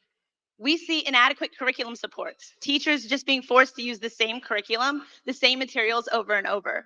We see student disengagement, and we see a ton of underperformance. And we want to get away from that. We want to move so that all students have an equitable school experience and all students can learn. Ralph Waldo Emerson said, if we only learn methods, we are tied to those methods. But if we learn principles, we can develop our own methods. This is really important for me to name because I'm not going to tell you a lot of teaching strategies today. I'm not going to tell you exactly what AI tool to use for differentiation because it's not about a specific method. We really want to think about what is the principle behind differentiation because it looks so different for every single student.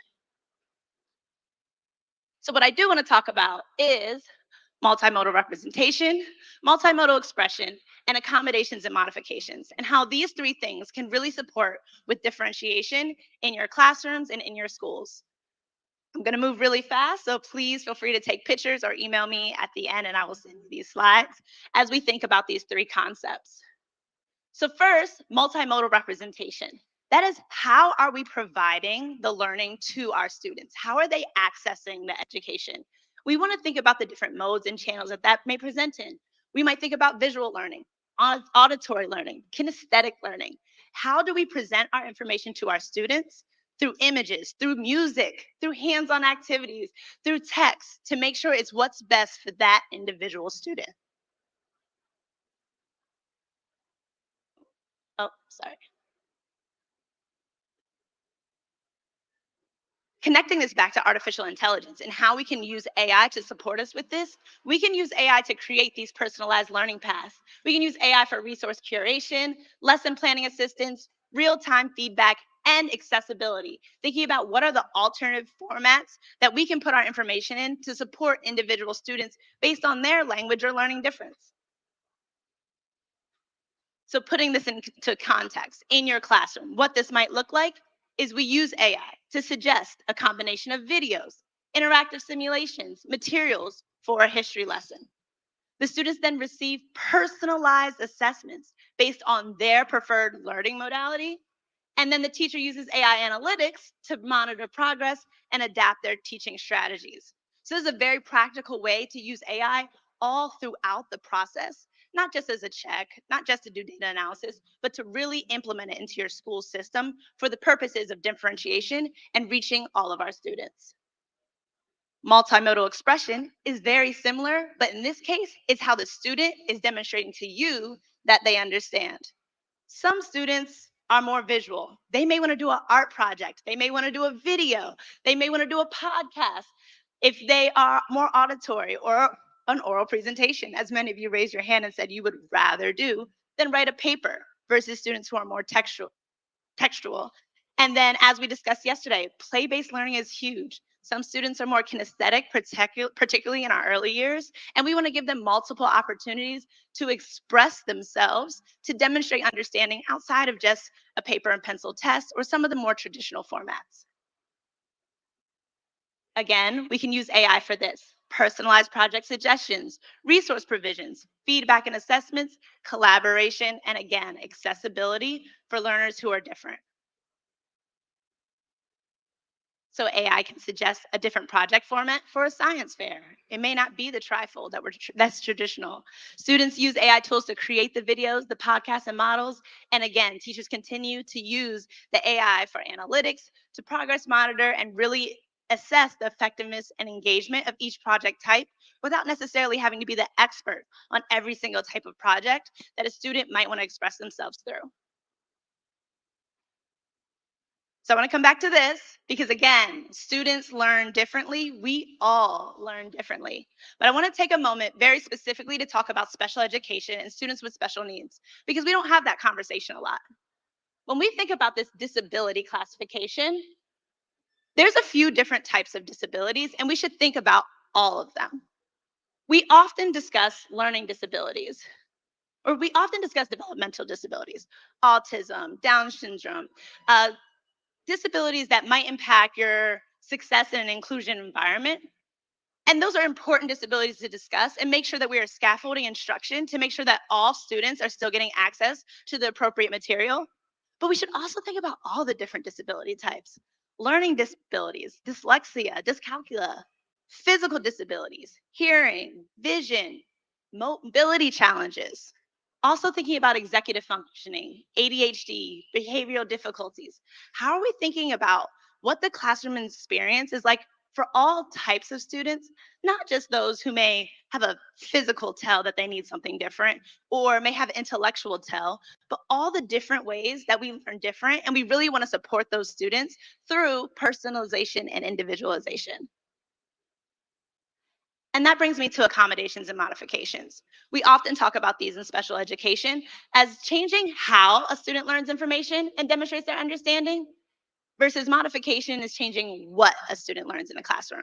So how can we accommodate a student? How can we ensure there's a ramp for them to get on stage? How can we ensure that a student who is hard of hearing or deaf has a translator? How do we modify what they're receiving to ensure that they're successful in school? When we think about accommodations and modifications, 3 recommendations. First, start with humans. I love technology. I love AI, but I love humans too. Ask the students, what do you need? I remember I was working with a student and he was having the hardest time in class. He was getting in trouble every single day. So he came to my office and I was like, hi, Marquette. He was like, "Yo, what up, Miss Martin?" And I was like, "Okay, Marquette, what's going on in school? I noticed that your teachers are complaining. They're having a really hard time getting you to focus." He was like, "Man, they got me sitting in the front. Why do I have to sit in the front? All the fun's in the back." And all the adults, we were like, "He needs to sit in the front. He's having a hard time focusing." And I was like, "Would you focus more in the back?" And he was like, "Yeah, that's I can see everything. So now I pay attention to the teacher because I'm already in the back of the room." Oh my gosh. All the adults spent hours trying to figure out how we were going to help him be successful in school, put him front and center in front of the teachers, and all he needed was to be in the back so he could see everybody. Didn't have any more issues for the most part for months after that. So don't forget to talk to the students. Also, talk to the other teachers, talk to the parents. What are the accommodations that we all collectively think will help a student be successful in school? Then we can think about AI. Generative tools such as OpenAI's ChatGPT can really help you if you have high quality data to implement different strategies, give you suggestions, particularly if you're not as familiar with the special needs space. And then also using personalized learning software. As we mentioned before, I'm the founder of a special education company called IEPME, and we really help with creating personalized learning plans to support schools, support educators with figuring out what is it that this student individually needs, and how can we track whether it's working or not. We do this by supporting with giving folks accommodations bank, so you can really quickly see an extensive bank of accommodations and modifications. We personalize simple plans for students. We make sure they're consistent and flexible, and we make sure that everyone has access to them. It's really, really important for us to think, what does each individual student need, and how can we make sure that they have it and the teachers know once we figure it out? And that's something that we're really trying to support schools with throughout the United States and hopefully now in Nigeria. When we think about AI learning acceleration, as I mentioned yesterday, we want to think about the speed. We want to think about the direction. How can we use AI to move faster? How can we use AI to move in the right direction? And when we figure that out, we will have truly efficient learning and huge student outcomes. I want to show gratitude to you all for listening, inviting me to your community, and I want to thank you all. I'd love to work with you. Email me. I'll talk to you soon.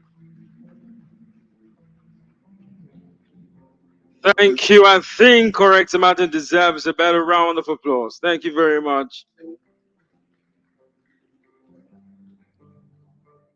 Wow, education is it's amazing, and it's getting better and better and better. I wish that I went to school right now, but let bygone be bygone. Let bygones be bygone. Because the kind of questions my children ask me sometimes, I'm like, bro. My son was talking with me the other day and was challenging me. I said, I don't blame you. It's your father that I blame. I says, I'm your father. It's not your fault. But anyways, when Coretta was speaking, we witnessed the arrival of one of our key speakers. Please a round of applause for Mrs. Olubukola Ola Adewoye. Thank you very much for joining us. She's the CEO of Supreme Education Foundation Schools Lagos. Is that the applause you would give to her? Please a better round of applause. Thank you. And also would like to recognize the presence of Reverend Olusegun Oludipe. A round of applause for Reverend Olusegun, the Director, ACSR Nigeria and West Africa Anglophone. And also the founding partner, Future Africa, co-founder, Andela and Flutter Waves. Ladies and gentlemen, Mr. Ian Aboyeji, a round of applause. Thank you for joining us. This man has founded so much that I found him today. I found him. Okay, so like I say, all work without play makes Jack a what? Jack has always been dull. He's not. So we've been talking, we've been having educational conversations.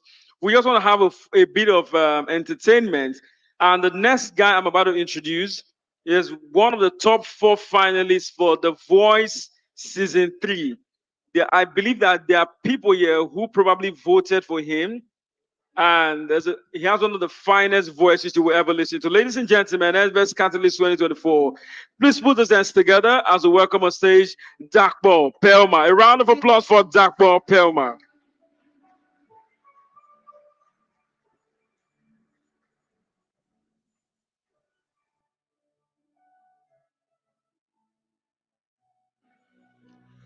Good afternoon, everybody. Wait. Good afternoon, everybody. So I'm here to make a speech. I'm not going to sing. Should I sing or talk? I should sing. All right. So first off, I would like to appreciate Mr. Dimeji Falana for this privilege. It's rare, and we've been on this for months. We've been preparing for this for months, and I would like to say thank you. And to every person in here who voted for me during The Voice Nigeria, I would like to say thank you too. And to every person who has been streaming my new song that I brought out yesterday, I would like to say thank you too. My name is Dapo Pelma. I am the only child of two teachers, so I think I understand what education at its peak can be like. I don't think you want to have two teachers as your parents. One lecturer, one teacher, disciplinary committee head, both of them. You're not going to have it good. I had a timetable for my feeding. I had a timetable for my life. Monday to Friday, everything has timing. But I think I'm really paying off for everything right now. Thank you so much for sitting and listening to my TED Talk. Now it's time to sing. But first, we're going to sing together. Do you know the song? Heal the world. Do you know it? Make it a better place. Let me hear you guys. Or oh, there are people. Oh yeah. Oh yeah. Okay, so something is happening here right now. I'm hearing more of the women. I think I want to hear the men. Can we try it, man? So let's go. 1, 2, 3, men. Let's go. Heal the world. Make it a better. Women, don't help them now. Yes, that's a masculinity coming out right there. Oh, people dodging if you care enough. Oh yeah, make a better place for. Appreciate yourselves in here. Come on, let me hear. All right. So we're gonna be doing the first song. Let's go. Let's do it. Can I sit down? Can I sit down? I can sit. Are you sure? I should not sit. Wow, she doesn't like me.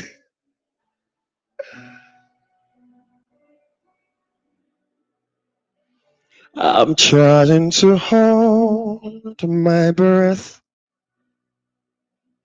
Let it stay this way.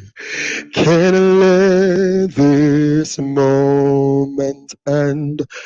You started a dream with me, yeah.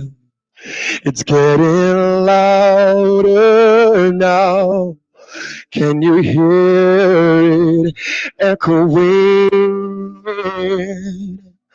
Take my hand, will you share it with me? 'Cause darling, without you, all the shines of 1,000 spotlights, all the stars were steal from the night sky will never be enough. Never be enough. Let the bones approach so little. These hands could hold the world a little. Never be enough. Never be enough for me. Never, never.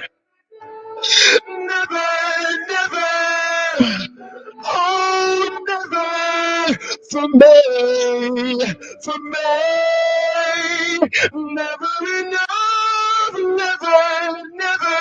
never enough, never for me, for me, for me.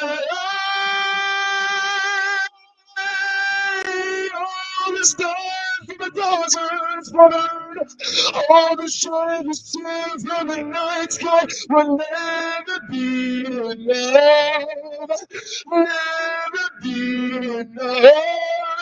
I never pretend the change could ever never be enough, never be enough.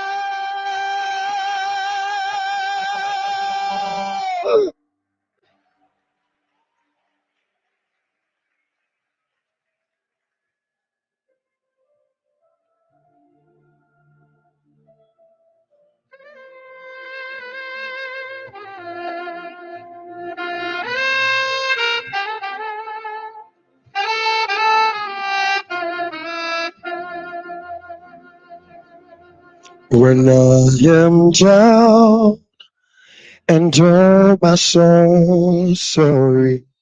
You know this one yet? When troubles come, and I'm gonna bring the mic to you. I'm gonna sing your version, yeah? I am still waiting, waiting here in silence, ooh, until you come and sit a while.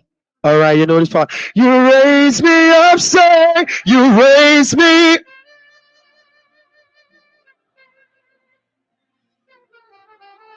Always say, you raise me up to walk the storm.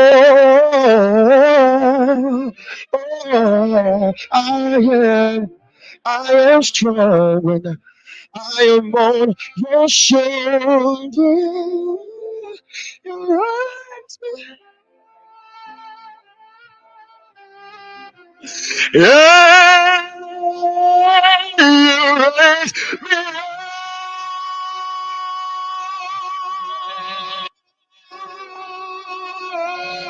You raise me up.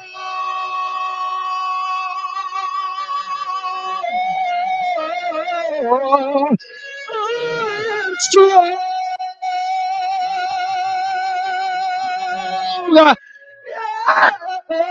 You raise me up to more than I can be. You raise me up so I can stand on mountain. You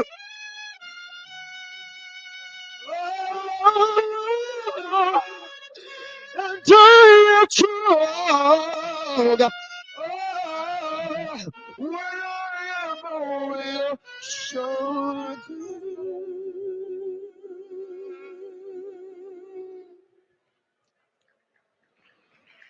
You raise me up to more than I. Let's one more time. You raise, just the voices. Let's go. You raise.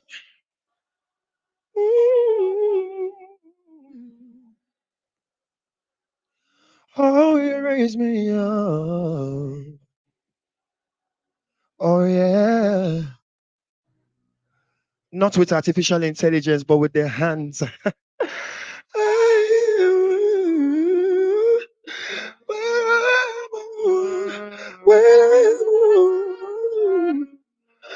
You raise me up to more than I can be.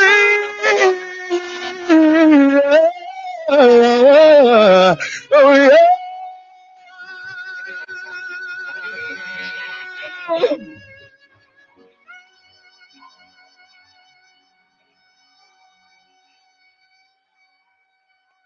It's jealousy that is not making some people clap. A round of applause for Dr. Pelma. You are looking at him as if he can sing better than him.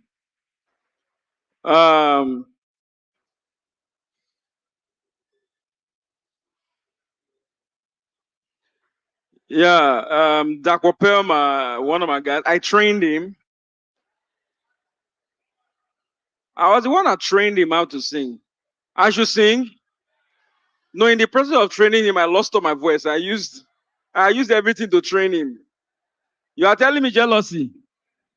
I've been here since 9 o'clock. None of you have smiled. He came up, you're blushing anyhow. No self-respect. Me that have been here since. You have not been blushing. I'll not get voice. So I'm talking with my nose, Abi. We have voice, we use it for different things. I use my mouth to tell jokes. You sing, please, once again, a round of applause for Dakopelma. Great guy. And we also like to recognize the managing partner, Future Africa, Mia von Kochiski Kimani. A round of applause for her. A round of applause. There's a round of applause for her. A round of applause. Thank you very much. When I saw your name, I was asking, I was inquisitive. Are you from Ukraine?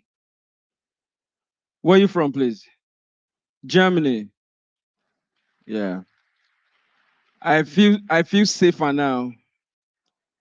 The reason I said I feel safer now is because your brother, there's a fellow from Ukraine, Alexander Usyk. After he beat Anthony Joshua, he has not remained the same. So we're looking with Ukrainians with one eye. Please, once again, let her feel much welcome. A round of applause from Yavon Koczynski. Thank you. And while Dakpo was blessing us with his amazing voice, one of our speakers also walked in. A round of applause for Mrs. Yemisi Ogunlade. A round of applause for Mrs. Yemisi Ogunlade. Thank you very much for joining us this beautiful afternoon.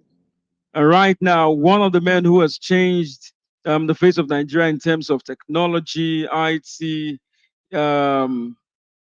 like I mentioned earlier, one of the co-founders for Flutterwave. He has founded many things. So if I start counting, we'll find out that time is going. So let's work with existing protocol. Ladies and gentlemen, please help us welcome on stage Mr. Ini Aboyeji. A round of applause as we welcome him. Is that the best you can do? If you don't clap, your payment will not go through. Clap. A round of applause. Thank you. Thank you very Mr. much. Ini Aboyeji, founding partner. Thank you, ladies and gentlemen. I beg to stand on existing protocol so that I don't mistakenly not recognize one of the several dignitaries that are here. It's an amazing job that Dimeji and Dare have been doing with Edves, and we're so pleased to be investors in Edves and to watch their remarkable growth. And as the MC recognized earlier, my partner and my boss, I like to call her my boss, Mia Kochliski Kimani is also here. We're here to support Edves, which is one of our very few investments out of our current fund. Today, Dimeji tasked me with speaking to how we need to be thinking strategically about talent development and human capital. However, I figured that in the next few minutes, I want to take a few liberties to talk from a more economic perspective, because as somebody who works in capital markets, that is often our vantage point for everything we think about.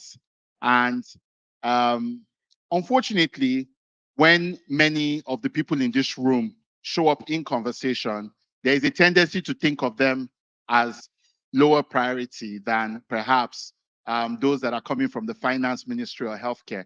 But I want to, in the next few minutes, 10, 15 minutes, really speak to what we realized about the reality of this country's economy that seems to be the missing argument in many cabinet meetings, many kitchen cabinets that are deciding financial affairs in this country. Now, for a very long time, and I'm sure many of us teachers have taught our kids as well, that this country's biggest export is oil. True or false? How many of us believe this country's biggest export is oil? Right? That is somewhat considered acknowledged fact. However, I think I'm about to say something a bit heretic when I say that that's actually untrue, right? Nigeria's biggest export is actually not oil, but human capital. And to show you that, ordinarily I should have had a graph up, but I wasn't able to figure out the technology before today. So please pardon me and use your imagination. If we plotted a graph of human capital that has been exported out of Nigeria via legal migration, I'm not even talking about illegal migration, and we map that against barrels of oil exported, we would have a much lower per capita number if we mapped it back to the country's proceeds from oil over the last 60 years versus the country's proceeds from remittances. How many of us know what remittances are? So when you have a brother or a sister abroad and they send money home, today, and ironically enough, voluntarily, that is the return the country gets for educating its young people. And over the last 60 years, remittances have steadily eclipsed not just all receipts for Nigeria, but also official development assistance and foreign direct investments. Is somebody listening to what I'm saying? So when teachers walk into that room, when commissioners and ministers of education walk into that cabinet room, they need to tell the country, hey guys, we're the biggest contributor to this country's financial well-being because we create this country's most important resource. And it's a resource that's very poorly managed. So please give yourselves a round of applause for contributing the most to the country's receipts.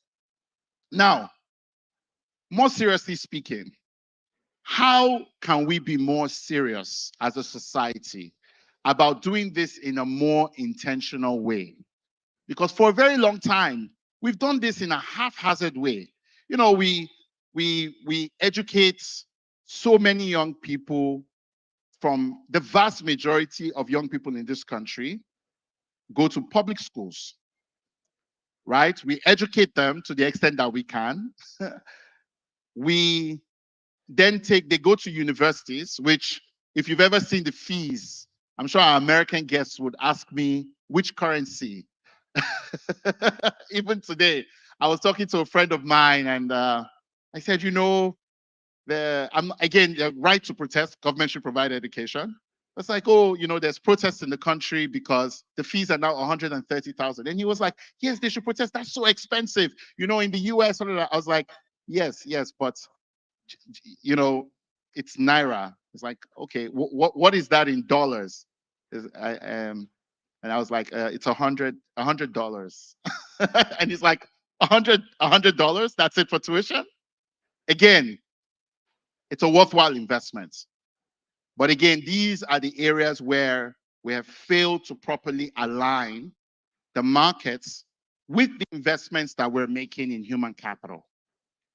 So again, easily, the Nigerian government funds, at the very least, something between $10,000 to $20,000 per child in this country in terms of education over their first 18 to 21 years and gets zero in return.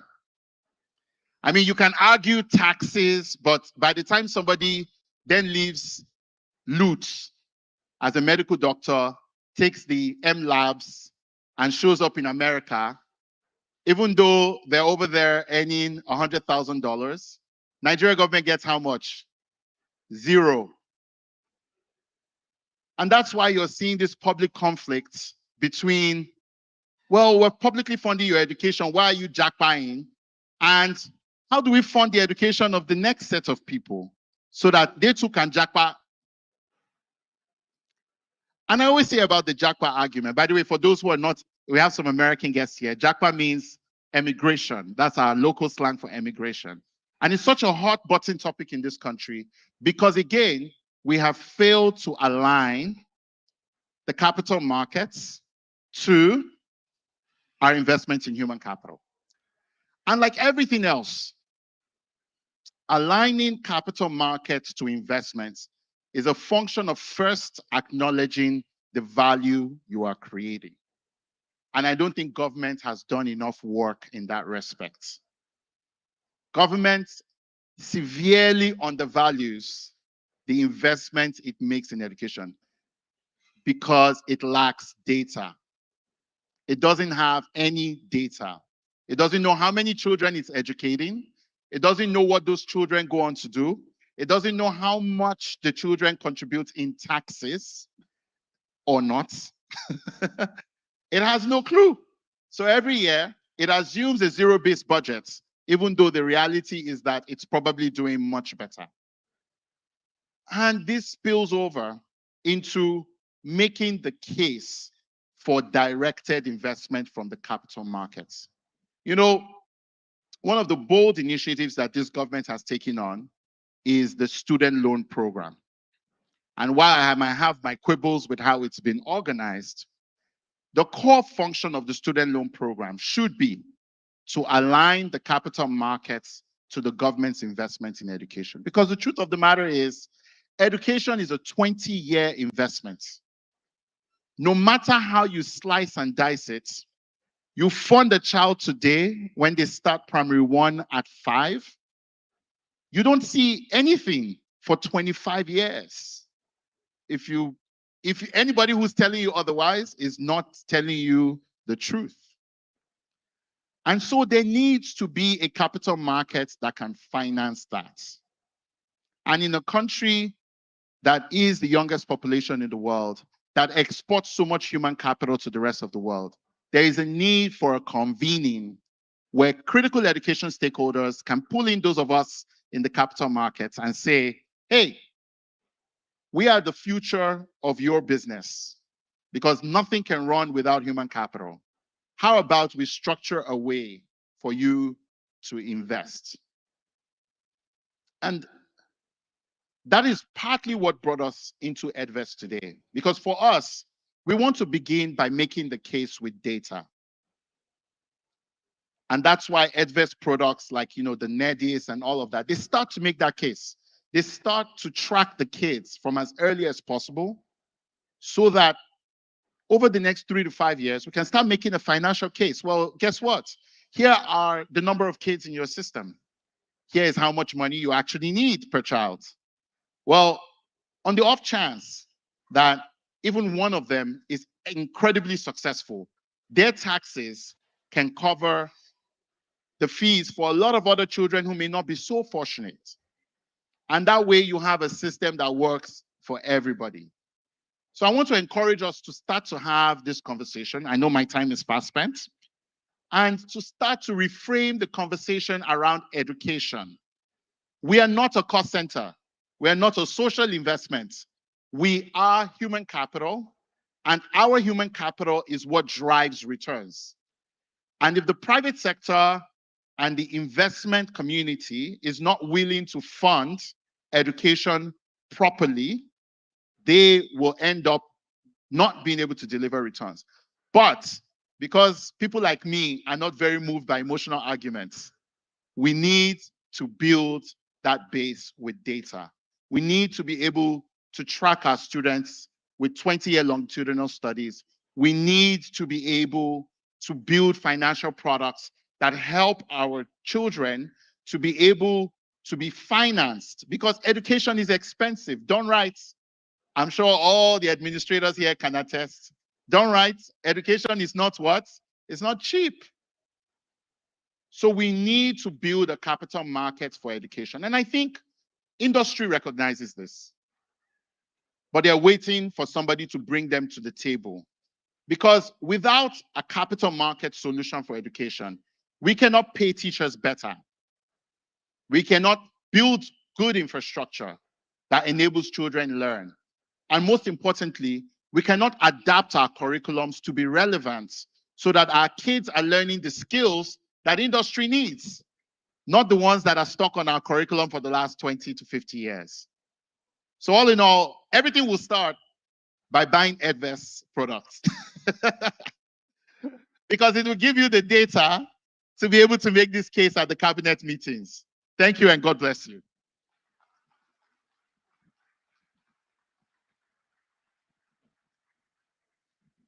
Thank you very much. One more time, a round of applause. And that was a fantastic segment, yeah? Wow. All right, so very quickly, we have our final panel session for today. Yeah, we have just a few more sessions to go, but this is the very last panel session because we're going to be talking about digital leadership, adoption, scale, and sustainability. And to moderate this session, please let's welcome on stage Mrs. Yemisi Ogunlade. Please a round of applause for Mrs. Yemisi Ogunlade as she comes up stage. Please a round of applause for her as she comes up to help. She's going to moderate this panel. So please sustain the applause till she gets on stage. Thank you very much. And our panelists, we want to welcome on stage Mrs. Olubukola Ola Adewoye. A round of applause for her as she joins. I know you've been here since one, but please a round of applause. Thank you. Also to join this panel session is Mrs. Angela Ajala. A round of applause for her. She joins the panel session. Also to join Dr. Abimbola Ogundere. A round of applause to Dr. Abimbola. And the last but not the least to join is the only man blessed amongst these amazing women, Mr. John Todd. A round of applause for Mr. John.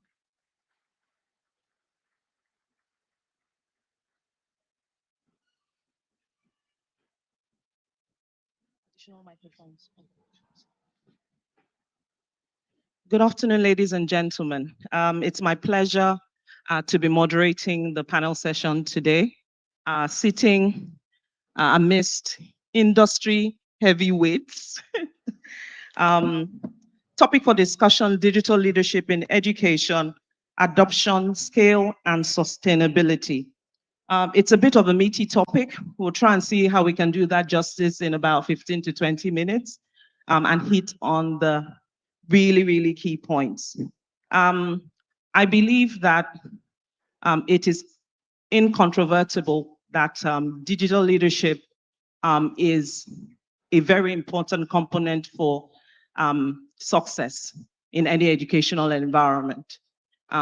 And we're just going to be discussing, just picking on certain key points. It is our hope that the discussion will also bring a lot of insight to educators and education leaders today. So without further ado, I'm just going to go to our first panelist with the question. So this question is for Mr. Todd. Given your extensive experience in education in different parts of the world, Europe, Asia, and in Africa, in your experience, how have you driven the widespread adoption of digital tools and platforms to enhance teaching and learning? So perhaps first of all, I can just introduce Charterhouse, which is the biggest private sector investment in education. So based on our last speaker, investment is really important. I think in this particular space, if we look at educational research, the single biggest influence on learning in the classroom is the teacher. So that's where we start. I don't think the underlying issue is all that difficult. The challenge is people start in the wrong place. Mm-hmm. So let's think about if it is the teacher that is influencing the quality of learning in the classroom, and I'm talking about learning, not teaching, then all we have to do, simple, but never, of course, is focus on training teachers. Now that's challenging as well with digital because the kids know more than we do. I have children aged 21 to 14, and all of them know more than me. And I'm a guy, so it makes it even more difficult for me to ask for help from my own children. One of the things we have to really do is give teachers confidence. For me, one of the things we must not do is all these bans. So I hear some schools in the UK are banning AI. And I think we'll soon end up with a new digital divide, those that have done AI, those that haven't done AI. And what we have to try and do with our teachers is encourage them and develop an environment where it's okay to fail. And we're always telling our children, if we're IB schools, take risks. When teachers take risks, how many school heads and owners do not accept failure? And so part of it is about developing a positive environment where a teacher can try something, it goes wrong, they're supported. I have a technology coach in my school who sits with teachers and helps them try, picks them up when they fail, helps tailor things to them.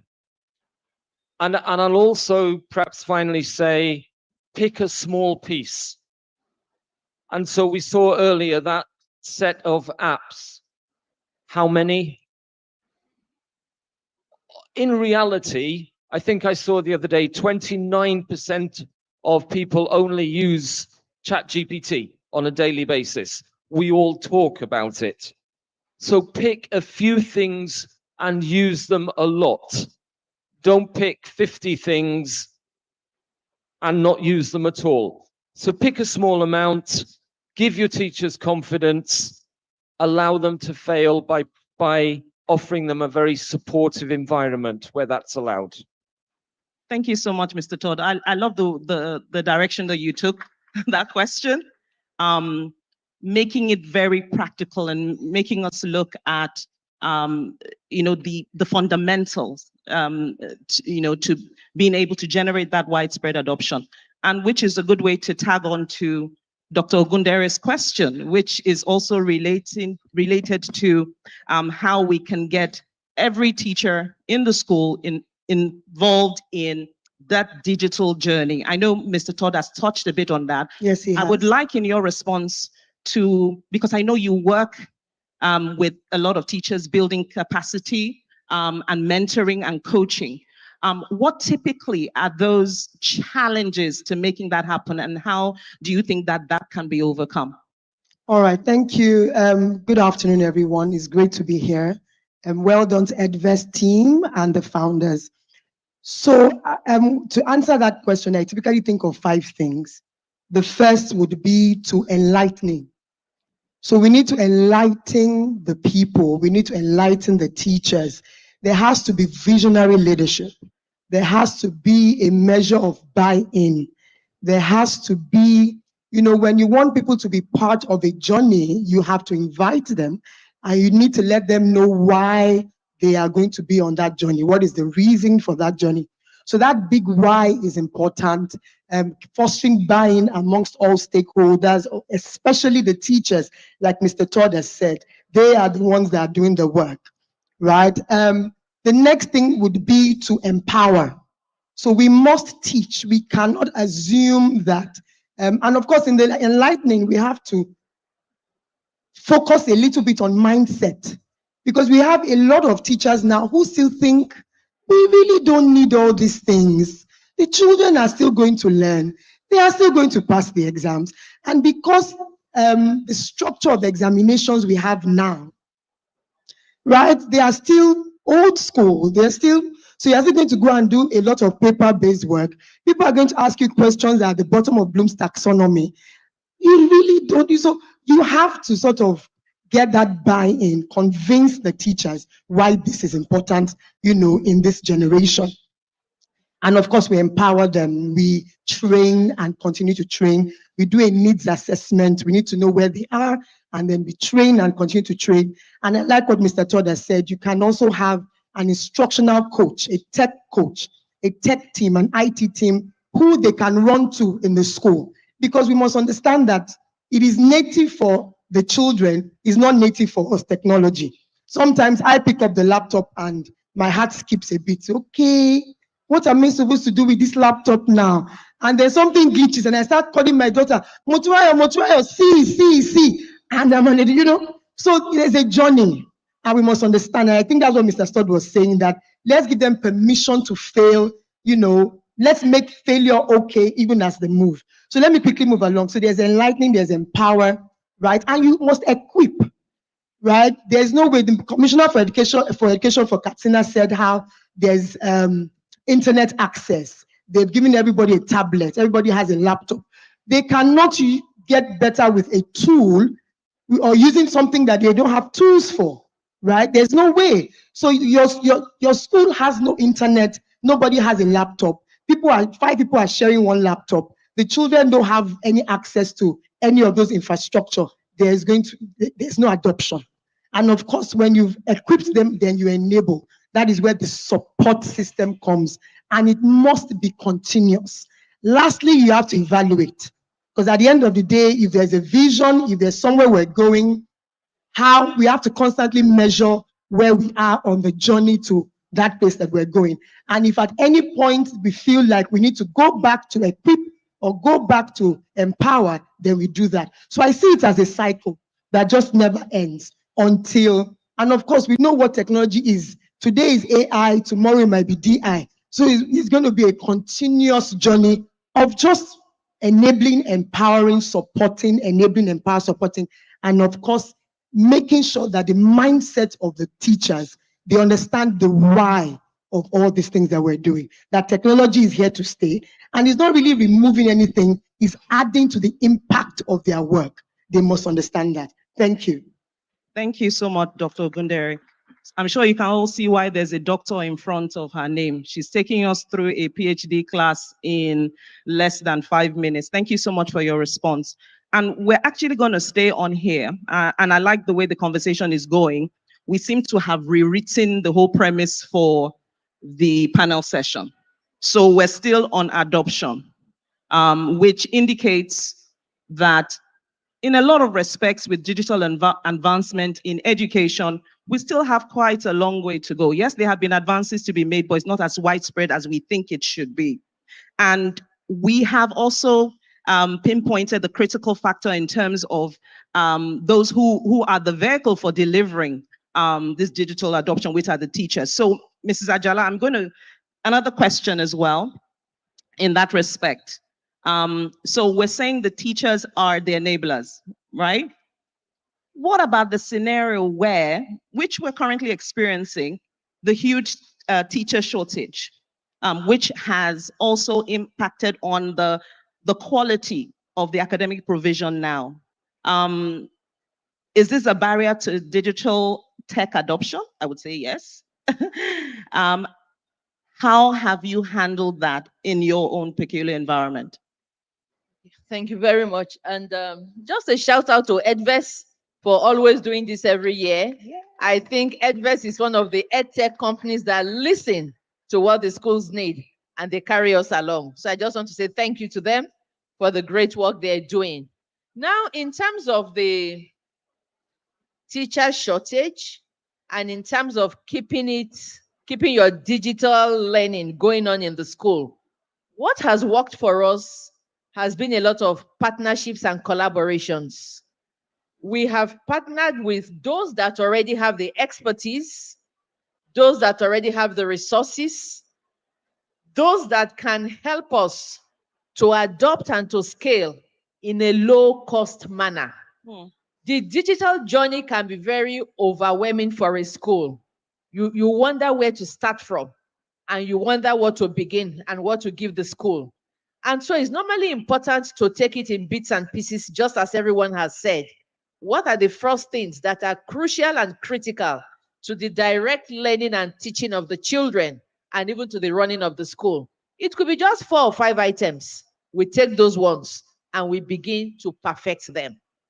Digital has made it possible now that very soon we might just begin to have tech coaches in the classrooms, because we're already having a lot of software that has all the videos. You know, you take a topic, it has the teaching modules, a video explaining it, an assessment the child can take, the gaps the child everything is there that you practically don't even need a teacher except to guide.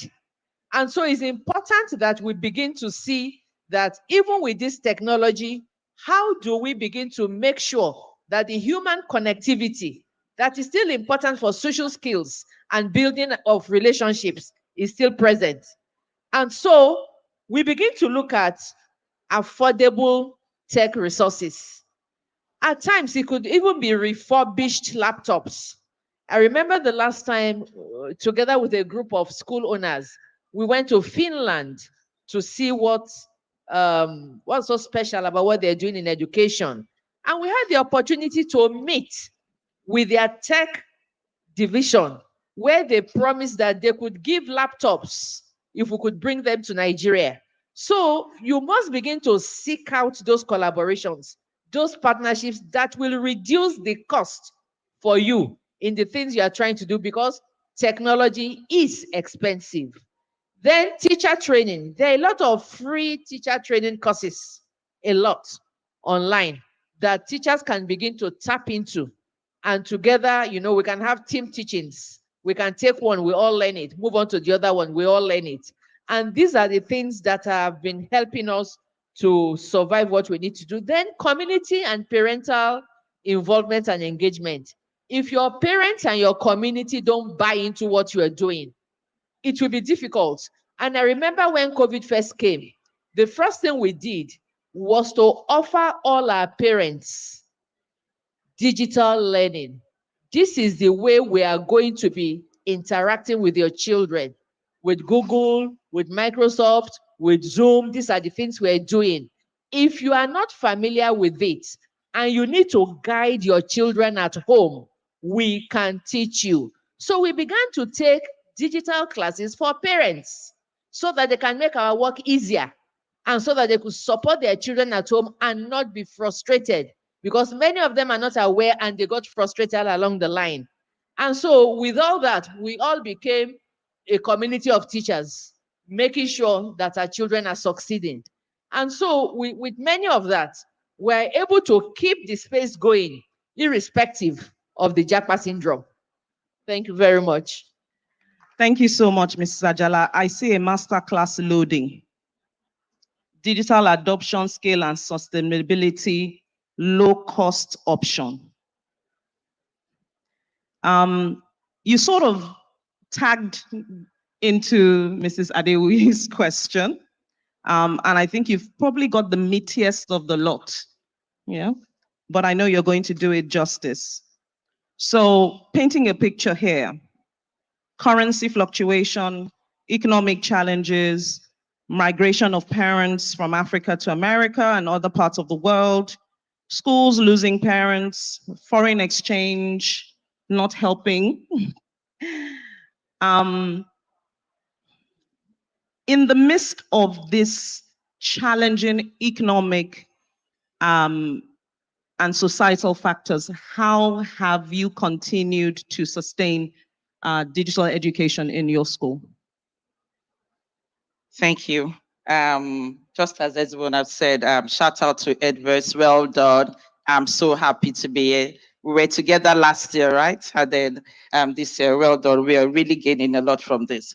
So part of this is also the issue of JAPA. So it's not just losing, it's not just the brain drain for us.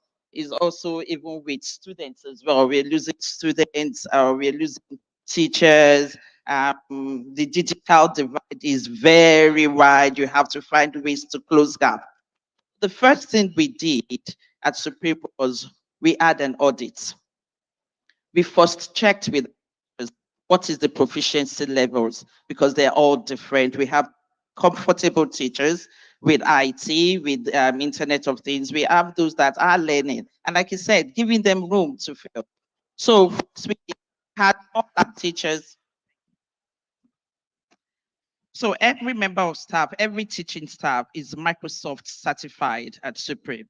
Now, some did it once and they passed. Some did it 3 times, 4 times. The main thing was that the school was there to support all through. What do you need? What classes do you need to attend? We don't have just an IT member, we have a team. so that we have about 6 people that parents, teachers, and students can always call to, and they can be, so they are like 24 hours on them. So like she said, sometimes I call, I can't find this on my laptop anymore. The economic challenge, the expense is also leveraging on partnerships, as Mommy has rightly said there, grants, opportunities available all around. And there are also a lot of free resource as well online that we're not tapping into. We expect that we have to pay for everything. And this is why it's very important that teachers are comfortable as well, because they also understand the why. Like you said is why. We were very focused on why, not just the how to. You need to use this in your classroom. You need to begin to use this tool. But the why, the reason behind it, so that they could buy into it and they can take ownership of all of these tools. And also so that they are also not also overwhelmed, because it can be overwhelming, a lot going on.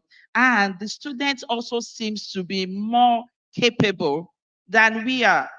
Recently, I was speaking to my son, and I said, you need a maths teacher. And he said, I said, I think you need someone to help you through your A levels, is preparing for some exams.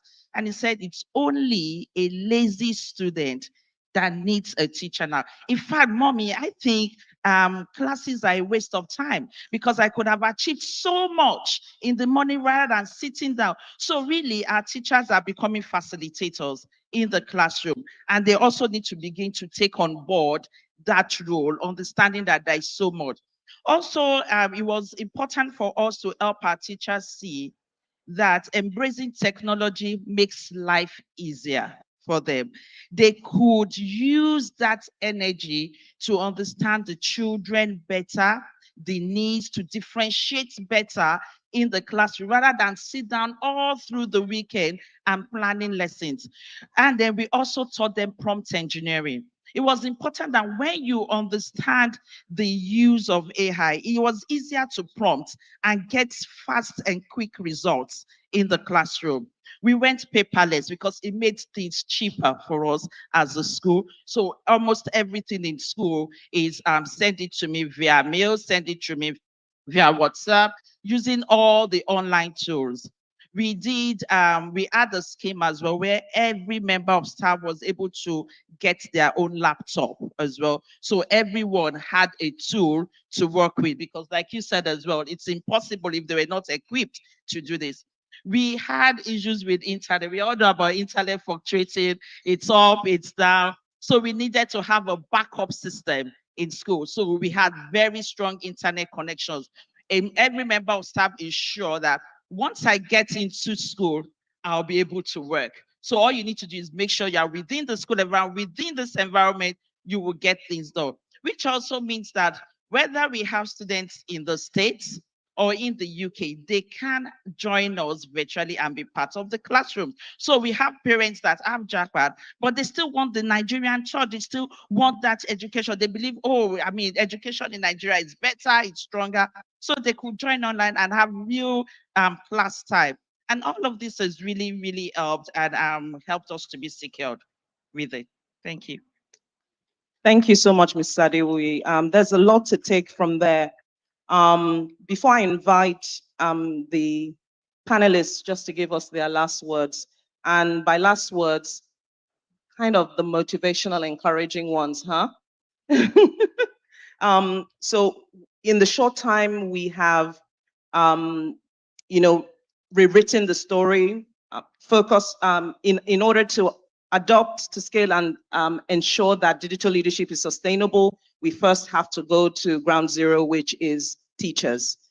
We need to enable, we need to enlighten, empower, equip, and then we need to constantly measure and rejig as necessary. Mr. Jala mentioned collaboration and partnerships as the way to, bring out low-cost options and still, be in the game. And then Mrs. Adiwoye, of course, mentioned how even leveraging on tech can prove to, can be an enabler for running a cost-effective school operation. But at this time, I'd like to our panelists just to give us their last words. I'll start off with Mr. Todd and work our way back to the right. So I want to just quickly address the whole JAPA issue because there's a lot of myths around it. The bottom line is teacher salaries reflect your school fees. Teachers think they're going to go to this land of milk and honey. In London, the streets are paved with gold. You should see the rent I pay for my family in London. The reality is, if they go to the UK, they will still be, sadly, on the breadline. They will not have more money. It's madness. So I think as school leaders, we need to do our best to educate them about the reality, the economic reality of living in the UK, because I can tell you it ain't great if you're Nigerian, it ain't great if you're British. And for schools, the best thing you can do, give them the most money you can and give them the best training that you can, because none of us went into education for the money, if only. Thank you, Mr. Todd. Mr. Ajala.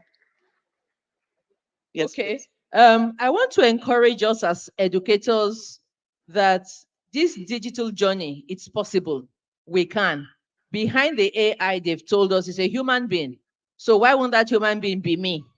So let's plan our digital journey. Let's take a current audit of where we stand, and let's begin to build skills that will make us indispensable as educators. I believe we can do it. Thank you. Ms. Adewi. I think to their own self be true. Do the audit, know where you are. Knowledge is free, it is accessible. Train yourself, become better, become a guru at it. Take those steps, those little baby steps, and you find that you are there because technology has come to stay. There is no hiding place. So it's high time we embrace it. Thank you. Dr. Gundere. I think they've said everything, isn't it? All right, I think for me, the last word would be just to understand that you are the only one that is going to come to save yourself, right? And it is important that you take hold of your journey and lead self-aggressively, right? You do not want to, in the next 10 years, you are that educator that has been sidelined because you failed to lead yourself today. This is happening. It's not going anywhere. I even think in Nigeria, we are ways behind, right?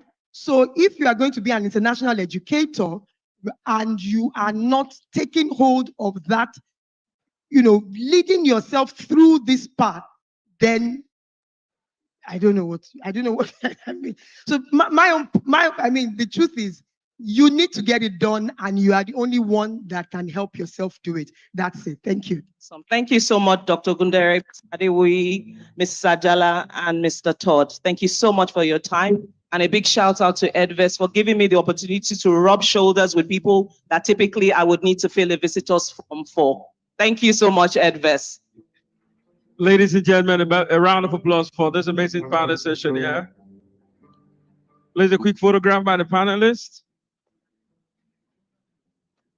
Wow, what a session. It's once again a round of applause for them.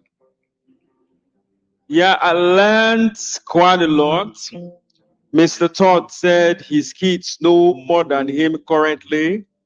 So that's the world we find ourselves in. And one of our teachers was like, the teachers need to learn this AI thing very quickly because the way the world is going, if schools becomes like bank, we have a problem. You know that banks now created robots, ATM. And when ATMs came, the number of human bankers reduced. So Edves is begging you now, teachers, become AI compliant. Before robots take your work. When robots start teaching your children, you'll not be selling handouts. I'm telling you. So become AI compliant. All right. And for those of you who, in case you have forgotten, we have a music challenge where in partnership with Mr. Rotimi Ayitayo and Edves. The song we played earlier, you can get the song on his YouTube channel. So please go to his YouTube channel. On YouTube, just type Rotimi Ayitayo. The title of the song is Mighty Educators of Valor. Download the songs. The teachers, you are meant to make a dance video and tag Edves and Rotimi Ayitayo. Best video wins how much? The best video wins 100,000 naira. All right. But before we move, I want to play a quick game. So I'm going to welcome these two amazing ladies one more time. Rejoice and Anita. Please, a round of applause for Rejoice and Anita as they come up. A round of applause, a round of applause, a round of applause. Rejoice. Ligali Ayorinde rejoice. And Anita, we dance. Oh, yeah, go. Hello, everyone. Hello. I hope we've had an amazing time thus far. Has anyone learned anything? Anything? If you have learned anything, can I see your hand? Oh, we have learned a lot. If you have learned a lot, can I see your hand? Go faster. All right, all right. So we are going to play a quick game. Rejoice, go ahead. That's really impressive. I hope we are all still very active, right? We are still happy. We have enjoyed ourselves. I did not hear anything. It seems you were tired. Yeah, it's when they start playing, you will know how active they are. Have we all enjoyed ourselves today? All right, that's good to hear. All right, so we have a little game to play. It's just, don't worry, you have a little small package for every winner. I already have one player, Olabantu. Okay, that was fast.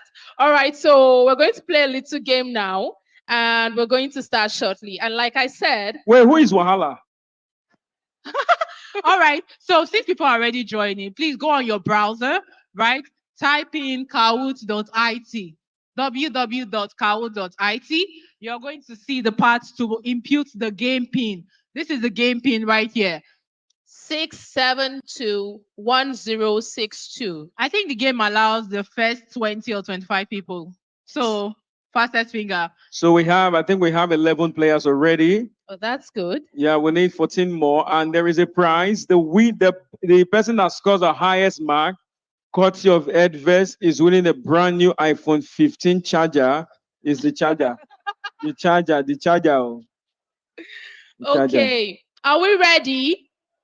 Okay, let's just some hold people on are a still bit. joining. Nobody have joined since I've been talking. It's still 11. We'll lock the gate too. What is it? Network issues or what? Network. So which network did the other people enter with? On Go or on your spot? browser. Go on your browser. www.kahoot.it.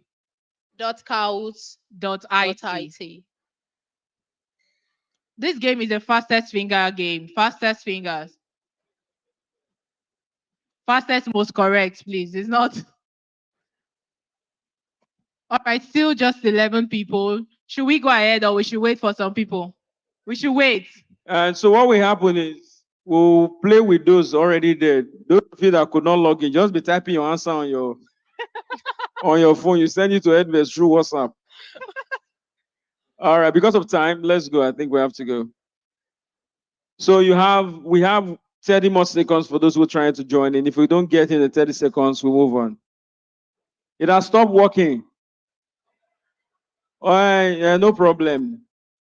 That is Wahala that caused it. All right, the game has started. Velocity with AI. Can everyone see the screen? The first question, what is the theme for last year Edves Catalyst? Last year. Oh, it's not supposed to be a chorus answer.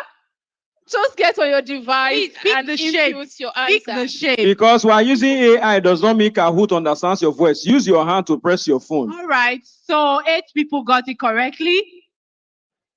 Next question. Let's see who is. Obanla is leading. Obanla is leading. True or false? Nigeria is divided into 6 geopolitical zones. True or false? Anybody that gets it wrong, just start going home. Oh. Don't forget, it's the fastest finger. 10 people got it correctly. Who is leading? Who was the fastest? Obanla is leading again. Wahala is coming close. Africa is not the second largest continent in the world, both in size and population. True or false? Africa is not the second largest continent in the world, both in size and population. True or false? Aww. 9 people got it. Who is leading? Who was the fastest? Umbala is Obala. still leading with 2,562 points. There is always room to take over.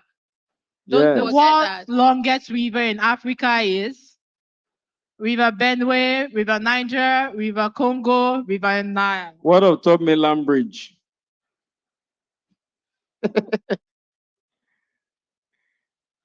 All right, 8 people got it correct. Who is leading? Tife has taken over. Like I said, there is always room to take over. Next question. Edves has over 1,700 schools across 10 African countries. Is this true or is this false? At this rate, anything you put, God can see your heart. Of course, it's true. 9 people got it correctly. Who is leading this? Tife is still leading with 4,331 The first points. speaker for today was Coretta Martins. Is this true or false? Be shouting no, don't press phone. The way this thing works is even if your answer is correct, if you are not the fastest, you are not. So you have to be the fastest. You're asking the. False. Who is leading? Oh, Baby. She Baby has taken over. It's obvious There that is Tife- always room to take over. It's not just the fact came late. Nigeria got our independence in 1950. True or false? Okay. Hey, my God. False, of course. Who is leading? She Baby is still leading with 5,796 Who is Nigeria points. current Minister of Education? Wahala, wahala.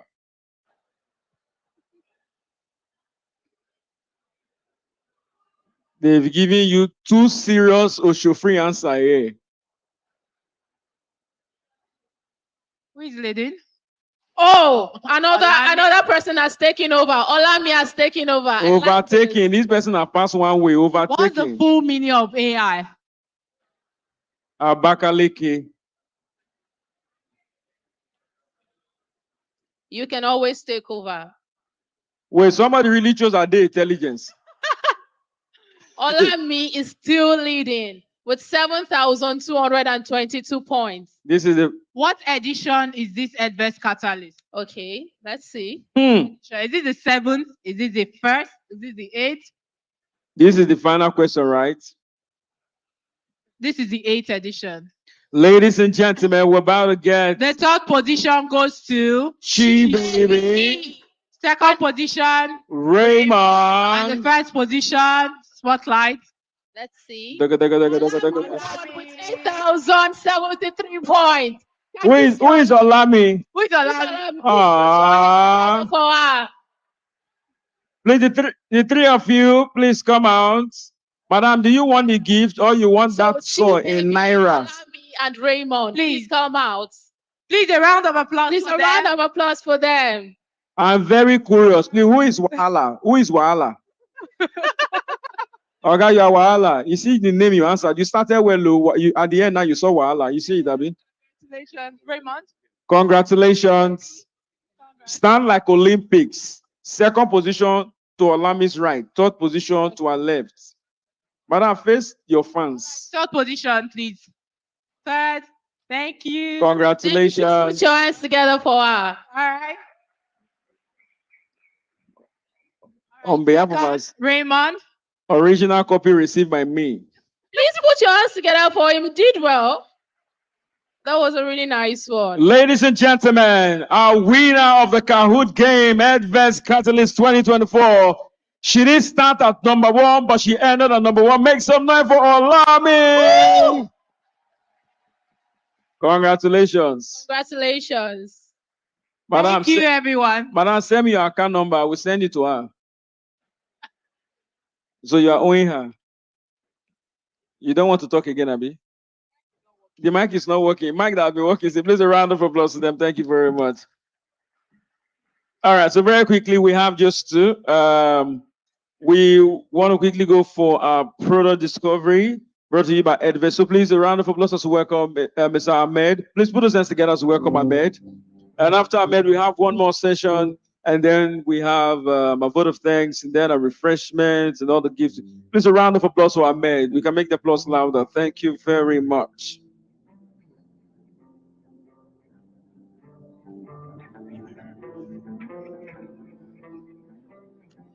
I must say thank you so much for being here and also making it this far with us on our program.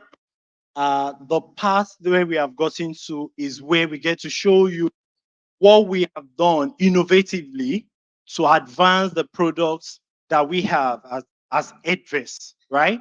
And one fantastic thing that we have to show you is a complete accounting solution that has been integrated into the education management system that Edves has as a core product. Because you can begin to imagine a school just teaching, a private school for that instance, just teaching for free, right? It would not happen because they pay for facility, they pay for, salaries of the staff that actually impact the student. And it's a core activity to the school to actually do finances, right? So we've done an integrated accounting software, which I'll walk us through what we have, which is solely integrated for education industry. So I would wait for the screen to come up and we'll show you what we've done over the time. So can I have the screen on?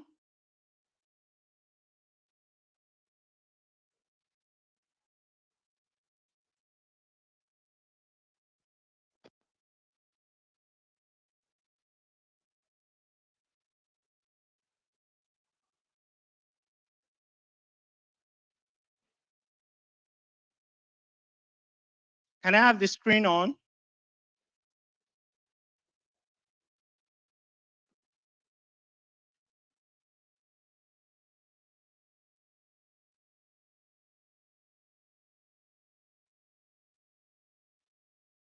Perfect. So what you're seeing is the entire application accounting solution integrated to the Edves management software, which is able to end-to-end manage the process of fee creation, sending to parents, allocating and assigning fees and bills to students, managing the statuses, managing the reconciliation as it feeds into the accounting ledgers of the school. So the school does not actually need to create their or run their education activities on one solution and then take accounting to the other solution. Edves has it all together. What we've done is to ensure that both your academics and administrative activities that is already being done perfectly on Edves would begin to see accounting integrate to them. So this screen seems so tiny, but then we're going to create a bill. I'm going to walk you through how a school is going to create bills and fees they send to students, parents to pay. So we're creating this bill and calling it second, please. SECOND. So we're calling this bill second term bill. The accountant of the school or the school administrator is able to create the bill, put a bill due date to it, and then select the time and session that the bill is for. And then all the classes in the school that has been configured on the platform comes up. Please scroll up a little. Yeah, so all the classes are visible for the bill to be assigned to it. Are there classes for this school? Can we check the term? Maybe one of the previous years, 2023, 2024. Okay, do 2022, 2023, maybe.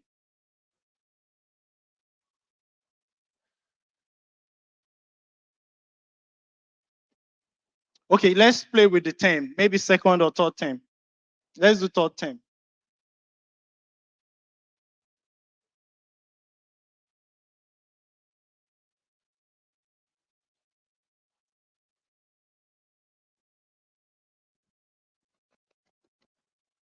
Special. So there are no students in this particular class. Let's just switch the. Let's just switch the ham. Or we can, okay, open up the bill.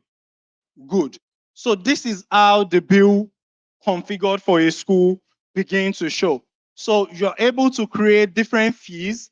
I have tuition here, I have excursion here. Each of the bill categories are visible and manageable independently for the accountant.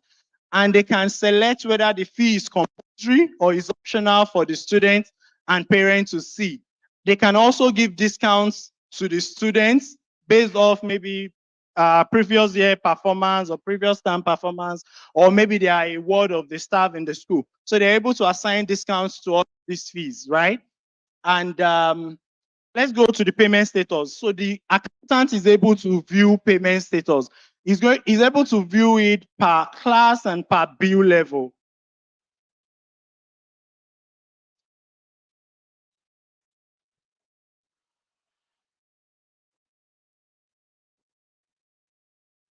Okay, the bill has been sent. What happens when the bill is sent is that the bill becomes visible on the parent and student portal, and then the emails attached to the bills go straight to the parent and student mail. So they are able to get a notification to say, we have a new bill for this new term to pay. And on this status screen that you're seeing, at a glance, the accountant or the school owner can see how much or how many people have paid for a particular term or a session. So we see total number of students and it's grouped by class. Can you scroll up a little? So it's grouped by class. You can see how many students you have for basic 1, how many students you have for basic 2. So we have 6 students in basic 1 and 22 students in basic 2. And you can see their payment status spread out. You can see the fully paid 1 student count, not paid 4 student counts, overpayments 0, and then partly paid 1. So what we're going to do is, there are times where a school might need to waive a bill. Say, for instance, the student got maybe a scholarship or something, and they want to waive that bill for the student. We're going to simulate that process now.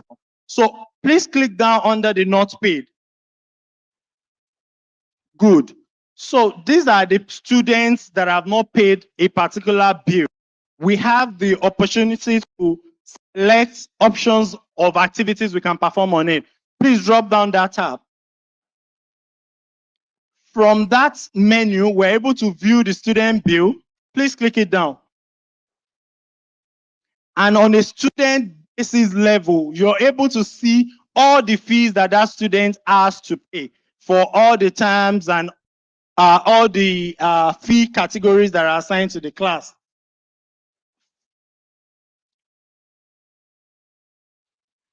So if maybe the accountant of the school has received cash to clear out a bill, or the parent has transferred money to this account, to the account of the school, there's a way that the accountant can manage that payment on behalf of the parent. And that's what we are trying to simulate, which is to record a payment on behalf of a student. You can see the payment successful. If we go back to the status of this student's bill, we'll see it move from not paid to fully paid. Can we go back to the status? So we see our fully paid count increase to 3, and that student has fully paid that fee. So this process is seamless. It actually speaks to the ledgers of the school, which means that the school does not need to run another financial software to see their income and expense statements, to see their balance sheet, to see their assets. They are able to see all of these activities on one single platform. We're going to move to the accounting ledgers, which is the impact. Can I go back to income and expense? So one single activity that we just did is going to impact on the ledger, and we're going to see it now. The 23,000 that we paid for a student is already on the income ledger. So the accountant would see all the details and get their reconciliation done seamlessly. The 20,000 that we paid and the 3,000 that we paid on behalf of a student, we can see how the narration goes. Please view the transaction, view the income transaction. You can see the detail. I hope this would be clearer, but then the details of it, just the way we have our banking narration, the details of the student, the class, the term, and the fee they paid for, what date that transaction occur, is visible on the narration of that transaction. I can see it go into the fees group as an account. So if the school has maybe a different bank where they take in their tuition and a different bank wherein they take maybe transportation and excursion, all of those payments are grouped based on the categories the school has for it. Sorry, click on transactions.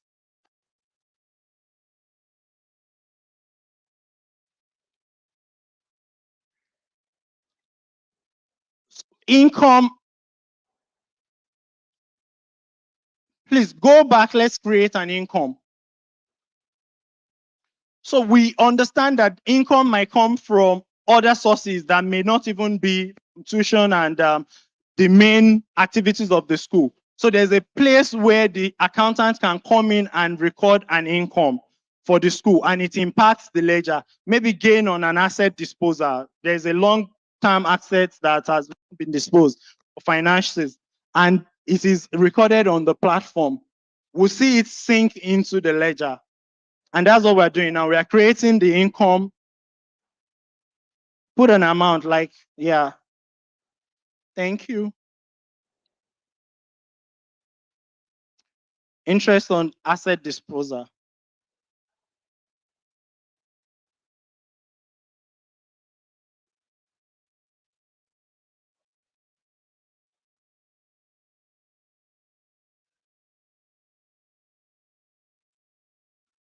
So we can see that transaction recorded, and you can see it on your financial statements immediately.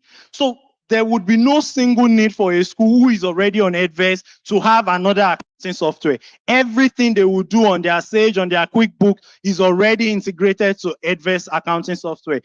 And one very important thing is that the identification of a student and a parent is as it should be for an education platform on the Edves accounting software. If you go on Sage or QuickBook or something, you have to define a customer and begin to define categories of customer. The Edves platform already know who you are, who your customers are. It is the parent and the student. It already has their profile, and it can profile them correctly on the platform. Please, let's go to the wallets.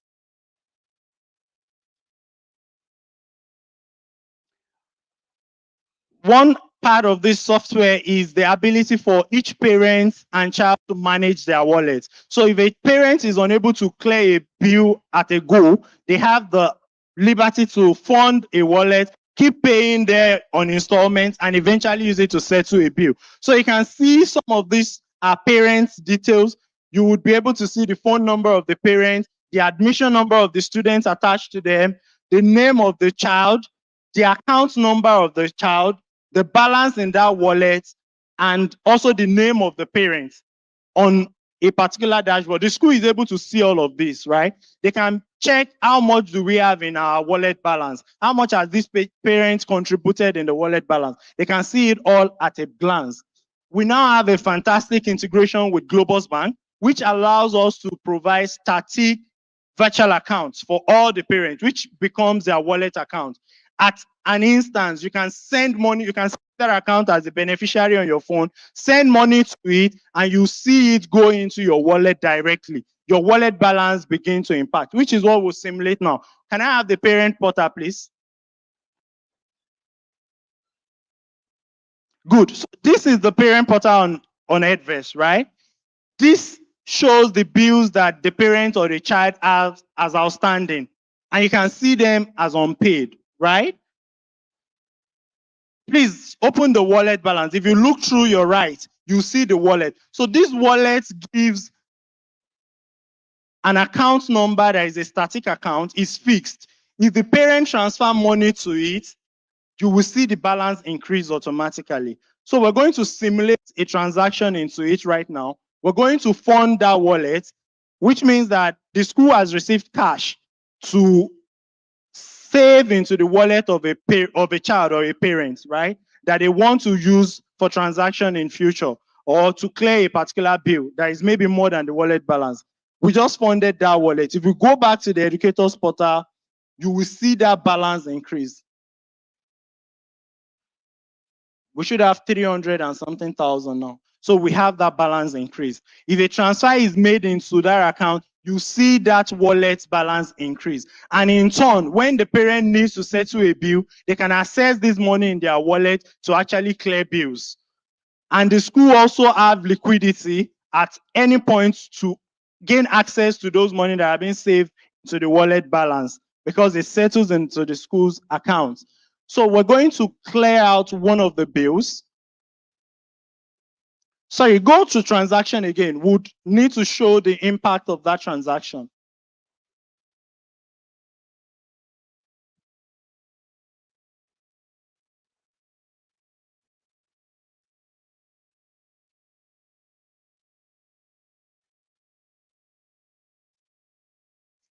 Transactions. No, transactions under bills and fees, please.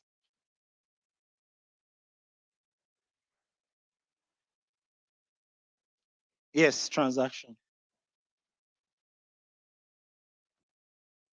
Good. So we can see the narration. The accountant is able to see all the details of that transaction. We can see the channel where that payment would be made.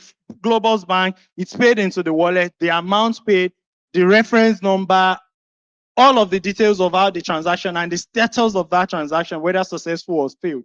So in a nutshell, Edves has built a very robust accounting module which would speak to schools who already have Edves platform and have another accounting software and they have to switch and manage, transfer data and all. Edves accounting module is going to allow all the activities that the accountants need to do and simulate in the school into the main Edves platform. I think the one last part that we need to show, sorry, is the ability for the school accountant to pay from his parent's wallet. So we can click down a not paid.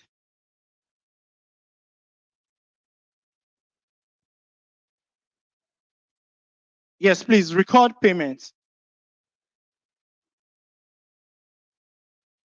Good. So maybe the 3,000, and then we can check what the wallet balance is. When the accountant wants to clear a student bill, they can assess whatever balance is in that child's wallet. I think this is 00, right? So this parent does not have enough balance in the wallet to pay. Please go into payroll. Let's see the chart. So that's how the school is able to collect money and then impact all the ledgers. But then that's not the only activity the accountant of the school does. They pay salaries, they pay expenses and all of that. We've integrated the platform to be able to discharge payroll duties, right? All the staff that are onboarded on Edves is visible to the accountant when and where they can categorize their salaries, their salary bounds, and then at the end of the month, run the payroll, pick money from the balance they have in their banks. They are able to run and pay money to all of this staff. Please click on banks. Let's see banks.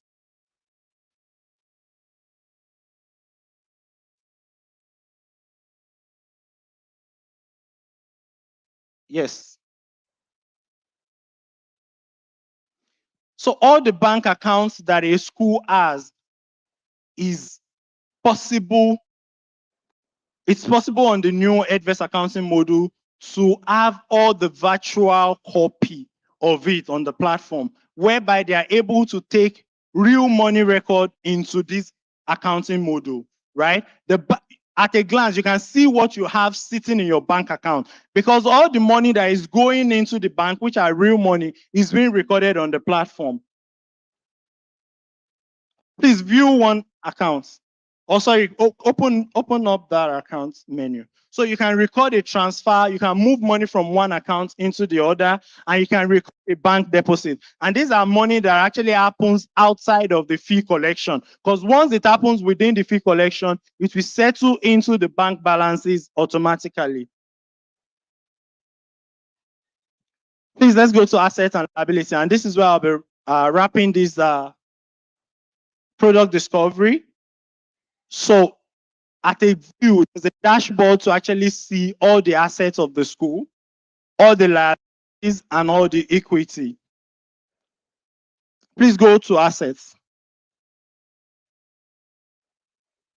So the platform maintains a full record of all the assets that has been logged on the school with narrations, account details, account group, and their transaction statuses, so that the accountant would not need to switch different applications or keep calling a bank manager to give us a statement of account when they need to do reconciliation at the end of the month or at the end of a term.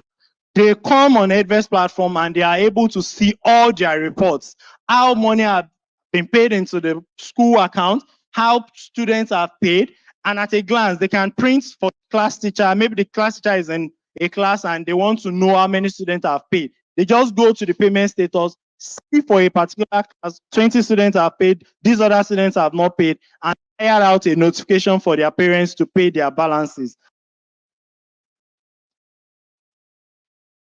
Please, chart of accounts. Thank you very much. I think I've been able to walk you through what the Edves new accounting module is. It's superb. Any school that is not on Edves is extremely missing, actually. So this is what we have to offer. I would be able to take questions around. I know it's a new product kind of to a lot of schools because they might use QuickBooks and Sage. All of those activities are possible on the Edves new accounting module. Thank you. If you have questions, I'm able to take it. Thank you very much. If you have questions, you can meet Ahmed on the Edves Experience Center. Please, a round of applause for him. Thank you very much. So we're running very quickly. We're almost done. And at the point, we called up association heads for a few words on accelerated learning. One of our speakers was not present there, but he's right here with us now. Please, so let's welcome with a round of applause on stage, Reverend Olusegun Oludikpe. Please put us hands together as we welcome him. Please, a round of applause. And don't forget, we have gift packs for everyone. So please don't leave our gift packs without being received. Thank you. Thank you very much. My name is Segun Oludikpe. I'm the director for ACSI in Nigeria and West Africa and Anglophone countries. I brought greetings from the board, and I just want to appreciate Edves for being there for us, for their being proactive and being creative. I remember very well before the COVID, thank God I introduced my schools to you. And thank God for the training you gave to us in ACSI Nigeria, which really helped us during the COVID period. Post-COVID again, thank you for what Edves has done. And apart from that, we've heard several things about emotional intelligence. Now it's artificial intelligence.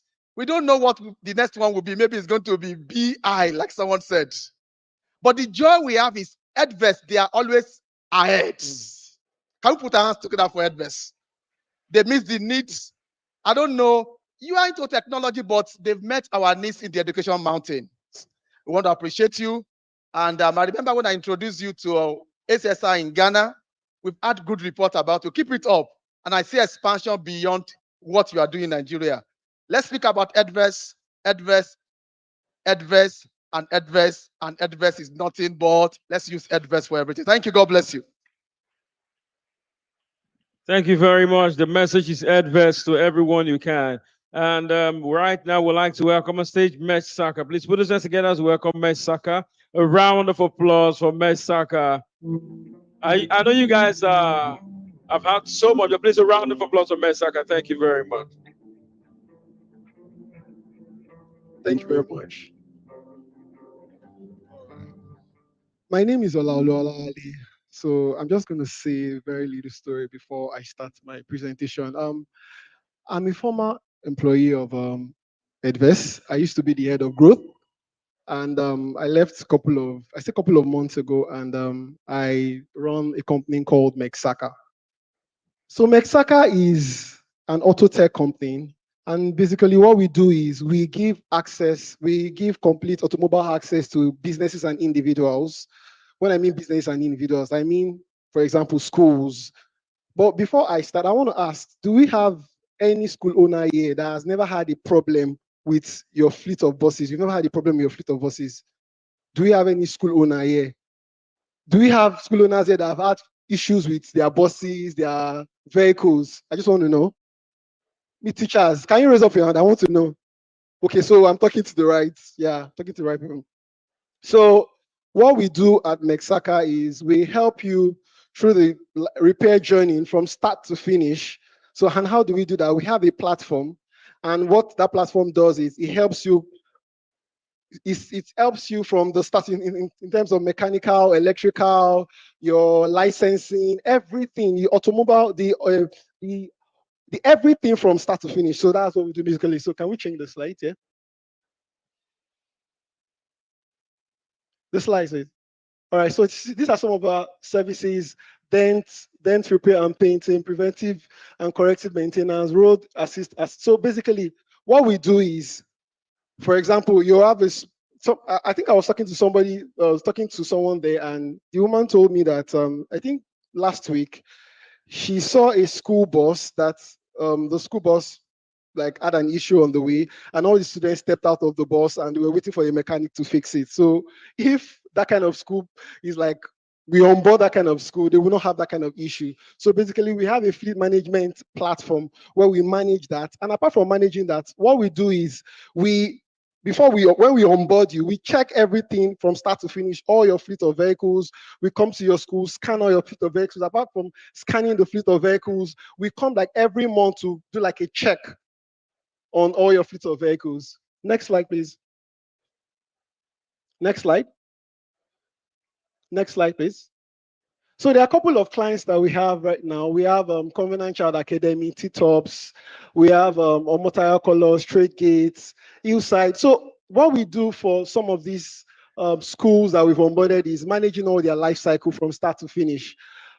We just recently we onboarded Hillside University of Science and Technology, where we purchased all their buses, we purchased all their vehicles for all their principal officers, from their registrar to their chancellor, and we manage all that for them. Next slide, please. So basically, that's what we do at Mexaka. And so I would just like you to come to our stand. You can come around to our stand, and we also have gifts for school owners and also for teachers that come to our stand to come and check out our stand. Thank you very much. Thank you very much. Ladies and gentlemen, that is a very important part of schools, because the number of school buses I've seen in Lagos that are driving one way with children that they are teaching correct sign in school. The children in class, they are telling them in class, red is for stop, yellow is ready, green, go. The bus that is taking them home after that class is seeing red, pass. The students are confused. So join Mesaka. They help you get good drivers. Because every time I see that, it annoys me. Because now you are training the children in school, but the driver who is doing the practical is doing the exact opposite, making those children believe that you can actually break the law and go free. So it's very important. So, like you said, you can join them and we'll move things forward. Ladies and gentlemen, I introduced him as my sponsor some hours ago.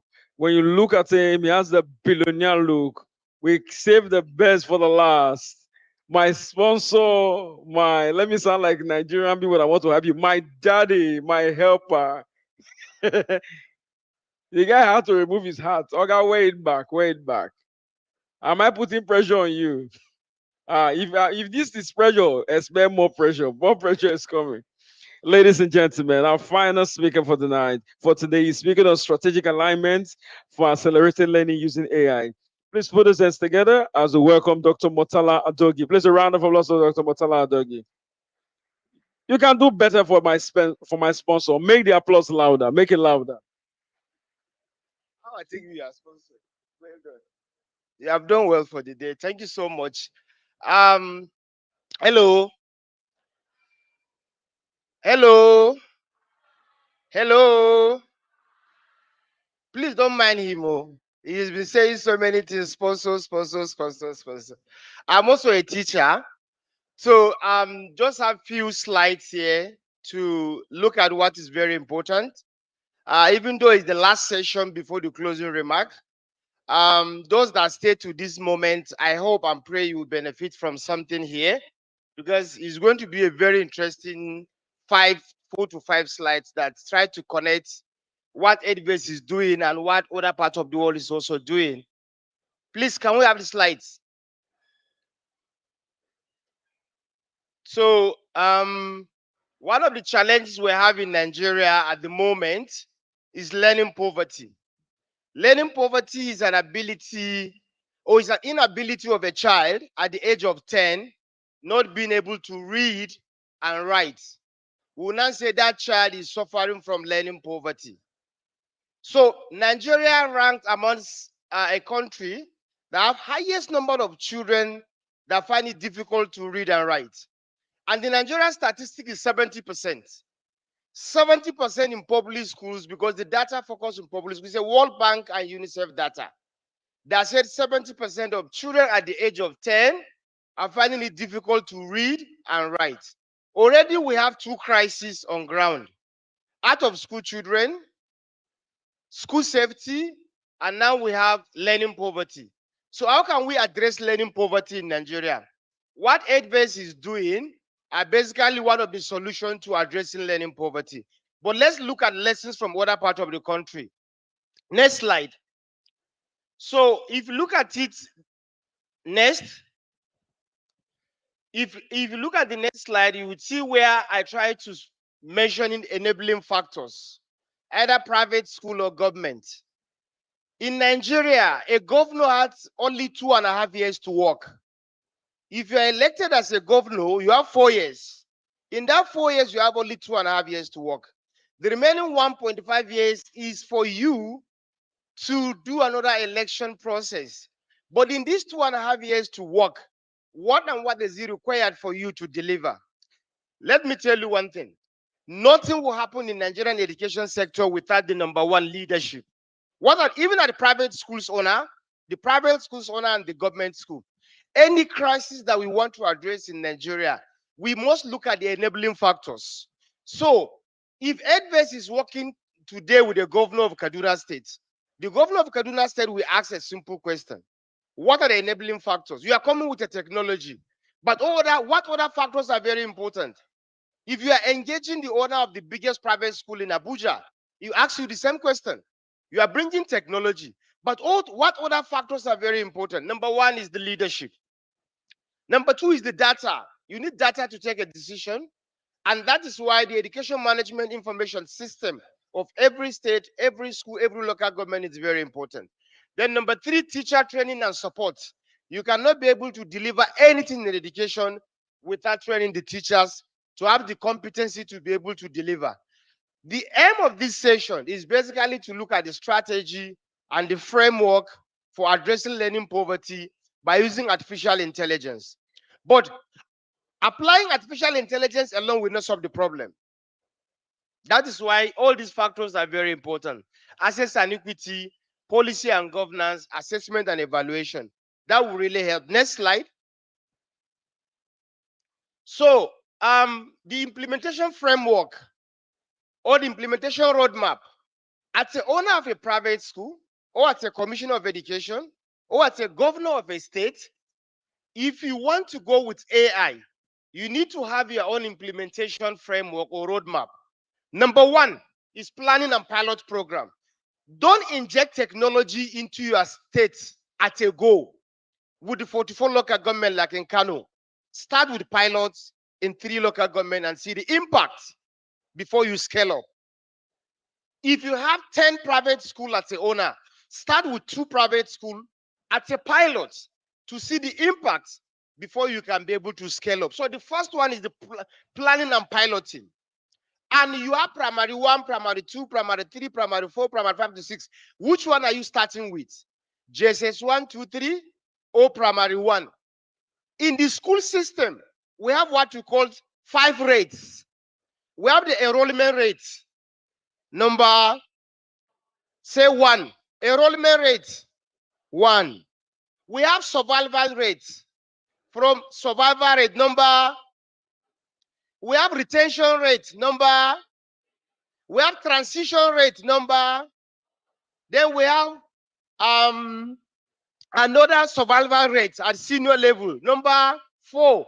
And the 5 one is completion rate, number 5. So how can technology help you achieve survival rate of your students? I was in Abuja to see a minister of education, and the principal went him and told him that she noticed dropout in her school. Why? Because of increase, a kind of inflation rate that affects food. Parents are removing their children from schools now because parents have option. Are we to buy food or to pay school fees? So it is a choice now. Are we to buy food for the family, or are we to pay school fees? Or are we to ask the girls to also go and look for money? So the inflation rate has also affected education. Number 2, scaling and capacity building. Let me tell you one thing. How many teachers do we have here? If you have a smart school without smart teachers, will you deliver results? What are we doing? A governor is spending 3 billion for school feeding and is owing teacher salary for 6 months. Will you gonna get results? So as you are bringing AI welcome, but teachers hold the key to the implementation of the AI. Without teacher, you cannot implement AI. So what is there for the teachers? Are you increasing their salary? Are you giving them rural allowance? Did the teacher have what you call the health insurance? Did they have a car loan, housing loan? See, you can't deliver without taking proper care of teachers. That is why the second one is saying scaling up and capacity building. Give them the tablet, give them technology, give them computer, give them laptop. Don't pay them salary and see what will happen.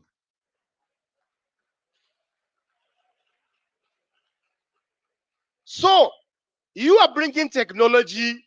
You see, we are in a country where we focus so much on building infrastructures without focusing on system strengthening. Education is not agriculture, where when you plant a maize, you put a fertilizer to grow. No. Education takes time, and teacher hold the key. So, the third one is monitoring and continuous improvement. Who are you monitoring? Teacher. When I was in my former life, that is where I worked before. From FCDO to UN, before I resigned and set up my company as a consultant. We train teachers in 5 northern states. We monitor them for 4 years to see whether learning outcome will change in a classroom. By the time we are in the state at the 3rd year, 70% of them join road safety, civil defense, and police. You know why? Because of the salary. We told the governors, it's not about only training teachers. If you're not taking proper care of them, they will join police. They will join civil defense. They will join road safety. They will join LASMA. They will join everything that they're supposed to join. So please, as you are monitoring the teachers, you are supporting them, you are mentoring them, so they will be able to stay to implement the AI. Next slide, please, because of time. Next slide. So now, if you look at this, this is the platform. You see, our problems are growing faster than our solutions. The worst people that failed our WAEC and NECO, they are the ones we are sending to colleges of education to become teachers. People that failed WAEC and NECO, they are the ones becoming teachers in college of education. We are not serious from the beginning. The best brain is supposed to be the one to go and join colleges of education. But if you look at what China is doing, the first one here, Squirrel AI learning, is China. The second one, MBB, is Indian AI platform for teachers and students. The last one is America, Microsoft AI. These are three major countries that globally, countries are learning from them. But let me tell you one thing. Edves, I checked their platform today.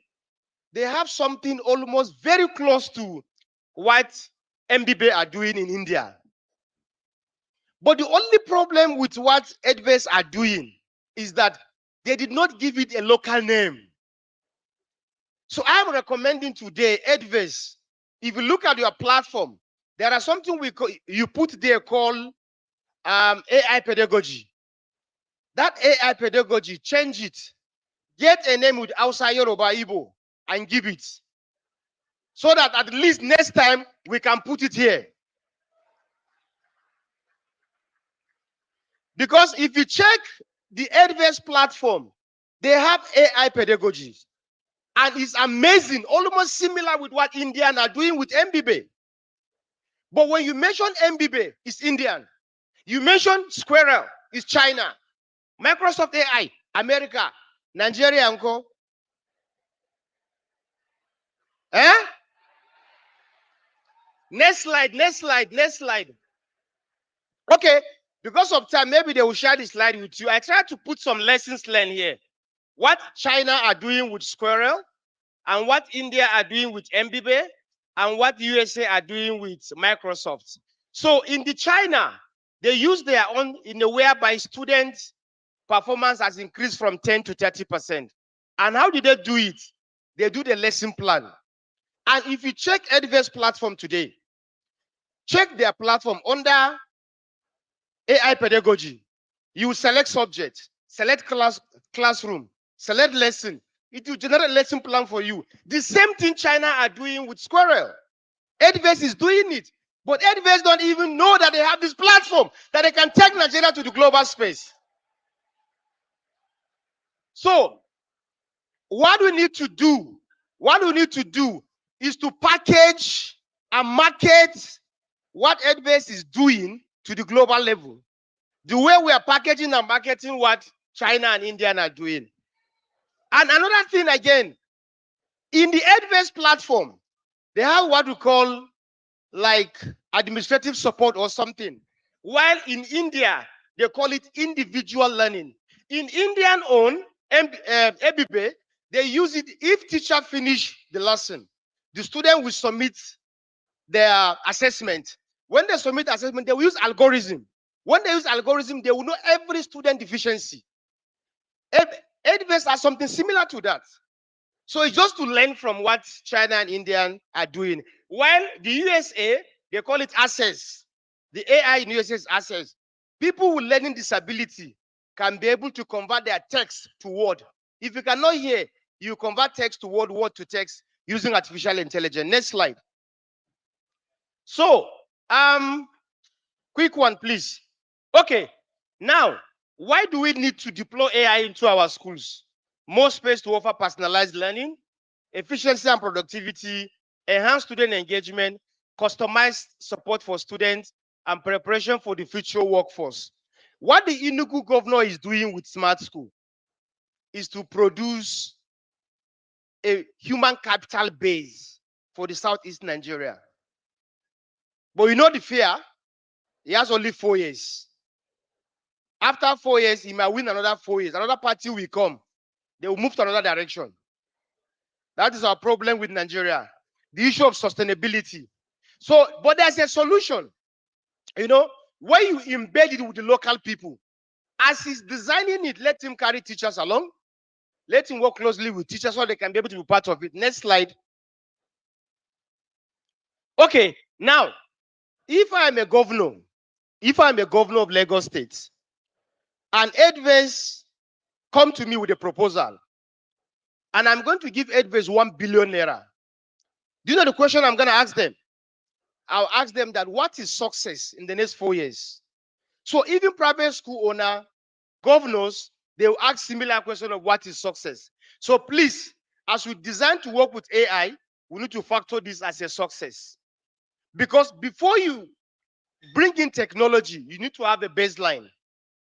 And the baseline will help you to know whether you enhance literacy and numeracy rate, and improve teacher effectiveness and adaptive technology, robust infrastructure, evidence-based strategic planning and financing. A governor will put 30 billion in a budget, but he release only 1 billion. Is that okay? You put 30 billion, you release only 1 billion. Is that okay? So it's not about the budget, it's about the releasing and about implementation. Look at the last point, future-ready skills. Why we need artificial intelligence in both private and government schools is because of future-ready skills. Next slide. I have 1 minute to go. Thank you so much, but let me do the conclusion before the next slide. So artificial intelligence has a role, and it's going to transform our own education. But we should not be in a haste to integrate AI. It's very important we do that, but there's this proverb that has so much love, and it said, study the darkness before you own the light.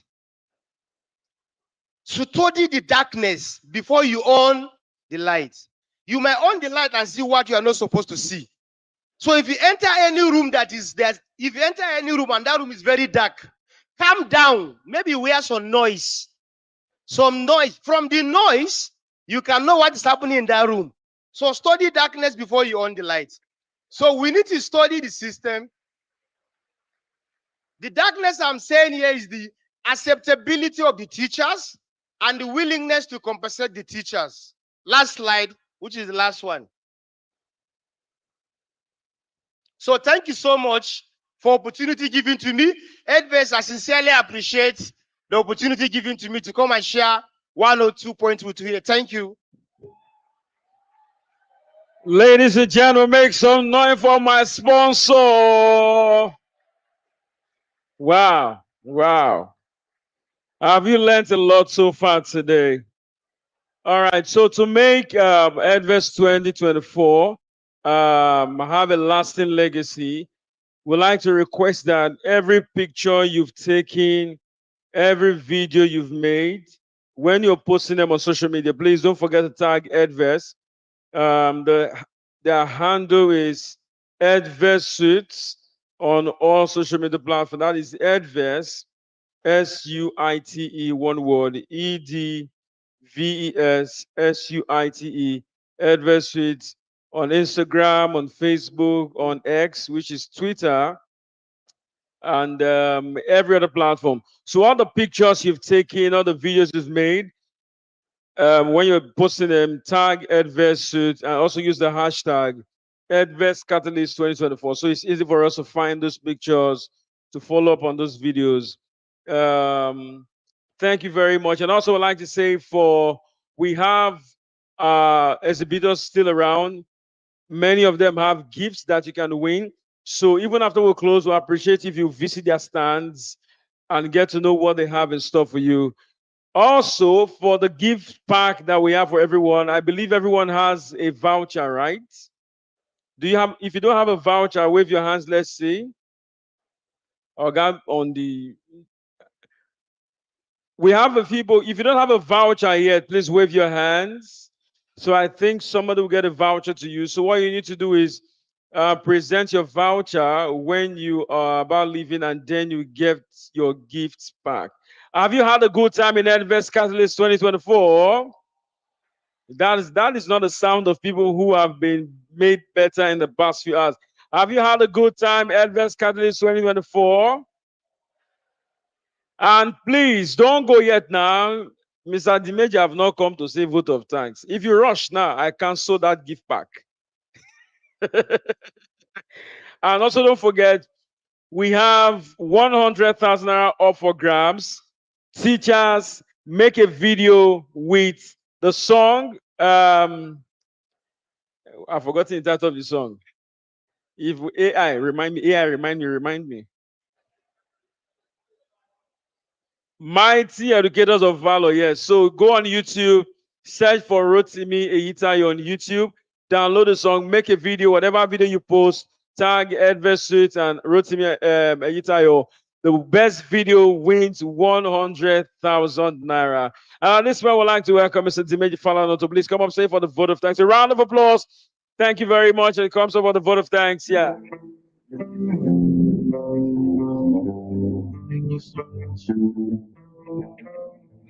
Thank you, thank you. We are done. We are done. Edves Catalyst 2024.